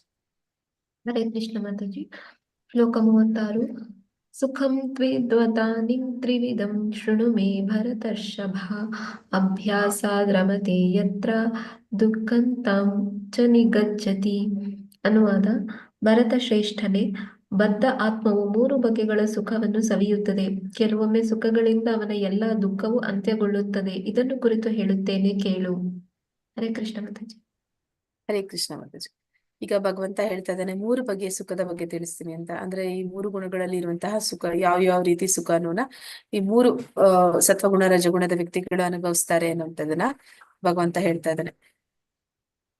ಇಂತಹ ಸುಖಗಳು ಆ ದುಃಖವನ್ನ ಅಂತ್ಯಗೊಳಿಸುತ್ತೆ ಅನ್ನೋದನ್ನು ಹೇಳ್ತಾ ಇದ್ದಾನೆ. ಭಾವಾರ್ಥ ಪ್ರಭುಪಾದರಿಂದ ಪ್ರಭುಪಾದರಿಗೆ ಜಯವಾಗಲಿ. ಬದ್ಧ ಆತ್ಮವು ಐಹಿಕ ಸುಖವನ್ನು ಮತ್ತೆ ಮತ್ತೆ ಸವಿಯಲು ಪ್ರಯತ್ನಿಸುತ್ತದೆ. ಇದು ಚರ್ವಿತಾ ಚರ್ವಣ. ಅಂದರೆ ಕೆಲವೊಮ್ಮೆ ಹೀಗೆ ಸುಖ ಪಡುವಾಗ ಮಹಾತ್ಮನೊಬ್ಬನ ಸಹವಾಸದಿಂದ ಅವನು ಐಹಿಕ ಬಂಧನದಿಂದ ಬಿಡುಗಡೆಯಾಗುತ್ತಾನೆ. ಬದ್ಧ ಆತ್ಮನು ಯಾವುದಾದರೊಂದು ಬಗೆಯ ಇಂದ್ರಿಯ ತೃಪ್ತಿಯಲ್ಲಿ ಸದಾ ನಿರತನಾಗಿ ಇರುತ್ತಾನೆ. ಆದ್ರೆ ಸತ್ಸಂಗದಿಂದಾಗಿ ಇದು ಒಂದೇ ಅಂಶದ ಪುನರಾವರ್ತನೆ ಎಂದು ಅರ್ಥವಾಗಿ ತನ್ನ ನಿಜವಾದ ಕೃಷ್ಣ ಪ್ರಜ್ಞೆಯನ್ನು ಅವನಲ್ಲಿ ಜಾಗೃತವಾದಾಗ ಅವನು ಕೆಲವೊಮ್ಮೆ ಹೀಗೆ ಪುನರಾವರ್ತನೆಗೊಳ್ಳುವ ತೋರಿಕೆಯ ಸುಖದಿಂದ ಎಚ್ಚರಗೊಳ್ಳುತ್ತಾನೆ. ಅಂದ್ರೆ ಇಲ್ಲಿ ಈ ಸುಖ ಅನ್ನುವಂಥದ್ದು 3 ಗುಣಗಳಲ್ಲಿ ಇದ್ದಾಗಲೂ ಕೂಡ ಅದು ಬಂಧನದಲ್ಲಿದ್ದಾಗ ಎಂತಹ ಸುಖ ಅಂತಂದ್ರೆ ಇಲ್ಲಿ ಚರ್ವಿತ ಚರ್ಮಣ ಅಂತ ಕರಿತಾ ಇದ್ದಾರೆ. ಚರ್ವಿತ ಚರ್ಮಣ ಅಂತಂದ್ರೆ ಈ ಒಂಟೆಗಳು ಏನ್ ಮಾಡುತ್ತಂತೆ, ಅದು ಮರಳುಗಾಡಿನಲ್ಲಿ ಈ ಮುಳ್ಳು ಗಿಡಗಳನ್ನ ತಿನ್ನುತ್ತೆ ಅಂತ. ಆ ಮುಳ್ಳು ಗಿಡಗಳನ್ನ ಅದು ಅಗಿವಾಗ ಏನಾಗುತ್ತೆ, ಆ ಮುಳ್ಳು ತನ್ನ ನಾಲಿಗೆಗೆ ಅದು ಚುಚ್ಚಿ ನಾಲಿಗೆಯಿಂದ ರಕ್ತ ಬರುತ್ತಂತೆ. ಆ ರಕ್ತ ಬಂದಾಗ ಅದೇನ್ ಮಾಡುತ್ತೆ, ಆ ಒಂದು ತಿಂತಾ ಇರುವಂತಹ ಒಂದು ಗಿಡ ಅಷ್ಟು ರುಚಿಯಾಗಿದೆ ಅಂತ ಹೇಳಿ ಅದನ್ನ ಅಗಿಯುತ್ತಂತೆ. ಅಗದಷ್ಟು ರಕ್ತ ತನ್ನ ನಾಲಿಗೆಯಿಂದ ಬಂದು ಅದು ಅದನ್ನೇ ಸವಿಯುತ್ತಂತೆ. ಹಾಗೆ ನಾವು ಈ ಭೌತಿಕ ಜಗತ್ತಿನಲ್ಲಿ ಈ ಒಂದು ಜನ್ಮ, ಮೃತ್ಯು, ಜರಾ, ವ್ಯಾಧಿ ಚಕ್ರದಲ್ಲಿ ಬಿದ್ದವರು ನಾವೇನ್ ಮಾಡ್ತಾ ಇದೀವಿ, ಮತ್ತೆ ನಾವು ಈ ಒಂದು ಚಕ್ರದಲ್ಲಿ ಬೀಳ್ತಾ ಇದೀವಿ. ಈ ನೋವುಗಳನ್ನ, ಈ ಸುಖ ಅನ್ನುವಂಥದ್ದನ್ನ ನಾವು ಅನುಭವಿಸ್ತಾನೆ ಇದೀವಿ. ಇದು ಎಂತದ್ದು ಅನ್ನೋದನ್ನ ಇಲ್ಲಿ ಹೇಳ್ತಾ ಇದ್ದಾನೆ. ನಾವು ಒಂದು ಶುದ್ಧ ಭಕ್ತನ ಒಂದು ಸಹವಾಸಕ್ಕೆ ಬಂದಿಲ್ಲ ಅಂತಂದ್ರೆ ನಮಗೆ ಈ ಒಂದು ವಿಚಾರ ಗೊತ್ತಾಗೋದಿಲ್ಲ. ನಾವೇನ್ ಅನ್ಕೊಳ್ತೀವಿ ಇಷ್ಟೇ ಬದುಕು, ಅಂದ್ರೆ ಎಲ್ಲರೂ ಕೂಡ ಹುಟ್ಟುತ್ತಾರೆ, ಎಲ್ಲರೂ ಕೂಡ ಸಾಯ್ತಾರೆ, ಎಲ್ಲರಿಗೂ ಕೂಡ ಕಷ್ಟ ಸುಖ ಅನ್ನುವಂಥದ್ದು ಬರ್ತಾ ಇದೆ, ಅದರಲ್ಲಿ ಏನು ವ್ಯತ್ಯಾಸ ಇಲ್ಲ, ಅಷ್ಟೇ ಜೀವನ, ಅಷ್ಟೇ ಬದುಕು ಅನ್ನುವಂಥದ್ದು ನಾವೆಲ್ಲರೂ ಅನ್ಕೊಳ್ಳುವಂಥದ್ದು. ಆದ್ರೆ ಯಾವಾಗ ನಮ್ಗೆ ಆ, ಈ ಒಂದು ಶಾಸ್ತ್ರದ ಅಥವಾ ಗುರುವಿನ ಒಂದು ಸಹವಾಸಕ್ಕೆ ನಾವು ಬರ್ತೀವಿ, ಆಗ ನಮಗೆ ಗೊತ್ತಾಗುತ್ತೆ, ಇಲ್ಲ ಅದರಿಂದ ಆಚೆಗೆ ಬದುಕಿದೆ, ಆದ್ರೆ ನಾವು ಅದನ್ನ ತಿಳಿತಾ ಇಲ್ಲ, ಅದಕ್ಕೆ ನಾವು ಯಾವುದೇ ರೀತಿ ಸಿದ್ಧತೆ ಮಾಡ್ಕೋತಾ ಇಲ್ಲ. ಆದ ಕಾರಣ ನಾವು ಈ ಒಂದು ಚಕ್ರದಲ್ಲಿ ಮತ್ತೆ ಮತ್ತೆ ಮತ್ತೆ ಮತ್ತೆ ಪುನರಾವರ್ತನೆಯಲ್ಲಿ ನಾವು ಬೀಳ್ತಾ ಇದೀವಿ ಅಂತ ನಾವು ತಿಳ್ಕೊಂಡಾಗ ನಾವೇನ್ ಮಾಡ್ತೀವಿ, ಆ ಸುಖವನ್ನ ಪಡೆಯೋದಕ್ಕೆ ಪ್ರಯತ್ನ ಪಡ್ತೀವಿ. ಅಂದ್ರೆ ಆನಂದ ಅನ್ನುವಂಥದ್ದು ವಾಸ್ತವದಲ್ಲಿ ಇದಲ್ಲ.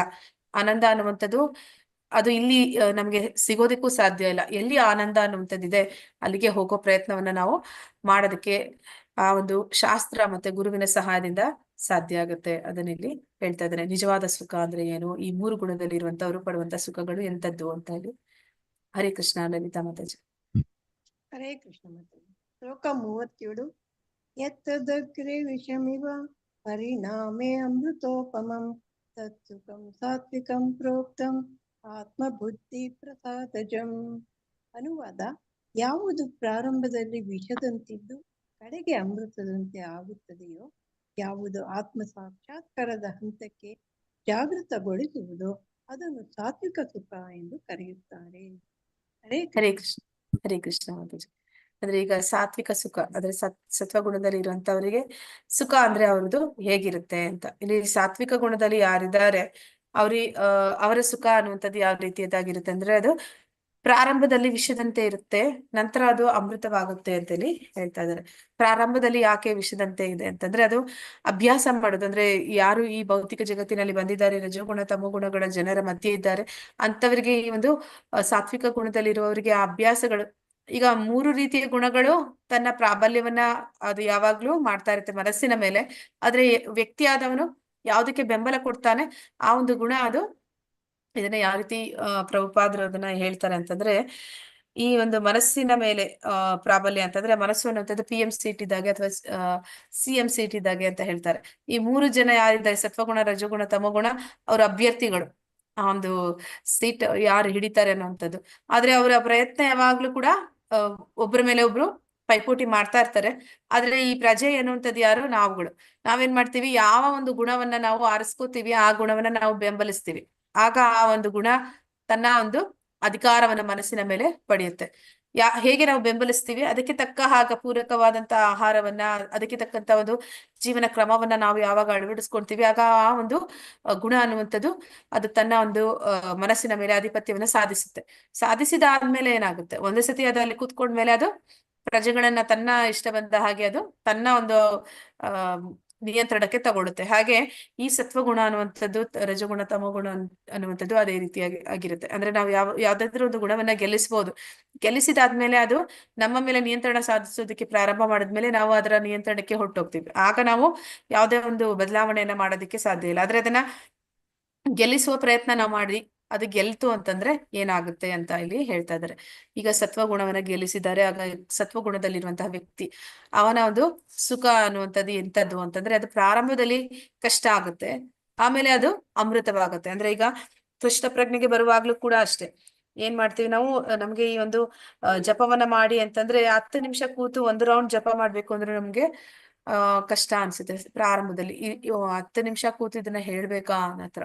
ಆಮೇಲೆ ಹೋಗ್ತಾ ಹೋಗ್ತಾ ಅದು ನಮ್ಗೆ ಸುಲಭ ಆಗ್ತಾ ಹೋಗುತ್ತೆ. ಆಮೇಲೆ ನಾವು 10 ನಿಮಿಷ ಇದ್ದದನ್ನ 2 ಗಂಟೆ 2.5 ಗಂಟೆ ಕೊಡೋದಕ್ಕೂ ರೆಡಿ ಇರ್ತೀವಿ. ಆ ಒಂದು ಜಪ ಮಾಡ್ತಾ ಮಾಡ್ತಾ ನಮ್ಗೆ ಜಾಸ್ತಿ ಆಸಕ್ತಿ ಬರುತ್ತೆ ಒಂದು ಭಗವಂತನ ವಿಚಾರಗಳನ್ನ ಶಾಸ್ತ್ರವನ್ನ ತಿಳಿಬೇಕು ಅಂತ. ಆಗ 2 ಗಂಟೆ ಅಲ್ಲ, ನಾವು 4 ಗಂಟೆ ಕೂರ್ತೀವಿ, ಜಪನೂ ಮಾಡ್ತೀವಿ, ಜೊತೆಯಲ್ಲಿ ಕ್ಲಾಸು ಕೇಳ್ತೀವಿ. ಮತ್ತೆ ಇದನ್ನೆಲ್ಲ ನಮ್ಗೆ ಅದರಲ್ಲಿ ಆಸಕ್ತಿ ಹೆಚ್ಚುತ್ತಾ ಹೋದಷ್ಟು, ಆ ಜ್ಞಾನ ನಮಗೆ ಬೆಳೀತಾ ಹೋದಷ್ಟು, ಆ ಒಂದು ಸಾಧನೆಯಲ್ಲಿ ನಾವು ಎಷ್ಟರ ಮಟ್ಟಿಗೆ ಹೋಗ್ತೀವಿ ಅಂತಂದ್ರೆ, ನಮ್ಮ ಜೀವನದ ಒಂದು 10 ನಿಮಿಷ ಇದ್ದದ್ದು 8 ಗಂಟೆ ಕೊಡೋದಕ್ಕೆ ಪ್ರಾರಂಭ ಮಾಡ್ತೀವಿ. 8 ಗಂಟೆ ಕೂಡ ನಾವು ಅದ್ರಲ್ಲೇ ತೊಡಗೋದಕ್ಕೆ ರೆಡಿ ಇರ್ತೀವಿ. ಮತ್ತೆ ಈ ರೀತಿ ಅದು ನಮ್ಗೆ ಅಮೃತದಂತೆ ಅದು ಸವಿಯನ್ನ ಕೊಡ್ತಾ ಹೋಗುತ್ತೆ. ಪ್ರಾರಂಭದಲ್ಲಿ ನಮ್ಗೆ ಯಾವ್ದು ಕಷ್ಟ ಆಗ್ತಿತ್ತು, ಈಗ ಅದು ಅಮೃತ ಆಗುತ್ತೆ.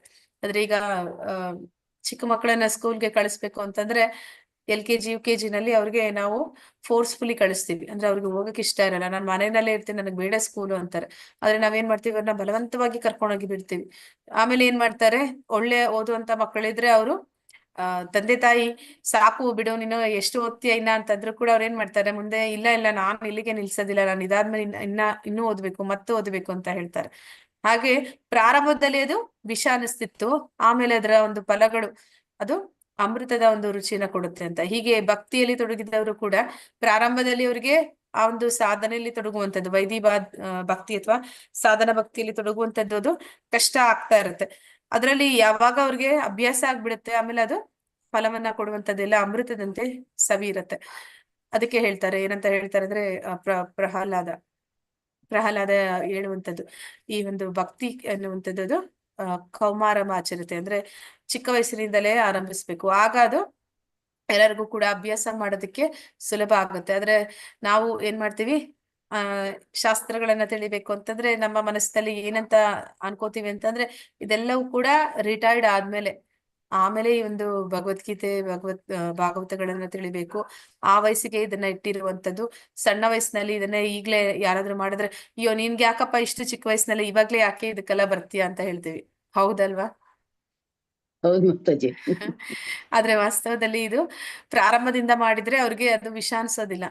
ಅದು ಏಜ್ ಆದ್ಮೇಲೆ ನಾವು ಮಾಡಕ್ ಶುರು ಮಾಡಿದಾಗ ನಮ್ಗೆ ಅದು ಕಷ್ಟ ಆಗುತ್ತೆ. ಕಷ್ಟ ಆಗತ್ತೆ.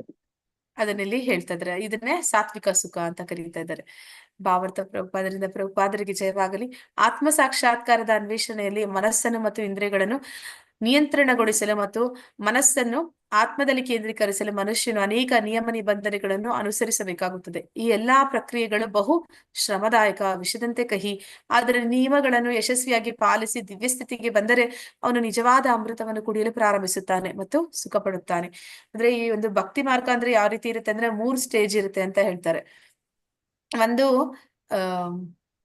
ಏನಂತ ಹೇಳ್ತಾರೆ, ಪ್ರೋಗ್ರೆಸ್ ಆಗ್ಬೇಕು ಅಂತ ಹೇಳ್ತಾರೆ. ಸ್ವಲ್ಪ ಸ್ವಲ್ಪನೇ ನಮ್ಮಲ್ಲಿ ಸ್ವಲ್ಪ ಬೆಳವಣಿಗೆ ಅನ್ನುವಂಥದ್ದು ಇರ್ಬೇಕು ಅಂತ. ಅದು ಆಗ್ಲಿಲ್ಲ ಅಂತಂದ್ರೆ ಅಲ್ಲಿ ಪ್ರಯೋಜನ ಇಲ್ಲ. ಮತ್ತೆ ಮಧ್ಯದಲ್ಲಿ ಬರುವಂತದ್ದು ಸ್ಟ್ರೆಚ್ ಆಗ್ತಾರೆ ಅಂತ ಹೇಳ್ತಾರೆ. ಅಂದ್ರೆ ಸುಮ್ನೆ ಇರುವಂತದ್ದು ಒಂದು ಸ್ಟೇಜು. ಇನ್ನೊಂದು ಸ್ಟ್ರೆಚ್ ಆಗುವಂಥದ್ದು, ನಿಧಾನವಾಗಿ ಅವ್ರು ಎಕ್ಸ್ಪ್ಯಾಂಡ್ ಮಾಡ್ತಾರೆ. ಅಂದ್ರೆ ಒಮ್ಮೆಲೆ ನಮ್ ಕೈಯಲ್ಲಿ ಅದು ಮಾಡಕ್ಕಾಗೋದಿಲ್ಲ, ಸ್ವಲ್ಪ ಸ್ವಲ್ಪನೇ ಮಾಡ್ತಾ ಹೋಗಿದ್ರೆ ಮಾಡಕ್ಕಾಗುತ್ತೆ. ಇನ್ನೂ ಒಂದು ಏನಂದ್ರೆ ನಾವು ಒಂದೇ ಸತಿಗೆ ತುಂಬಾ ಸ್ಟ್ರೆಚ್ ಆಗೋದಕ್ಕೆ ಟ್ರೈ ಮಾಡಿದ್ರೆ ಏನಾಗುತ್ತೆ, ಅದು ಬ್ರೇಕ್ ಆಗುತ್ತೆ ಅಂತ ಹೇಳ್ತಾರೆ. 3 ರೀತಿಯದು. ಅಂದ್ರೆ ಒಂದು ಏನೋ ಬೆಳವಣಿಗೆ ಇಲ್ಲದೆ ಇರುವಂತದ್ದು, ಇನ್ನೊಂದು ನಾವು ಬೆಳವಣಿಗೆನ ಒಮ್ಮೆಲೆ ಮಾಡಕ್ ಹೋಗಿ ಅದನ್ನ ಮುರಿದೋಗುವಂಥದ್ದು. ಆದ್ರೆ ಅದೆರಡಕ್ಕಿಂತ ಬೆಟರ್ ಯಾವ್ದು ಅಂತಂದ್ರೆ ನಿಧಾನ ಒಂದು ಪ್ರಕ್ರಿಯೆ ಆದ್ರೆ ಅಲ್ಲಿ ನಿಲ್ಲೋದಿಲ್ಲ, ಅವನು ಮುಂದುವರಿತಾನೆ ಇರ್ತಾರೆ, ನಿಲ್ಸೋದಿಲ್ಲ ಅಲ್ಲಿಗೆ. ಆ ರೀತಿ ಮಾಡುವಾಗ ಏನಾಗುತ್ತೆ, ಅದು ನಮ್ಗೆ ಪ್ರಗತಿ ಹೊಂದೋದಕ್ಕೆ ಸಾಧ್ಯ ಆಗುತ್ತೆ ಭಕ್ತಿ ಮಾರ್ಗದಲ್ಲಿ. ಇಲ್ಲಿ ಸಾತ್ವಿಕ ಸುಖ ಅಂತ ಹೇಳ್ತಾ ಇದ್ದಾರೆ. ಆ ರೀತಿ ಆಗೋದಕ್ಕೆ ನಮ್ಗೆ ಅದರ ಒಂದು ಫಲಗಳ ಒಂದು ಸವಿಯನ್ನ ಸವಿದಾಗ ನಮ್ಗೆ ಅದು ಅಮೃತದಂತೆ ಅದು ನಮ್ಮನ್ನ ಪ್ರೇರಣೆ ಕೊಡುತ್ತೆ. ಹರಿಣಿ ಮಾತಾಜಿ, ಹರೇ ಕೃಷ್ಣ.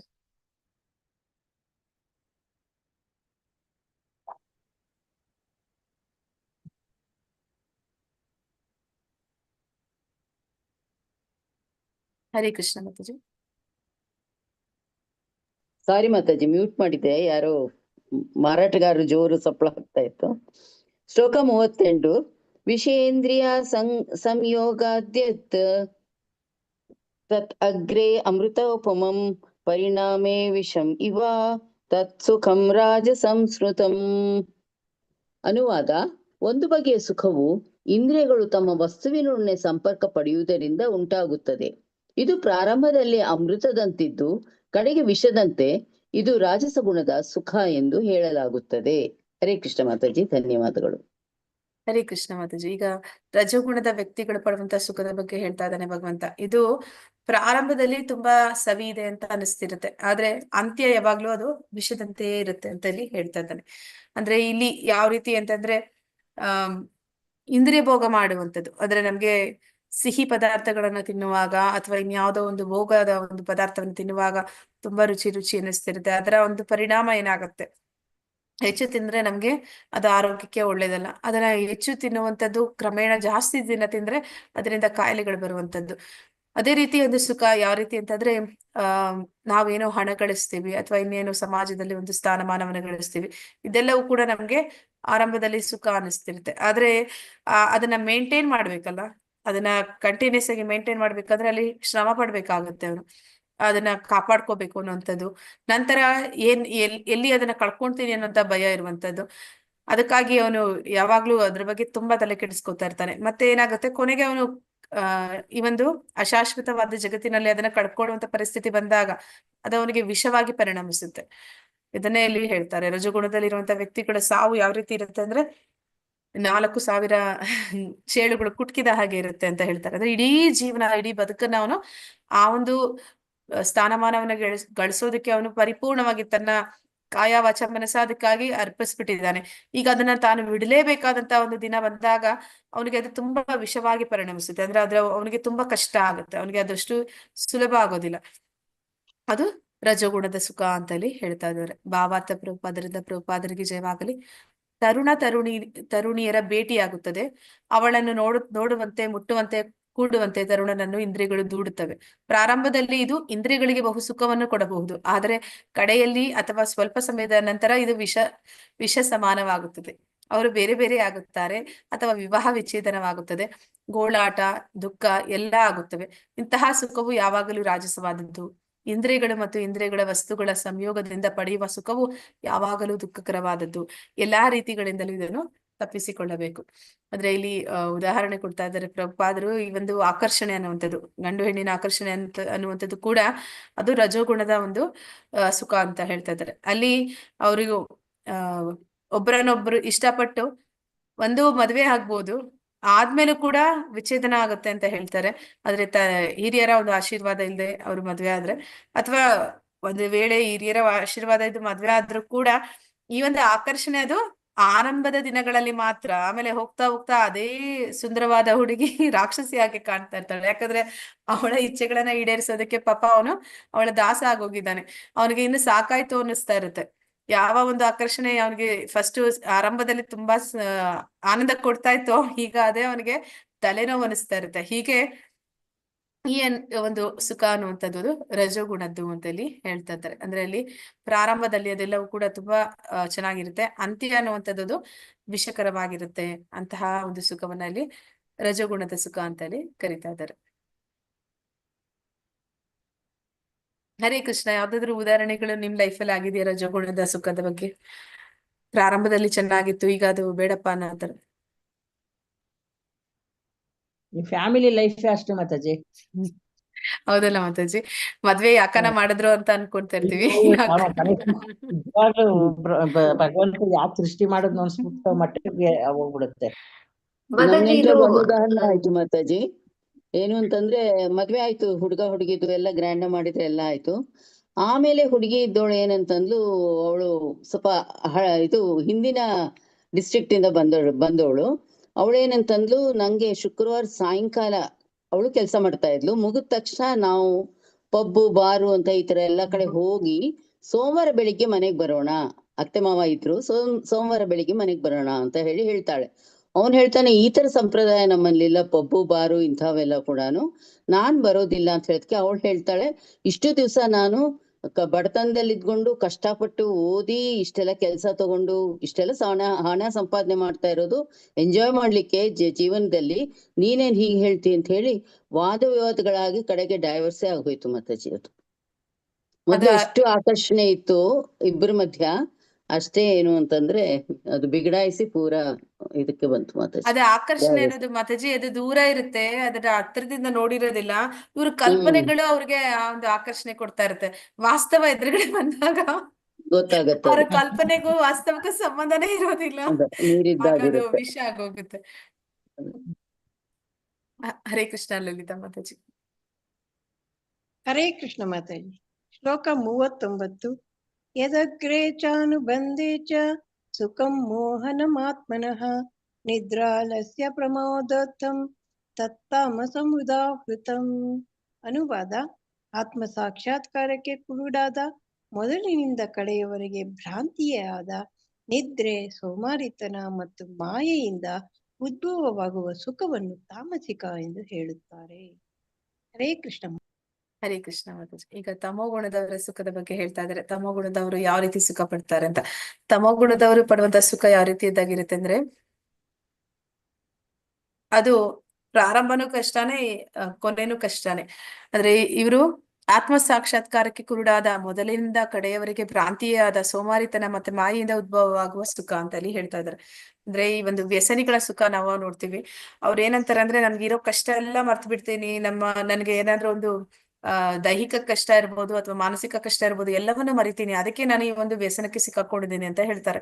ಅಂದ್ರೆ ಒಂದು ಮದ್ಯಪಾನ ಮಾಡುವಂತದ್ದಿರ್ಬೋದು ಅಥವಾ ಮಾದಕ ದ್ರವ್ಯಗಳನ್ನ ತಗೊಳ್ಳುವಂತವ್ರು ಇರ್ಬೋದು, ಅವ್ರಿಗೆ ಆ ಒಂದು ಕ್ಷಣ ಮಾತ್ರ ಅವರು ತನ್ನ ಒಂದು ಪರಿವೇ ಇರೋದಿಲ್ಲ, ದೇಹದ ಮೇಲೆ ಆಗ್ಲಿ ಈ ಒಂದು ಬದುಕಿನಲ್ಲಿ ಏನ್ ನಡೀತಿದೆ ಅದರ ಬಗ್ಗೆ ಅವ್ರಿಗೆ ಯಾವುದೇ ಒಂದು ಚಿಂತೆ ಇರೋದಿಲ್ಲ. ಆ ಕಾರಣಕ್ಕೆ ಆ ಒಂದು ಅಲ್ಪ ಸುಖವನ್ನ ಅವರು ಬಯಸಿ ಇಂತಹ ಒಂದು ಕಾರ್ಯಗಳಲ್ಲಿ ತೊಡಗ್ತಾರೆ. ಆದ್ರೆ ಅದು ಯಾವ ರೀತಿ ಇರುತ್ತೆ ಅಂತಂದ್ರೆ, ಸ್ಟಾರ್ಟಿಂಗ್ ಅಲ್ಲಿ ಅವ್ರಿಗೆ ಅವ್ರ ಹತ್ರ ಇರೋ ಒಂದು ಹಣವನ್ನ ಅವ್ರು ಕಳ್ಕೊತಾರೆ. ಮತ್ತೆ ಹಣವನ್ನ ಕಳ್ಕೊಂಡ್ಮೇಲೆ ಏನ್ ಮಾಡ್ತಾರೆ, ಅದಕ್ಕಾಗಿ ಅವರು ಬೇಡದ ಕಾರ್ಯಗಳಲ್ಲಿ ತೊಡಗ್ತಾರೆ. ಮತ್ತೆ ಯಾವಾಗ ಅವ್ರ ಮೈ ಮೇಲೆ ಪರಿವೇ ಇಲ್ದಿರ ಆಗ್ತಾರೆ, ಆಮೇಲೆ ಅವರು ಏನ್ ಮಾಡ್ತಾರೆ ಅನ್ನೋಂಥದ್ದು ಗೊತ್ತಿಲ್ಲ. ಆದ್ರೆ ಅವರ ಸುತ್ತಮುತ್ತ ಇರುವಂತಹ ಸಮಾಜ ಅಥವಾ ಜನರ ಮೇಲೆ ಅವರು ಹಿಂಸೆನೆ ಮಾಡ್ತಾ ಇರ್ಬೋದು, ಅದು ಕೂಡ ಅವರಿಗೆ ಯಾವುದೇ ಜ್ಞಾನ ಇರೋದಿಲ್ಲ. ಇಂತಹ ಒಂದು ಸುಖ ಅನ್ನುವಂಥದ್ದು, ಅಲ್ಪ ಸುಖ ಅನ್ನುವಂಥದ್ದು, ಅದು ವಾಸ್ತವದಲ್ಲಿ ಪ್ರಾರಂಭದಿಂದ ಕೊನೆಯವರೆಗೂ ಯಾವುದೇ ಸುಖ ಅಲ್ಲ ಅಂತಾರೆ. ಅಂದ್ರೆ ಅವ್ರು ಮಾಡಿದ ಒಂದು ಹಿಂಸೆಯಿಂದ ಅವ್ರಿಗೆ ಕಾನೂನಿನ ಕಡೆಯಿಂದ ಕೂಡ ಅವ್ರಿಗೆ ಶಿಕ್ಷೆ ಆಗುತ್ತೆ. ಮತ್ತೆ ಅವರು ಮಾಡಿದ ಕರ್ಮಕ್ಕೆ ನರಕಗಳಿಗೆ ಯಮದೂತರ ಕರ್ಕೊಂಡೋಗಿ ಅವ್ರಿಗೆ ಎಂತಹ ಒಂದು ಶಿಕ್ಷೆಗಳನ್ನ ಕೊಡ್ತಾರೆ ಅಂತ ಹೇಳ್ತಾರೆ. ಗರುಡ ಪುರಾಣದಲ್ಲಿ ಬರುತ್ತೆ. ಅಂದ್ರೆ ಅವ್ರಿಗೆ ಈ ಒಂದು ಮದ್ಯಪಾನ ಮಾಡುವವರಿಗೆ ಕಬ್ಬಿಣವನ್ನ ಕಾಯಿಸಿ ಕುಡಿಸ್ತಾರೆ ಅಂತ ಹೇಳ್ತಾರೆ. ಮತ್ತೆ ಯಾರು ಅಂತಹ ಒಂದು ನರಕ ವೇದನೆಗಳನ್ನು ಕೂಡ ಅವರು ಅನುಭವಿಸ್ತಾರೆ. ಅಂದ್ರೆ ಪ್ರಾರಂಭದಿಂದ ಕೊನೆಯವರೆಗೆ ಏನು ಸುಖ ಅಂತ ಅವ್ರು ಅನ್ಕೋತಾ ಇದ್ದಾರೆ, ಅದು ವಾಸ್ತವದಲ್ಲಿ ದುಃಖನೇ ಆಗಿರುತ್ತೆ ಅನ್ನೋದನ್ನ ಅಲ್ಲಿ ಹೇಳ್ತಾ ಇದ್ದಾರೆ.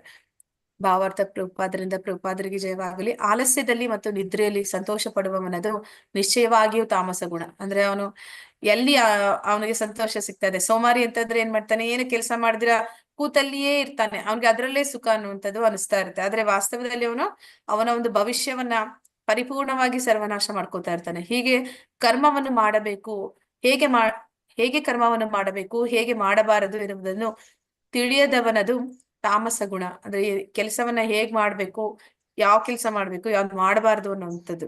ಮತ್ತೆ ತಾಮಸ ಗುಣದವನಿಗೆ ಎಲ್ಲವೂ ಮಾಯೆಯೇ, ಪ್ರಾರಂಭದಲ್ಲಿ ಆಗಲಿ ಮುಕ್ತಾಯದಲ್ಲಿ ಆಗಲಿ ಸುಖವಿಲ್ಲ. ರಾಜಸ ಗುಣದ ಮನುಷ್ಯನಿಗೆ ಪ್ರಾರಂಭದಲ್ಲಿ ಯಾವುದಾದರೂ ರೀತಿಯ ಕ್ಷಣಿಕ ಸಂತೋಷವಿರಬಹುದು, ಕಡೆಯಲ್ಲಿ ದುಃಖವೇ. ಆದರೆ ತಾಮಸ ಸ್ವಭಾವದವನಿಗೆ ಪ್ರಾರಂಭದಿಂದ ಕಡೆಯವರೆಗೂ ಸಂಕಟವೇ. ಅಂದ್ರೆ ಅವನು ಅನ್ಕೊಳ್ಳುವಂಥದ್ದು ಈ ಸುಖ ಅನ್ನುವಂಥದ್ದು, ಸೋಮಾರಿತನದಿಂದ ನಾ ಕೂತು ಕಾಲ ಕಳೀತಾ ಇದ್ದೀನಿ ಅನ್ನೋಂಥದ್ದು ಕೂಡ ಅವನಿಗೆ ಸುಖ. ಆದ್ರೆ ಅವನು ಕಾಲ ಏನಂತ ಹೇಳ್ತಾರೆ ಅಂದ್ರೆ, ಯಾರು ಕಾಲವನ್ನ ಕಳೀತಾರೆ ಅವರನ್ನ ಕಾಲ ಕಳೆದು ಬಿಡುತ್ತೆ ಅಂತ, ಅಂದ್ರೆ ಅವರನ್ನ ಕಾಲ ಕರ್ಕೊಂಡು ಹೋಗ್ಬಿಡುತ್ತೆ ಅಂತ. ಹಾಗೆ ಈ ತಮೋಗುಣದಲ್ಲಿರುವಂತಹ ವ್ಯಕ್ತಿ, ಅವನಿಗೆ ಈ ಒಂದು ಆಲಸ್ಯದಲ್ಲಿ ನಿದ್ರೆಯಲ್ಲಿ ಕೂಡ ಸಂತೋಷ ಸಿಗ್ತಿದೆ, ಅಥವಾ ಇನ್ಯಾವುದೋ ಒಂದು ವ್ಯಸನದಲ್ಲಿ ಕೂಡ ಅವನಿಗೆ ಸಂತೋಷ ಸಿಗ್ತಿದೆ. ಆದ್ರೆ ಆ ಒಂದು ಸುಖ ಅನ್ನುವಂಥದ್ದು ನಿಜವಾದ ಸುಖ ಅಲ್ಲ. ಅಲ್ಲಿಂದ ಅವನು ಪ್ರಾರಂಭದಿಂದ ಕೊನೆಯವರೆಗೂ ಬರೀ ದುಃಖನೇ ಅನುಭವಿಸ್ತಾನೆ, ಸಂಕಟಗಳನ್ನೇ ಅನುಭವಿಸ್ತಾನೆ ಅಂತೇಳಿ ಹೇಳ್ತಾ ಇದ್ದಾರೆ. ಹರೇ ಕೃಷ್ಣ. 11 ಗಂಟೆ ಆಯ್ತು, ಇಲ್ಲಿಗೆ ನಿಲ್ಸಣ್ವಾ ಇಲ್ಲ ಈ ಶ್ಲೋಕ ಮಾಡಲ್ವಾ? ಹರೇ ಕೃಷ್ಣ. ಮಾಡ್ಬೇಡಿ ಮಾತಾಜಿ, 40ನೇದು. ಹಾ ಹೇಳ್ಬಿಡಿ ಮಾತಾಜಿ. ಭಾವಾರ್ಥ ಒಂದೇ ಲೈನ್ ಇದೆ, ಓದಿ ಮಾತಾಜಿ. ಒಂದೇ. ಹರೇ ಕೃಷ್ಣ ಮಾತಾಜಿ. ಶ್ಲೋಕ 40. ನ ತದಸ್ತಿ ಪೃಥಿವ್ಯಾಂ ವಾ ದಿವಿ ದೇವೇಶು ವಾ ಪುನಃ ತತ್ವಂ ಪ್ರಕೃತಿರ್ಜೈಮುಕ್ತಂ ಯಥೇವಿ ಸ ತ್ರಿಭುರ್ಗುಣೈ. ಅನುವಾದ: ಈ ಲೋಕದಲ್ಲಾಗಲಿ ಮೇಲಿನ ಲೋಕವ್ಯೂಹಗಳ ದೇವತೆಗಳಲ್ಲಾಗಲಿ ಐಹಿಕ ಪ್ರಕೃತಿಯಿಂದ ಹುಟ್ಟಿದ ಈ 3 ಗುಣಗಳಿಂದ ಬಿಡುಗಡೆ ಹೊಂದಿದ ಜೀವಿ ಯಾರೂ ಇಲ್ಲ. ಹರೇ ಕೃಷ್ಣ ಮಾತಾಜಿ. ಹರೇ ಕೃಷ್ಣ ಮಾತಾಜಿ. ಅಂದ್ರೆ ಈಗ ಹೇಳ್ತಾ ಇದ್ದಾರೆ, ಅಂದ್ರೆ ಈ ಬ್ರಹ್ಮಾಂಡದಲ್ಲಿ, ಇಡೀ ಒಂದು ಬ್ರಹ್ಮಾಂಡದಲ್ಲಿ 7 ಊರ್ಧ್ವ ಲೋಕಗಳು, 7 ಅಧೋಲೋಕಗಳಿದೆ. ಆ ಎಲ್ಲಾ ಲೋಕಗಳಲ್ಲೂ ಕೂಡ ಎಲ್ಲಾರು ಕೂಡ ಈ 3 ಗುಣಗಳಲ್ಲಿಯೇ ಇದ್ದಾರೆ. ದೇವತೆಗಳು ಕೂಡ ಯಾವ ಗುಣದಲ್ಲಿ ಇದ್ದಾರೆ? ಹರೇ ಕೃಷ್ಣ. ಅವರು ಊರ್ಧ್ವ ಲೋಕದಲ್ಲಿ ಇದ್ದಾರೆ ಮಾತಾಜಿ, ಸ್ವರ್ಗ ಅಲ್ಲ ಮಾತಾಜಿ, ಲೋಕಗಳಲ್ಲಿ ಇದ್ದಾರೆ. ಗುಣ ಯಾವ ಗುಣಕ್ಕೆ ಸೇರ್ತಾರೆ ಅಂತ? ಅವರು ಸಾತ್ವಿಕ ಗುಣಕ್ಕೂ. ಇವರೆಲ್ಲರೂ ಕೂಡ ಈ 3 ಗುಣಗಳಲ್ಲಿಯೇ ಇರುವ ಕಾರಣ ಎಲ್ಲರೂ ಕೂಡ ಬಂಧನದಲ್ಲಿಯೇ ಇದ್ದೀವಿ. ಆದ ಕಾರಣ ಇಲ್ಲಿ ಹೇಳ್ತಾ ಇದ್ದಾರೆ, ಯಾವ ಲೋಕಕ್ಕೆ ಹೋಗ್ಲಿ, ನಾವು ಯಾವುದೇ ಒಂದು ದೇಹವನ್ನೇ ಪಡೀಲಿ, ಈ 3 ಗುಣಗಳ ಒಂದು ಬಿಡುಗಡೆ ನಮ್ಗೆ ಆಗೋದಿಲ್ಲ. ವಿಶ್ವದ ಮೇಲೆ ಐಹಿಕ ಪ್ರಕೃತಿಯ ಗುಣತ್ರಯಗಳ ಒಟ್ಟು ಪ್ರಭಾವವನ್ನು ಇಲ್ಲಿ ಪ್ರಭುವು ಸಂಗ್ರಹವಾಗಿ ಹೇಳುತ್ತಾನೆ. ಅಂದ್ರೆ ಇಲ್ಲಿ ಪರಿಪೂರ್ಣವಾಗಿ ಹೇಳ್ತಾ ಇದ್ದಾನೆ. ಈ ಎಲ್ಲಾ ಒಂದು ಕೋಳ, ಚಿನ್ನದ ಕೋಳ, ಬೆಳ್ಳಿಯ ಕೋಳ ಅಥವಾ ಕಬ್ಬಿಣದ ಕೋಡ. ಕಬ್ಬಿಣದ ಕೋಡ. ಯಾವ್ದು ಕೋಡ ನಿಮ್ಗೆ ಇಷ್ಟ ಅಂತಂದ್ರೆ ಮೂರ್ಖರು ಹೇಳ್ತಾರೆ ನನ್ಗೆ ಚಿನ್ನದ ಕೋಡ ಬೇಕು. ಹೌದು ಚಿನ್ನದ ಮಾತಾಜಿ. ಕೋಡ ಬೇಕು. ಸ್ವರ್ಗಕ್ಕೆ ಎಲ್ಲರದು ಒಂದು ಈ ಒಂದು ಕಲ್ಪನೆ ಎಲ್ಲಿವರೆಗೂ ಇದೆ ಅಂತಂದ್ರೆ ಭೌತಿಕವಾಗಿ ರಜೋಗುಣ ತಮೋಗುಣದವರಿಗೆ ಕೂಡ ಇರುತ್ತೆ. ಅಂದ್ರೆ ನಾನು ಸ್ವರ್ಗಕ್ಕೆ ಹೋಗ್ಬೇಕು, ಸ್ವರ್ಗಕ್ಕೆ ಅಂದ್ರೆ ಆ ಚಿನ್ನದ ಕೋಡ ಬಿದ್ರೆ ನನ್ಗೆ ತುಂಬಾ ಸಂತೋಷ ಅಂತ. ಅಂದ್ರೆ ಅದು ಕೋಳ ಅನ್ನುವಂತಹ ಒಂದು ಪರಿಜ್ಞಾನ ಅವ್ರಿಗೆ ಇಲ್ಲ, ಅದು ಚಿನ್ನ ಅಂತಷ್ಟೇ ಭಾವಿಸ್ತಾರೆ. ಹಾಗೆ ಅವರು ಮತ್ತೆ ಅಲ್ಲಿ ಹೋಗಿ ಏನಾಗುತ್ತೆ, ಎಷ್ಟು ಕಾಲ ಇರೋದಕ್ಕೆ ಸಾಧ್ಯ, ಅದು ಮುಗಿದ ಮೇಲೆ ಮತ್ತೆ ಅವರು ಇಳಿದು ಬರಬೇಕಾಗತ್ತೆ. ಮತ್ತೆ ಇಲ್ಲಿ ಬಂದು ಮತ್ತೆ ತಿರುಗಿ ಬೇರೆ ಬೇರೆ ಬೇರೆ ಒಂದು ದೇಹವನ್ನ ಪಡೆದು ಬೇರೆ ಬೇರೆ ಜನ್ಮಗಳಲ್ಲಿ ಅವರು ಬೇರೆ ಬೇರೆ ಕರ್ಮಗಳಿಗೆ ಅನುಗುಣವಾಗಿ ಮತ್ತೆ ಮತ್ತೆ ಅವರು ಹುಟ್ಟಿ ಸಾಯ್ತಾನೆ ಇರ್ತಾರೆ. ಆ ಸ್ವರ್ಗ ಅನ್ನುವಂಥದ್ದು ಅಲ್ಲಿ ಶಾಶ್ವತವಾಗಿ ಅವರಲ್ಲಿ ಇರೋದಿಲ್ಲ. ಅಲ್ಲೂ ಕೂಡ ಅವರು ಸುಖ ಅನ್ನುವಂಥದ್ದು ಇಲ್ಲಿಗಿಂತ ಹೆಚ್ಚು ಇಂದ್ರಿಯ ಸುಖವನ್ನ ಅವರಲ್ಲಿ ಅನುಭವಿಸಿದ್ರು ಕೂಡ ಅದನ್ನ ಅವರು ಕಳೆದ ನಂತರ ಇಲ್ಲಿಗೆ ವಾಪಸ್ ಬರ್ಲೇಬೇಕಾಗುತ್ತೆ. ಆದ ಕಾರಣ ಆ ಬ್ರಹ್ಮ ಭುವನಾಲೋಕ ಪುನರಾವರ್ತಿನೋ ಅರ್ಜುನ, ಈ ಒಂದು ಇಡೀ ಬ್ರಹ್ಮಾಂಡ ಏನಿದೆ ಅದು ನಮ್ಮನ್ನ ಬಂಧನದಲ್ಲಿ ಮಾತ್ರನೇ ಇರಿಸಿದೆ. ಆ ಬಂಧನಕ್ಕೆ ಈ 3 ಗುಣಗಳೇ ಮೂಲ ಕಾರಣ ಆಗ್ತಿದೆ. ಅದನ್ನ ಇಲ್ಲಿ ಭಗವಂತ ಸಮಗ್ರವಾಗಿ ಹೇಳ್ತಾ ಇದ್ದಾನೆ, ಸಂಗ್ರಹವಾಗಿ ಹೇಳ್ತಾ ಇದ್ದಾನೆ ಅಂತಲ್ಲಿ ಹೇಳ್ತಾ ಇದ್ದಾರೆ. ಇಲ್ಲಿಗೆ ಇವತ್ತಿಂದ ಮುಗಿಸೋಣ. ವಾಂಛಾಕಲ್ಪತರುಶ್ಚ ಕೃಪಾ ಸಿಂಧುಭ್ಯ ಏವ ಚ ಪತಿತನಾಂ ಪಾವನೇಭ್ಯೋ ವೈಷ್ಣವೇಭ್ಯೋ ನಮೋ ನಮಃ. ಅನಂತ ಕೋಟಿ ವೈಷ್ಣವರಿಂದ ಕಿ ಜೈ. ನಾಮಾಚಾರ್ಯ ಹರಿದಾಸ್ ಠಾಕೂರ್ ಕಿ ಜೈ. ಇಲ್ಲಿ ನೆರೆದಿರುವಂತಹ ಎಲ್ಲ ಭಕ್ತರಿಗೂ ಜೈ. ಹರಿ ಕೃಷ್ಣ. ಇವಾಗ ಇಲ್ಲಿವರೆಗೂ ನಾವು ಏನು ಇವತ್ತಿಂದ ಒಂದು ಶ್ಲೋಕಗಳನ್ನ ನೋಡಿದ್ವಿ. ಇದನ್ನ ನಾವು ಆ ಲೆವೆಲ್ 1 ಅಲ್ಲಿ ಮಾರ್ಕ್ಸ್ ಕೊಡಿ ಅಂತ ಹೇಳ್ತಾರೆ. ನೀವ್ ಯಾವ ಗುಣದಲ್ಲಿದ್ದೀರಿ, ನೀವ್ ಯಾವ ರೀತಿ ಸ್ವಭಾವದಲ್ಲಿದ್ದೀರಿ ಅಂತ. ಹರೇ ಕೃಷ್ಣ. ಈಗ ನಾವು ಅದನ್ನ ಮಾಡಿದಿದ್ರೆ ಗೊತ್ತಾಗ್ತಿತ್ತು ಅನ್ಸುತ್ತೆ ನಾವು ಯಾವ ಗುಣದಲ್ಲಿದ್ದೀವಿ, ನಾವೆಲ್ಲರೂ ಕೂಡ ಯಾವ ರೀತಿ ಅಂದ್ರೆ ನಮ್ಮ ಒಂದು ಯಾವ ಗುಣದ ಪ್ರಭಾವದಲ್ಲಿ ನಾವು ಎಲ್ಲಾ ಬುದ್ಧಿ ಜ್ಞಾನವನ್ನ ಹೊಂದಿದೀವಿ ಮತ್ತೆ ಕೆಲಸಗಳನ್ನ ಮಾಡ್ತಾ ಇದೀವಿ ಅಂತ. 3 ಗುಣನೂ ಇರುತ್ತೆ ಮಾತಾಜಿ. ನಾವು ಅತಿ ಹೆಚ್ಚಾಗಿ ಅಂದ್ರೆ ಶನಿವಾರ ಭಾನುವಾರ ಈ ರೀತಿ ಬಂದ್ರೆ ಸಾಮಾನ್ಯವಾಗಿ ತಮೋ ಗುಣಕ್ಕೆನೆ ಬಂದ್ಬಿಡ್ತೀವಿ ಮಾತಾಜಿ. ಅದು ನಿಜ ಮಾತಾಜಿ. ಅದಕ್ಕೆ ನನ್ಗೆ ಲೆವೆಲ್ 1 ಕ್ಲಾಸಸ್ ಕೊಟ್ರೆ ನನಗೆ ಅಯ್ಯೋ ಶನಿವಾರ ಭಾನುವಾರ ಯಾಕಪ್ಪ ಬರುತ್ತೆ, ಹಂಗೆ ಫುಲ್ ಜನ ಕಡಿಮೆ ಆಗಿ ಹೋಗ್ತಾರೆ ಮಾತಾಜಿ. ಅಂದ್ರೆ ಇಡೀ ಅವ್ರಿಗೆ ಭೂಮಿನೇ ವಾತಾವರಣನೇ ಶನಿವಾರ ಭಾನುವಾರ ಅಂದ್ರೆ ರಜಾ ಮಜಾ ಇದೇ ಆಗ್ಬಿಟ್ಟಿದೆ ಮಾತಾಜಿ. ಅದು ತಮೋ ಗುಣಕ್ಕೆ ತಿರುಗ್ತಾ ಇದೆ ಭೂಮಿನೇ ಶನಿವಾರ ಭಾನುವಾರ ಬಂದ್ರೆ. ಅವ್ನ ಮತ್ತೆ ಸೋಮವಾರಕ್ಕೆ ನಾನು ಕರ್ಕೊಬರಷ್ಟರಲ್ಲಿ ಅರ್ಧ ಕ್ಲಾಸ್ ಖಾಲಿನೇ ಆಗೋಗಿರುತ್ತೆ. ನಿಜ ಮಾತಾಜಿ. ಅವ್ರಿಗೆ ಮತ್ ವಾಪಸ್ ಬರಕ್ಕೆ ಮನ್ಸೇ ಆಗೋದಿಲ್ಲ. ಅಂದ್ರೆ ಅಷ್ಟೊಂದು ಪ್ರಭಾವ ಇರುತ್ತೆ ಅದ್ರದ್ದು. ಕಣ್ಣೆಲ್ಲ ಒಂಥರ ಏನೋ ನಿದ್ದೆ ಎಳಿತಾ ಇದ್ದಂಗ ಅನ್ಸುತ್ತೆ ಮಾತಾಜಿ. ಸೋಮಾರಿಗಳು ತಮೋಗುಣ, ಫುಲ್ ತಮೋಗುಣ. ಆದ್ರೆ ಇವತ್ತು ನಾನು ಫುಲ್ ರೆಸ್ಟ್ ತಗೋಬೇಕು. ನಾನು ಯಾರೇನ್ ಕೇಳ್ಬಿಡಿ, ಸೋಮವಾರ ಮತ್ತೆ ವಾಪಸ್ ಬರ್ತೀನಿ, ಅಲ್ಲಿವರೆಗೂ ನನ್ನ ಬಿಟ್ಟು ಬಿಡಿ. ಆದ್ರೆ ನೀವೆಲ್ಲರೂ ಇಷ್ಟು ಬೆಳಗ್ಗೆ ಆದ್ರೆ ಭಾನುವಾರ ಇದ್ರು ಕೂಡ ಬಂದು ಕೂತಿದ್ದಕ್ಕೆ ತುಂಬಾ ತುಂಬಾ ಧನ್ಯವಾದಗಳು. 2 ಗಂಟೆ ಅದೇನು ನಿಮ್ಗೆ ಬೇಸರ ಆಗುತ್ತೋ ಪಾಪ, ಏನಾಗುತ್ತೆ ಅಂತ ನನಗೆ ಇಲ್ಲ ಗೊತ್ತಿಲ್ಲ. ಮಾತಾಜಿ, ಇದು ರುಚಿ ಇದೆ ಮಾತಾಜಿ. ನಮ್ಗೆ ರುಚಿ ಇರೋದ್ರಿಂದಲೇ ಬರ್ತಾ ಇದೀವಿ. ಶಾಸ್ತ್ರಿ ಕ್ಲಾಸ್ ನಡೀತಿರೋದೇ ಭಾನುವಾರ, ಹಂಗಾಗಿ ಅದಕ್ಕೆ ಅಭ್ಯಾಸ ಆಗ್ಬಿಟ್ಟಿದೆ. ಆದ್ರೂ ಕೂಡ 10 ನಿಮಿಷ ಮಧ್ಯೆ ಬಂದ್ ಕೂತಿರ್ತೀವಿ ಮಾತಾಜಿ. ಅಷ್ಟು ಇಂಟ್ರೆಸ್ಟ್ ಇದೆ. ಚೆನ್ನಾಗಿದೆ. ಮಾತಾಜಿ ಖುಷಿ 8:45ಗೆ ಕೂತ್ಕೊಂಡ್ಬಿಡ್ತೀವಿ. ಮಾತಾಜಿ ನಂಗಿದು ನಿಮ್ದು ಇದು ಕಳಿಸ್ತೀರಾ ಮಾತಾಜಿ? ಇದು ಅಸೈನ್ಮೆಂಟ್ ಮತ್ತೆ ಶ್ಲೋಕಾಸ್ ಕಳಿಸ್ಬೇಕು Mataji, email ID. Mataji group ಅಲ್ಲಿ ಮತ್ತೆ ಆಗ್ತೀನಿ ಮಾತಾಜಿ. ನಾನು ಗ್ರೂಪ್ ಅಲ್ಲಿ ಮತ್ತೆ ಆಗ್ತೀನಿ.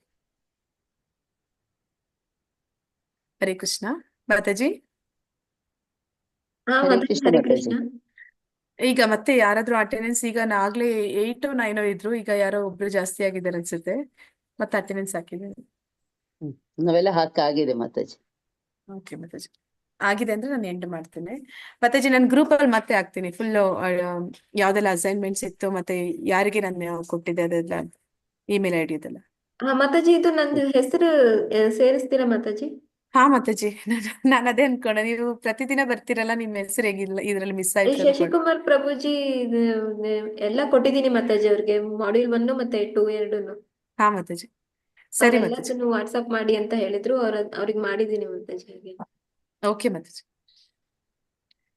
ಸೊ ಎಲ್ಲರಿಗೂ ತುಂಬಾ ತುಂಬಾ ಧನ್ಯವಾದಗಳು. ಹರೇ ಕೃಷ್ಣ. ಹರೇ ಕೃಷ್ಣ ಮಾತಾಜಿ. ಹರೇ ಕೃಷ್ಣ ಮಾತಾಜಿ, ಧನ್ಯವಾದಗಳು. ಧನ್ಯವಾದಗಳು ಮಾತಾಜಿ. ಹರೇ ಕೃಷ್ಣ. ನೀವ್ ಇದಕ್ ಬೇರೆ ಹೋಗ್ಬೇಕೇನಲ್ವ ನಮ್ಮ ಮಾತಾಜಿ, ಎಲ್ಲಿ ದೀಕ್ಷೆಗೆ? ಅದೇ ಮಾತಾಜಿ, ನನ್ಗೆ 31st ಮಾರ್ಚ್ ಅಂತ ಹೇಳಿದ್ದಾರೆ. ನಾನು ಅದಕ್ಕೆ ಮಾರ್ಚ್ ಎಂಡ್ ಅಲ್ಲಿ ಎಕ್ಸಾಮ್ ಅಂದ್ರೆ ನೋಡೋಣ ಅಂತ ಇದ್ದೀನಿ. ಆದ್ರೆ ಅದು ಕನ್ಫರ್ಮ್ ಇಲ್ಲ ಮಾತಾಜಿ, ಅವರು ಕನ್ಫರ್ಮ್ ಕೂಡ ಇನ್ನ ಮಾಡಿಲ್ಲ. ನನ್ನ ಬುಕ್ ಮಾಡೋಣ ಅಂದ್ರೆ, ಇಲ್ಲಾಂದ್ರೆ ನಾ ಹೇಳ್ಬಿಟ್ಟಿರ್ತಾ ಇದೆ ಯಾವ ಡೇಟ್ ಅಂತ. ಹಂಗಾದ್ರೆ April 1st week ಮಾಡಿ ಮಾತಾಜಿ, ತೊಂದ್ರೆ ಇಲ್ಲ ಎಕ್ಸಾಮ್. ಸರಿ ಮಾತಾಜಿ. ಅಷ್ಟೇ. ಓಕೆ ಮಾತಾಜಿ, ಹೋಗ್ ಬನ್ನಿ. ಹರೇ ಕೃಷ್ಣ ಮಾತಾಜಿ. ಹರೇ ಸೆಕೆಂಡ್ ಕೃಷ್ಣ. ಏಪ್ರಿಲ್ 2 ಫಿಕ್ಸ್ ಮಾಡಿ. ಅದೇ ಬೆಸ್ಟ್ ಏಪ್ರಿಲ್ ಅದು, ಓಕೆ ಮಾತಾಜಿ. ಸೆಕೆಂಡ್. ಹ್ಮ್. ನಾವು ಒಂದು ಟೂರ್ ಹೋಗ್ತಾ ಇದ್ದೀನಿ ಇರೋದಿಲ್ಲ. ಹೌದಾ ಮಾತಾಜಿ? ಅದೇ ಹಾಲಿಡೇಸ್ ಇನ್ನ ಸ್ಟಾರ್ಟ್ ಆಯ್ತಲ್ಲ, ಎಲ್ಲಾರ್ದು ಅದೇ. ಬ್ಯುಸಿ ಆಗೋಗುತ್ತೆ ಶೆಡ್ಯೂಲು. ಮಾತಾಡಿ ಒಂಥರ ಟೂರಿಸಂ ಡಿಪಾರ್ಟ್ಮೆಂಟ್ ಇದ್ದಂಗೆ. ಅದು ವೆನ್ಸ್ಡೇ ಆಗತ್ತೆ, ಏಪ್ರಿಲ್ 2. ಹೌದಾ ಮಾತಾಜಿ? ಹೌದು. ನೋಡೋಣ ಮಾತಾಜಿ ಯಾವಾಗ ಬರುತ್ತೆ ಅಂತ. ಸೆಕೆಂಡ್ ವೆನ್ಸ್ಡೇ ಆಗತ್ತೆ. 6th ಬರುತ್ತೆ ರಾಮನವಮಿ. ಓ 6th ಏಪ್ರಿಲ್ ಅವಾಗಲೇ ಇದ್ರೆ ರಾಮನವಮಿ. ಕಷ್ಟ ಇನ್ನ. ಸೆಕೆಂಡ್ ವೀಕ್ ಸರೋಗತ್ತೆ. ಸೆಕೆಂಡ್ ವೀಕ್ ಅಂದ್ರೆ 13th ಆಗತ್ತೆ. ನೋಡ್ತೀನಿ ಮಾತಾಜಿ, ನೋಡೋಣ ಯಾವಾಗ ಬರುತ್ತೆ ಅಂತ. ಅಂದ್ರೆ ಮಲ್ಲಿಕಾ ಮಾತಾಜಿ ಮಾತ್ರ ನನ್ಗೆ ಕೇಳ್ತಾನೆ ಇದ್ದಾರೆ, ಯಾವಾಗ ಕೊಡ್ತೀರಾ ನಿಮ್ ಕ್ಲಾಸ್ ಮುಗೀತಾ ಅಂತ. ಹೇಳಿ ಮಾತಾಜಿ, ನಾನ್ ನಿಧಾನವಾಗಿ ಹೇಳೋದು ಅವ್ರಿಗೆಲ್ಲ ಇಷ್ಟ ಆಗ್ತಾ ಇದೆ, ಚೆನ್ನಾಗಿ ಅರ್ಥ ಆಗ್ತಾ ಇದೆ ಅಂತಾರೆ. ಅವ್ರು ಫಾಸ್ಟ್ ಮಾಡ್ಲಿಕ್ಕೆ ಬಿಡ್ತಾ ಇಲ್ಲ ಸ್ಟೂಡೆಂಟ್ಸ್ ಅಂತ ಹೇಳ್ಬಿಡಿ, ನಮ್ಮೇಲೆ ಹಾಕ್ಬಿಡಿ. ನಮಗ್ ಸ್ಯಾಟಿಸ್ಫ್ಯಾಕ್ಷನ್ ಇದೆ ಮಾತಾಜಿ ತುಂಬಾ. ಇರ್ಬೇಕಲ್ಲ ಮಾತಾಜಿ, ಅದು ಇಂಪಾರ್ಟೆಂಟ್. ಸರಿ ಮಾತಾಜಿ. ಯಾಕಂದ್ರೆ ನಮ್ಗೆ ಇದೇನೋ ವರ್ತ್ ಅಂತ ಅನಿಸ್ತಾ ಇದೆ ಮಾತಾಜಿ. ನಾವು ಇದು ತುಂಬಾ ಒಂಥರ ಶಾಂತಿಯಿಂದ ಇದ್ದೀವಿ ಅದೊಂದೇ ಹೇಳ್ಕೊತಾ ಕಡೆ ಕ್ಲಾಸ್. ಅಧ್ಯಾಯ ಅಷ್ಟು ಸುಲಭ ಇಲ್ಲ ಮಾತಾಜಿ, ಅರ್ಥ ಮಾಡ್ಕೊಳ್ಳೋದು ಕಷ್ಟ ಇದೆ ಅದು. ಆಮೇಲೆ ಇದು ಮಾತಾಜಿ. ಭಗವದ್ಗೀತೆ ಕೊನೆ ಅಧ್ಯಾಯ ಒಂಥರ ಹಾ. ಸ್ವಲ್ಪ ಚೆನ್ನಾಗಿ ಯಾವಾಗ್ಲೂ ವಾರ ತುಂಬಾ ಪೂರ್ತಿ ಕಿವಿ ಇಂಪಾರ್ಟೆಂಟ್. ಒಳಗಡೆ ಇರುತ್ತೆ ಮಾತಾಜಿ. ನೀವು ಕೇಳಿದ್ದು ನೀವು ಹೇಳಿದ್ದೆಲ್ಲ. ಹೌದು. ಇದಕ್ಕಿಂತ ದೊಡ್ಡದು ಇನ್ನೇನು ಇಲ್ಲ. ಸುಮ್ನೆ ಬೇಗ ಬೇಗ ಮಾಡಿ ಏನ್ ಮಾಡ್ಬೇಕು ಮಾತಾಜಿ? ಎಲ್ಲಿಗೆ ಹೋಗ್ಬೇಕಾಗಿದೆ, ಏನ್ ಮಾಡ್ಬೇಕಾಗಿದೆ? ಹೌದು, ಅಷ್ಟೇ ಸರಿ ಮಾಡಿ Mataji. Mataji. Thank you Okay, so much. ಅವಸರ ಚೆನ್ನಾಗ್ ಅನ್ಸಲ್ಲ. ನಮ್ಮೇಲೆ ಹೇಳಿ ಮಾತಾಜಿ, ನೀವು ಅವಸರವಾಗಿ ಅದೇ. ಕೇಳೋದು ಆ ಬ್ಯಾಚ್ನವ್ರಿಗೆ ಒಂದ್ ಸ್ವಲ್ಪನೂ ಇಷ್ಟ ಆಗ್ತಾ ಇಲ್ಲ. ಅವಸರ ಮಾಡೋದವ್ರಿಗೆ ಹೇಳ್ಬಾರ್ದಂತೆ ಅಂತ. ಸರಿ ಸರಿ ಮಾತಾಜಿ, ಹಾಗೆ ಹೇಳ್ತೀನಿ.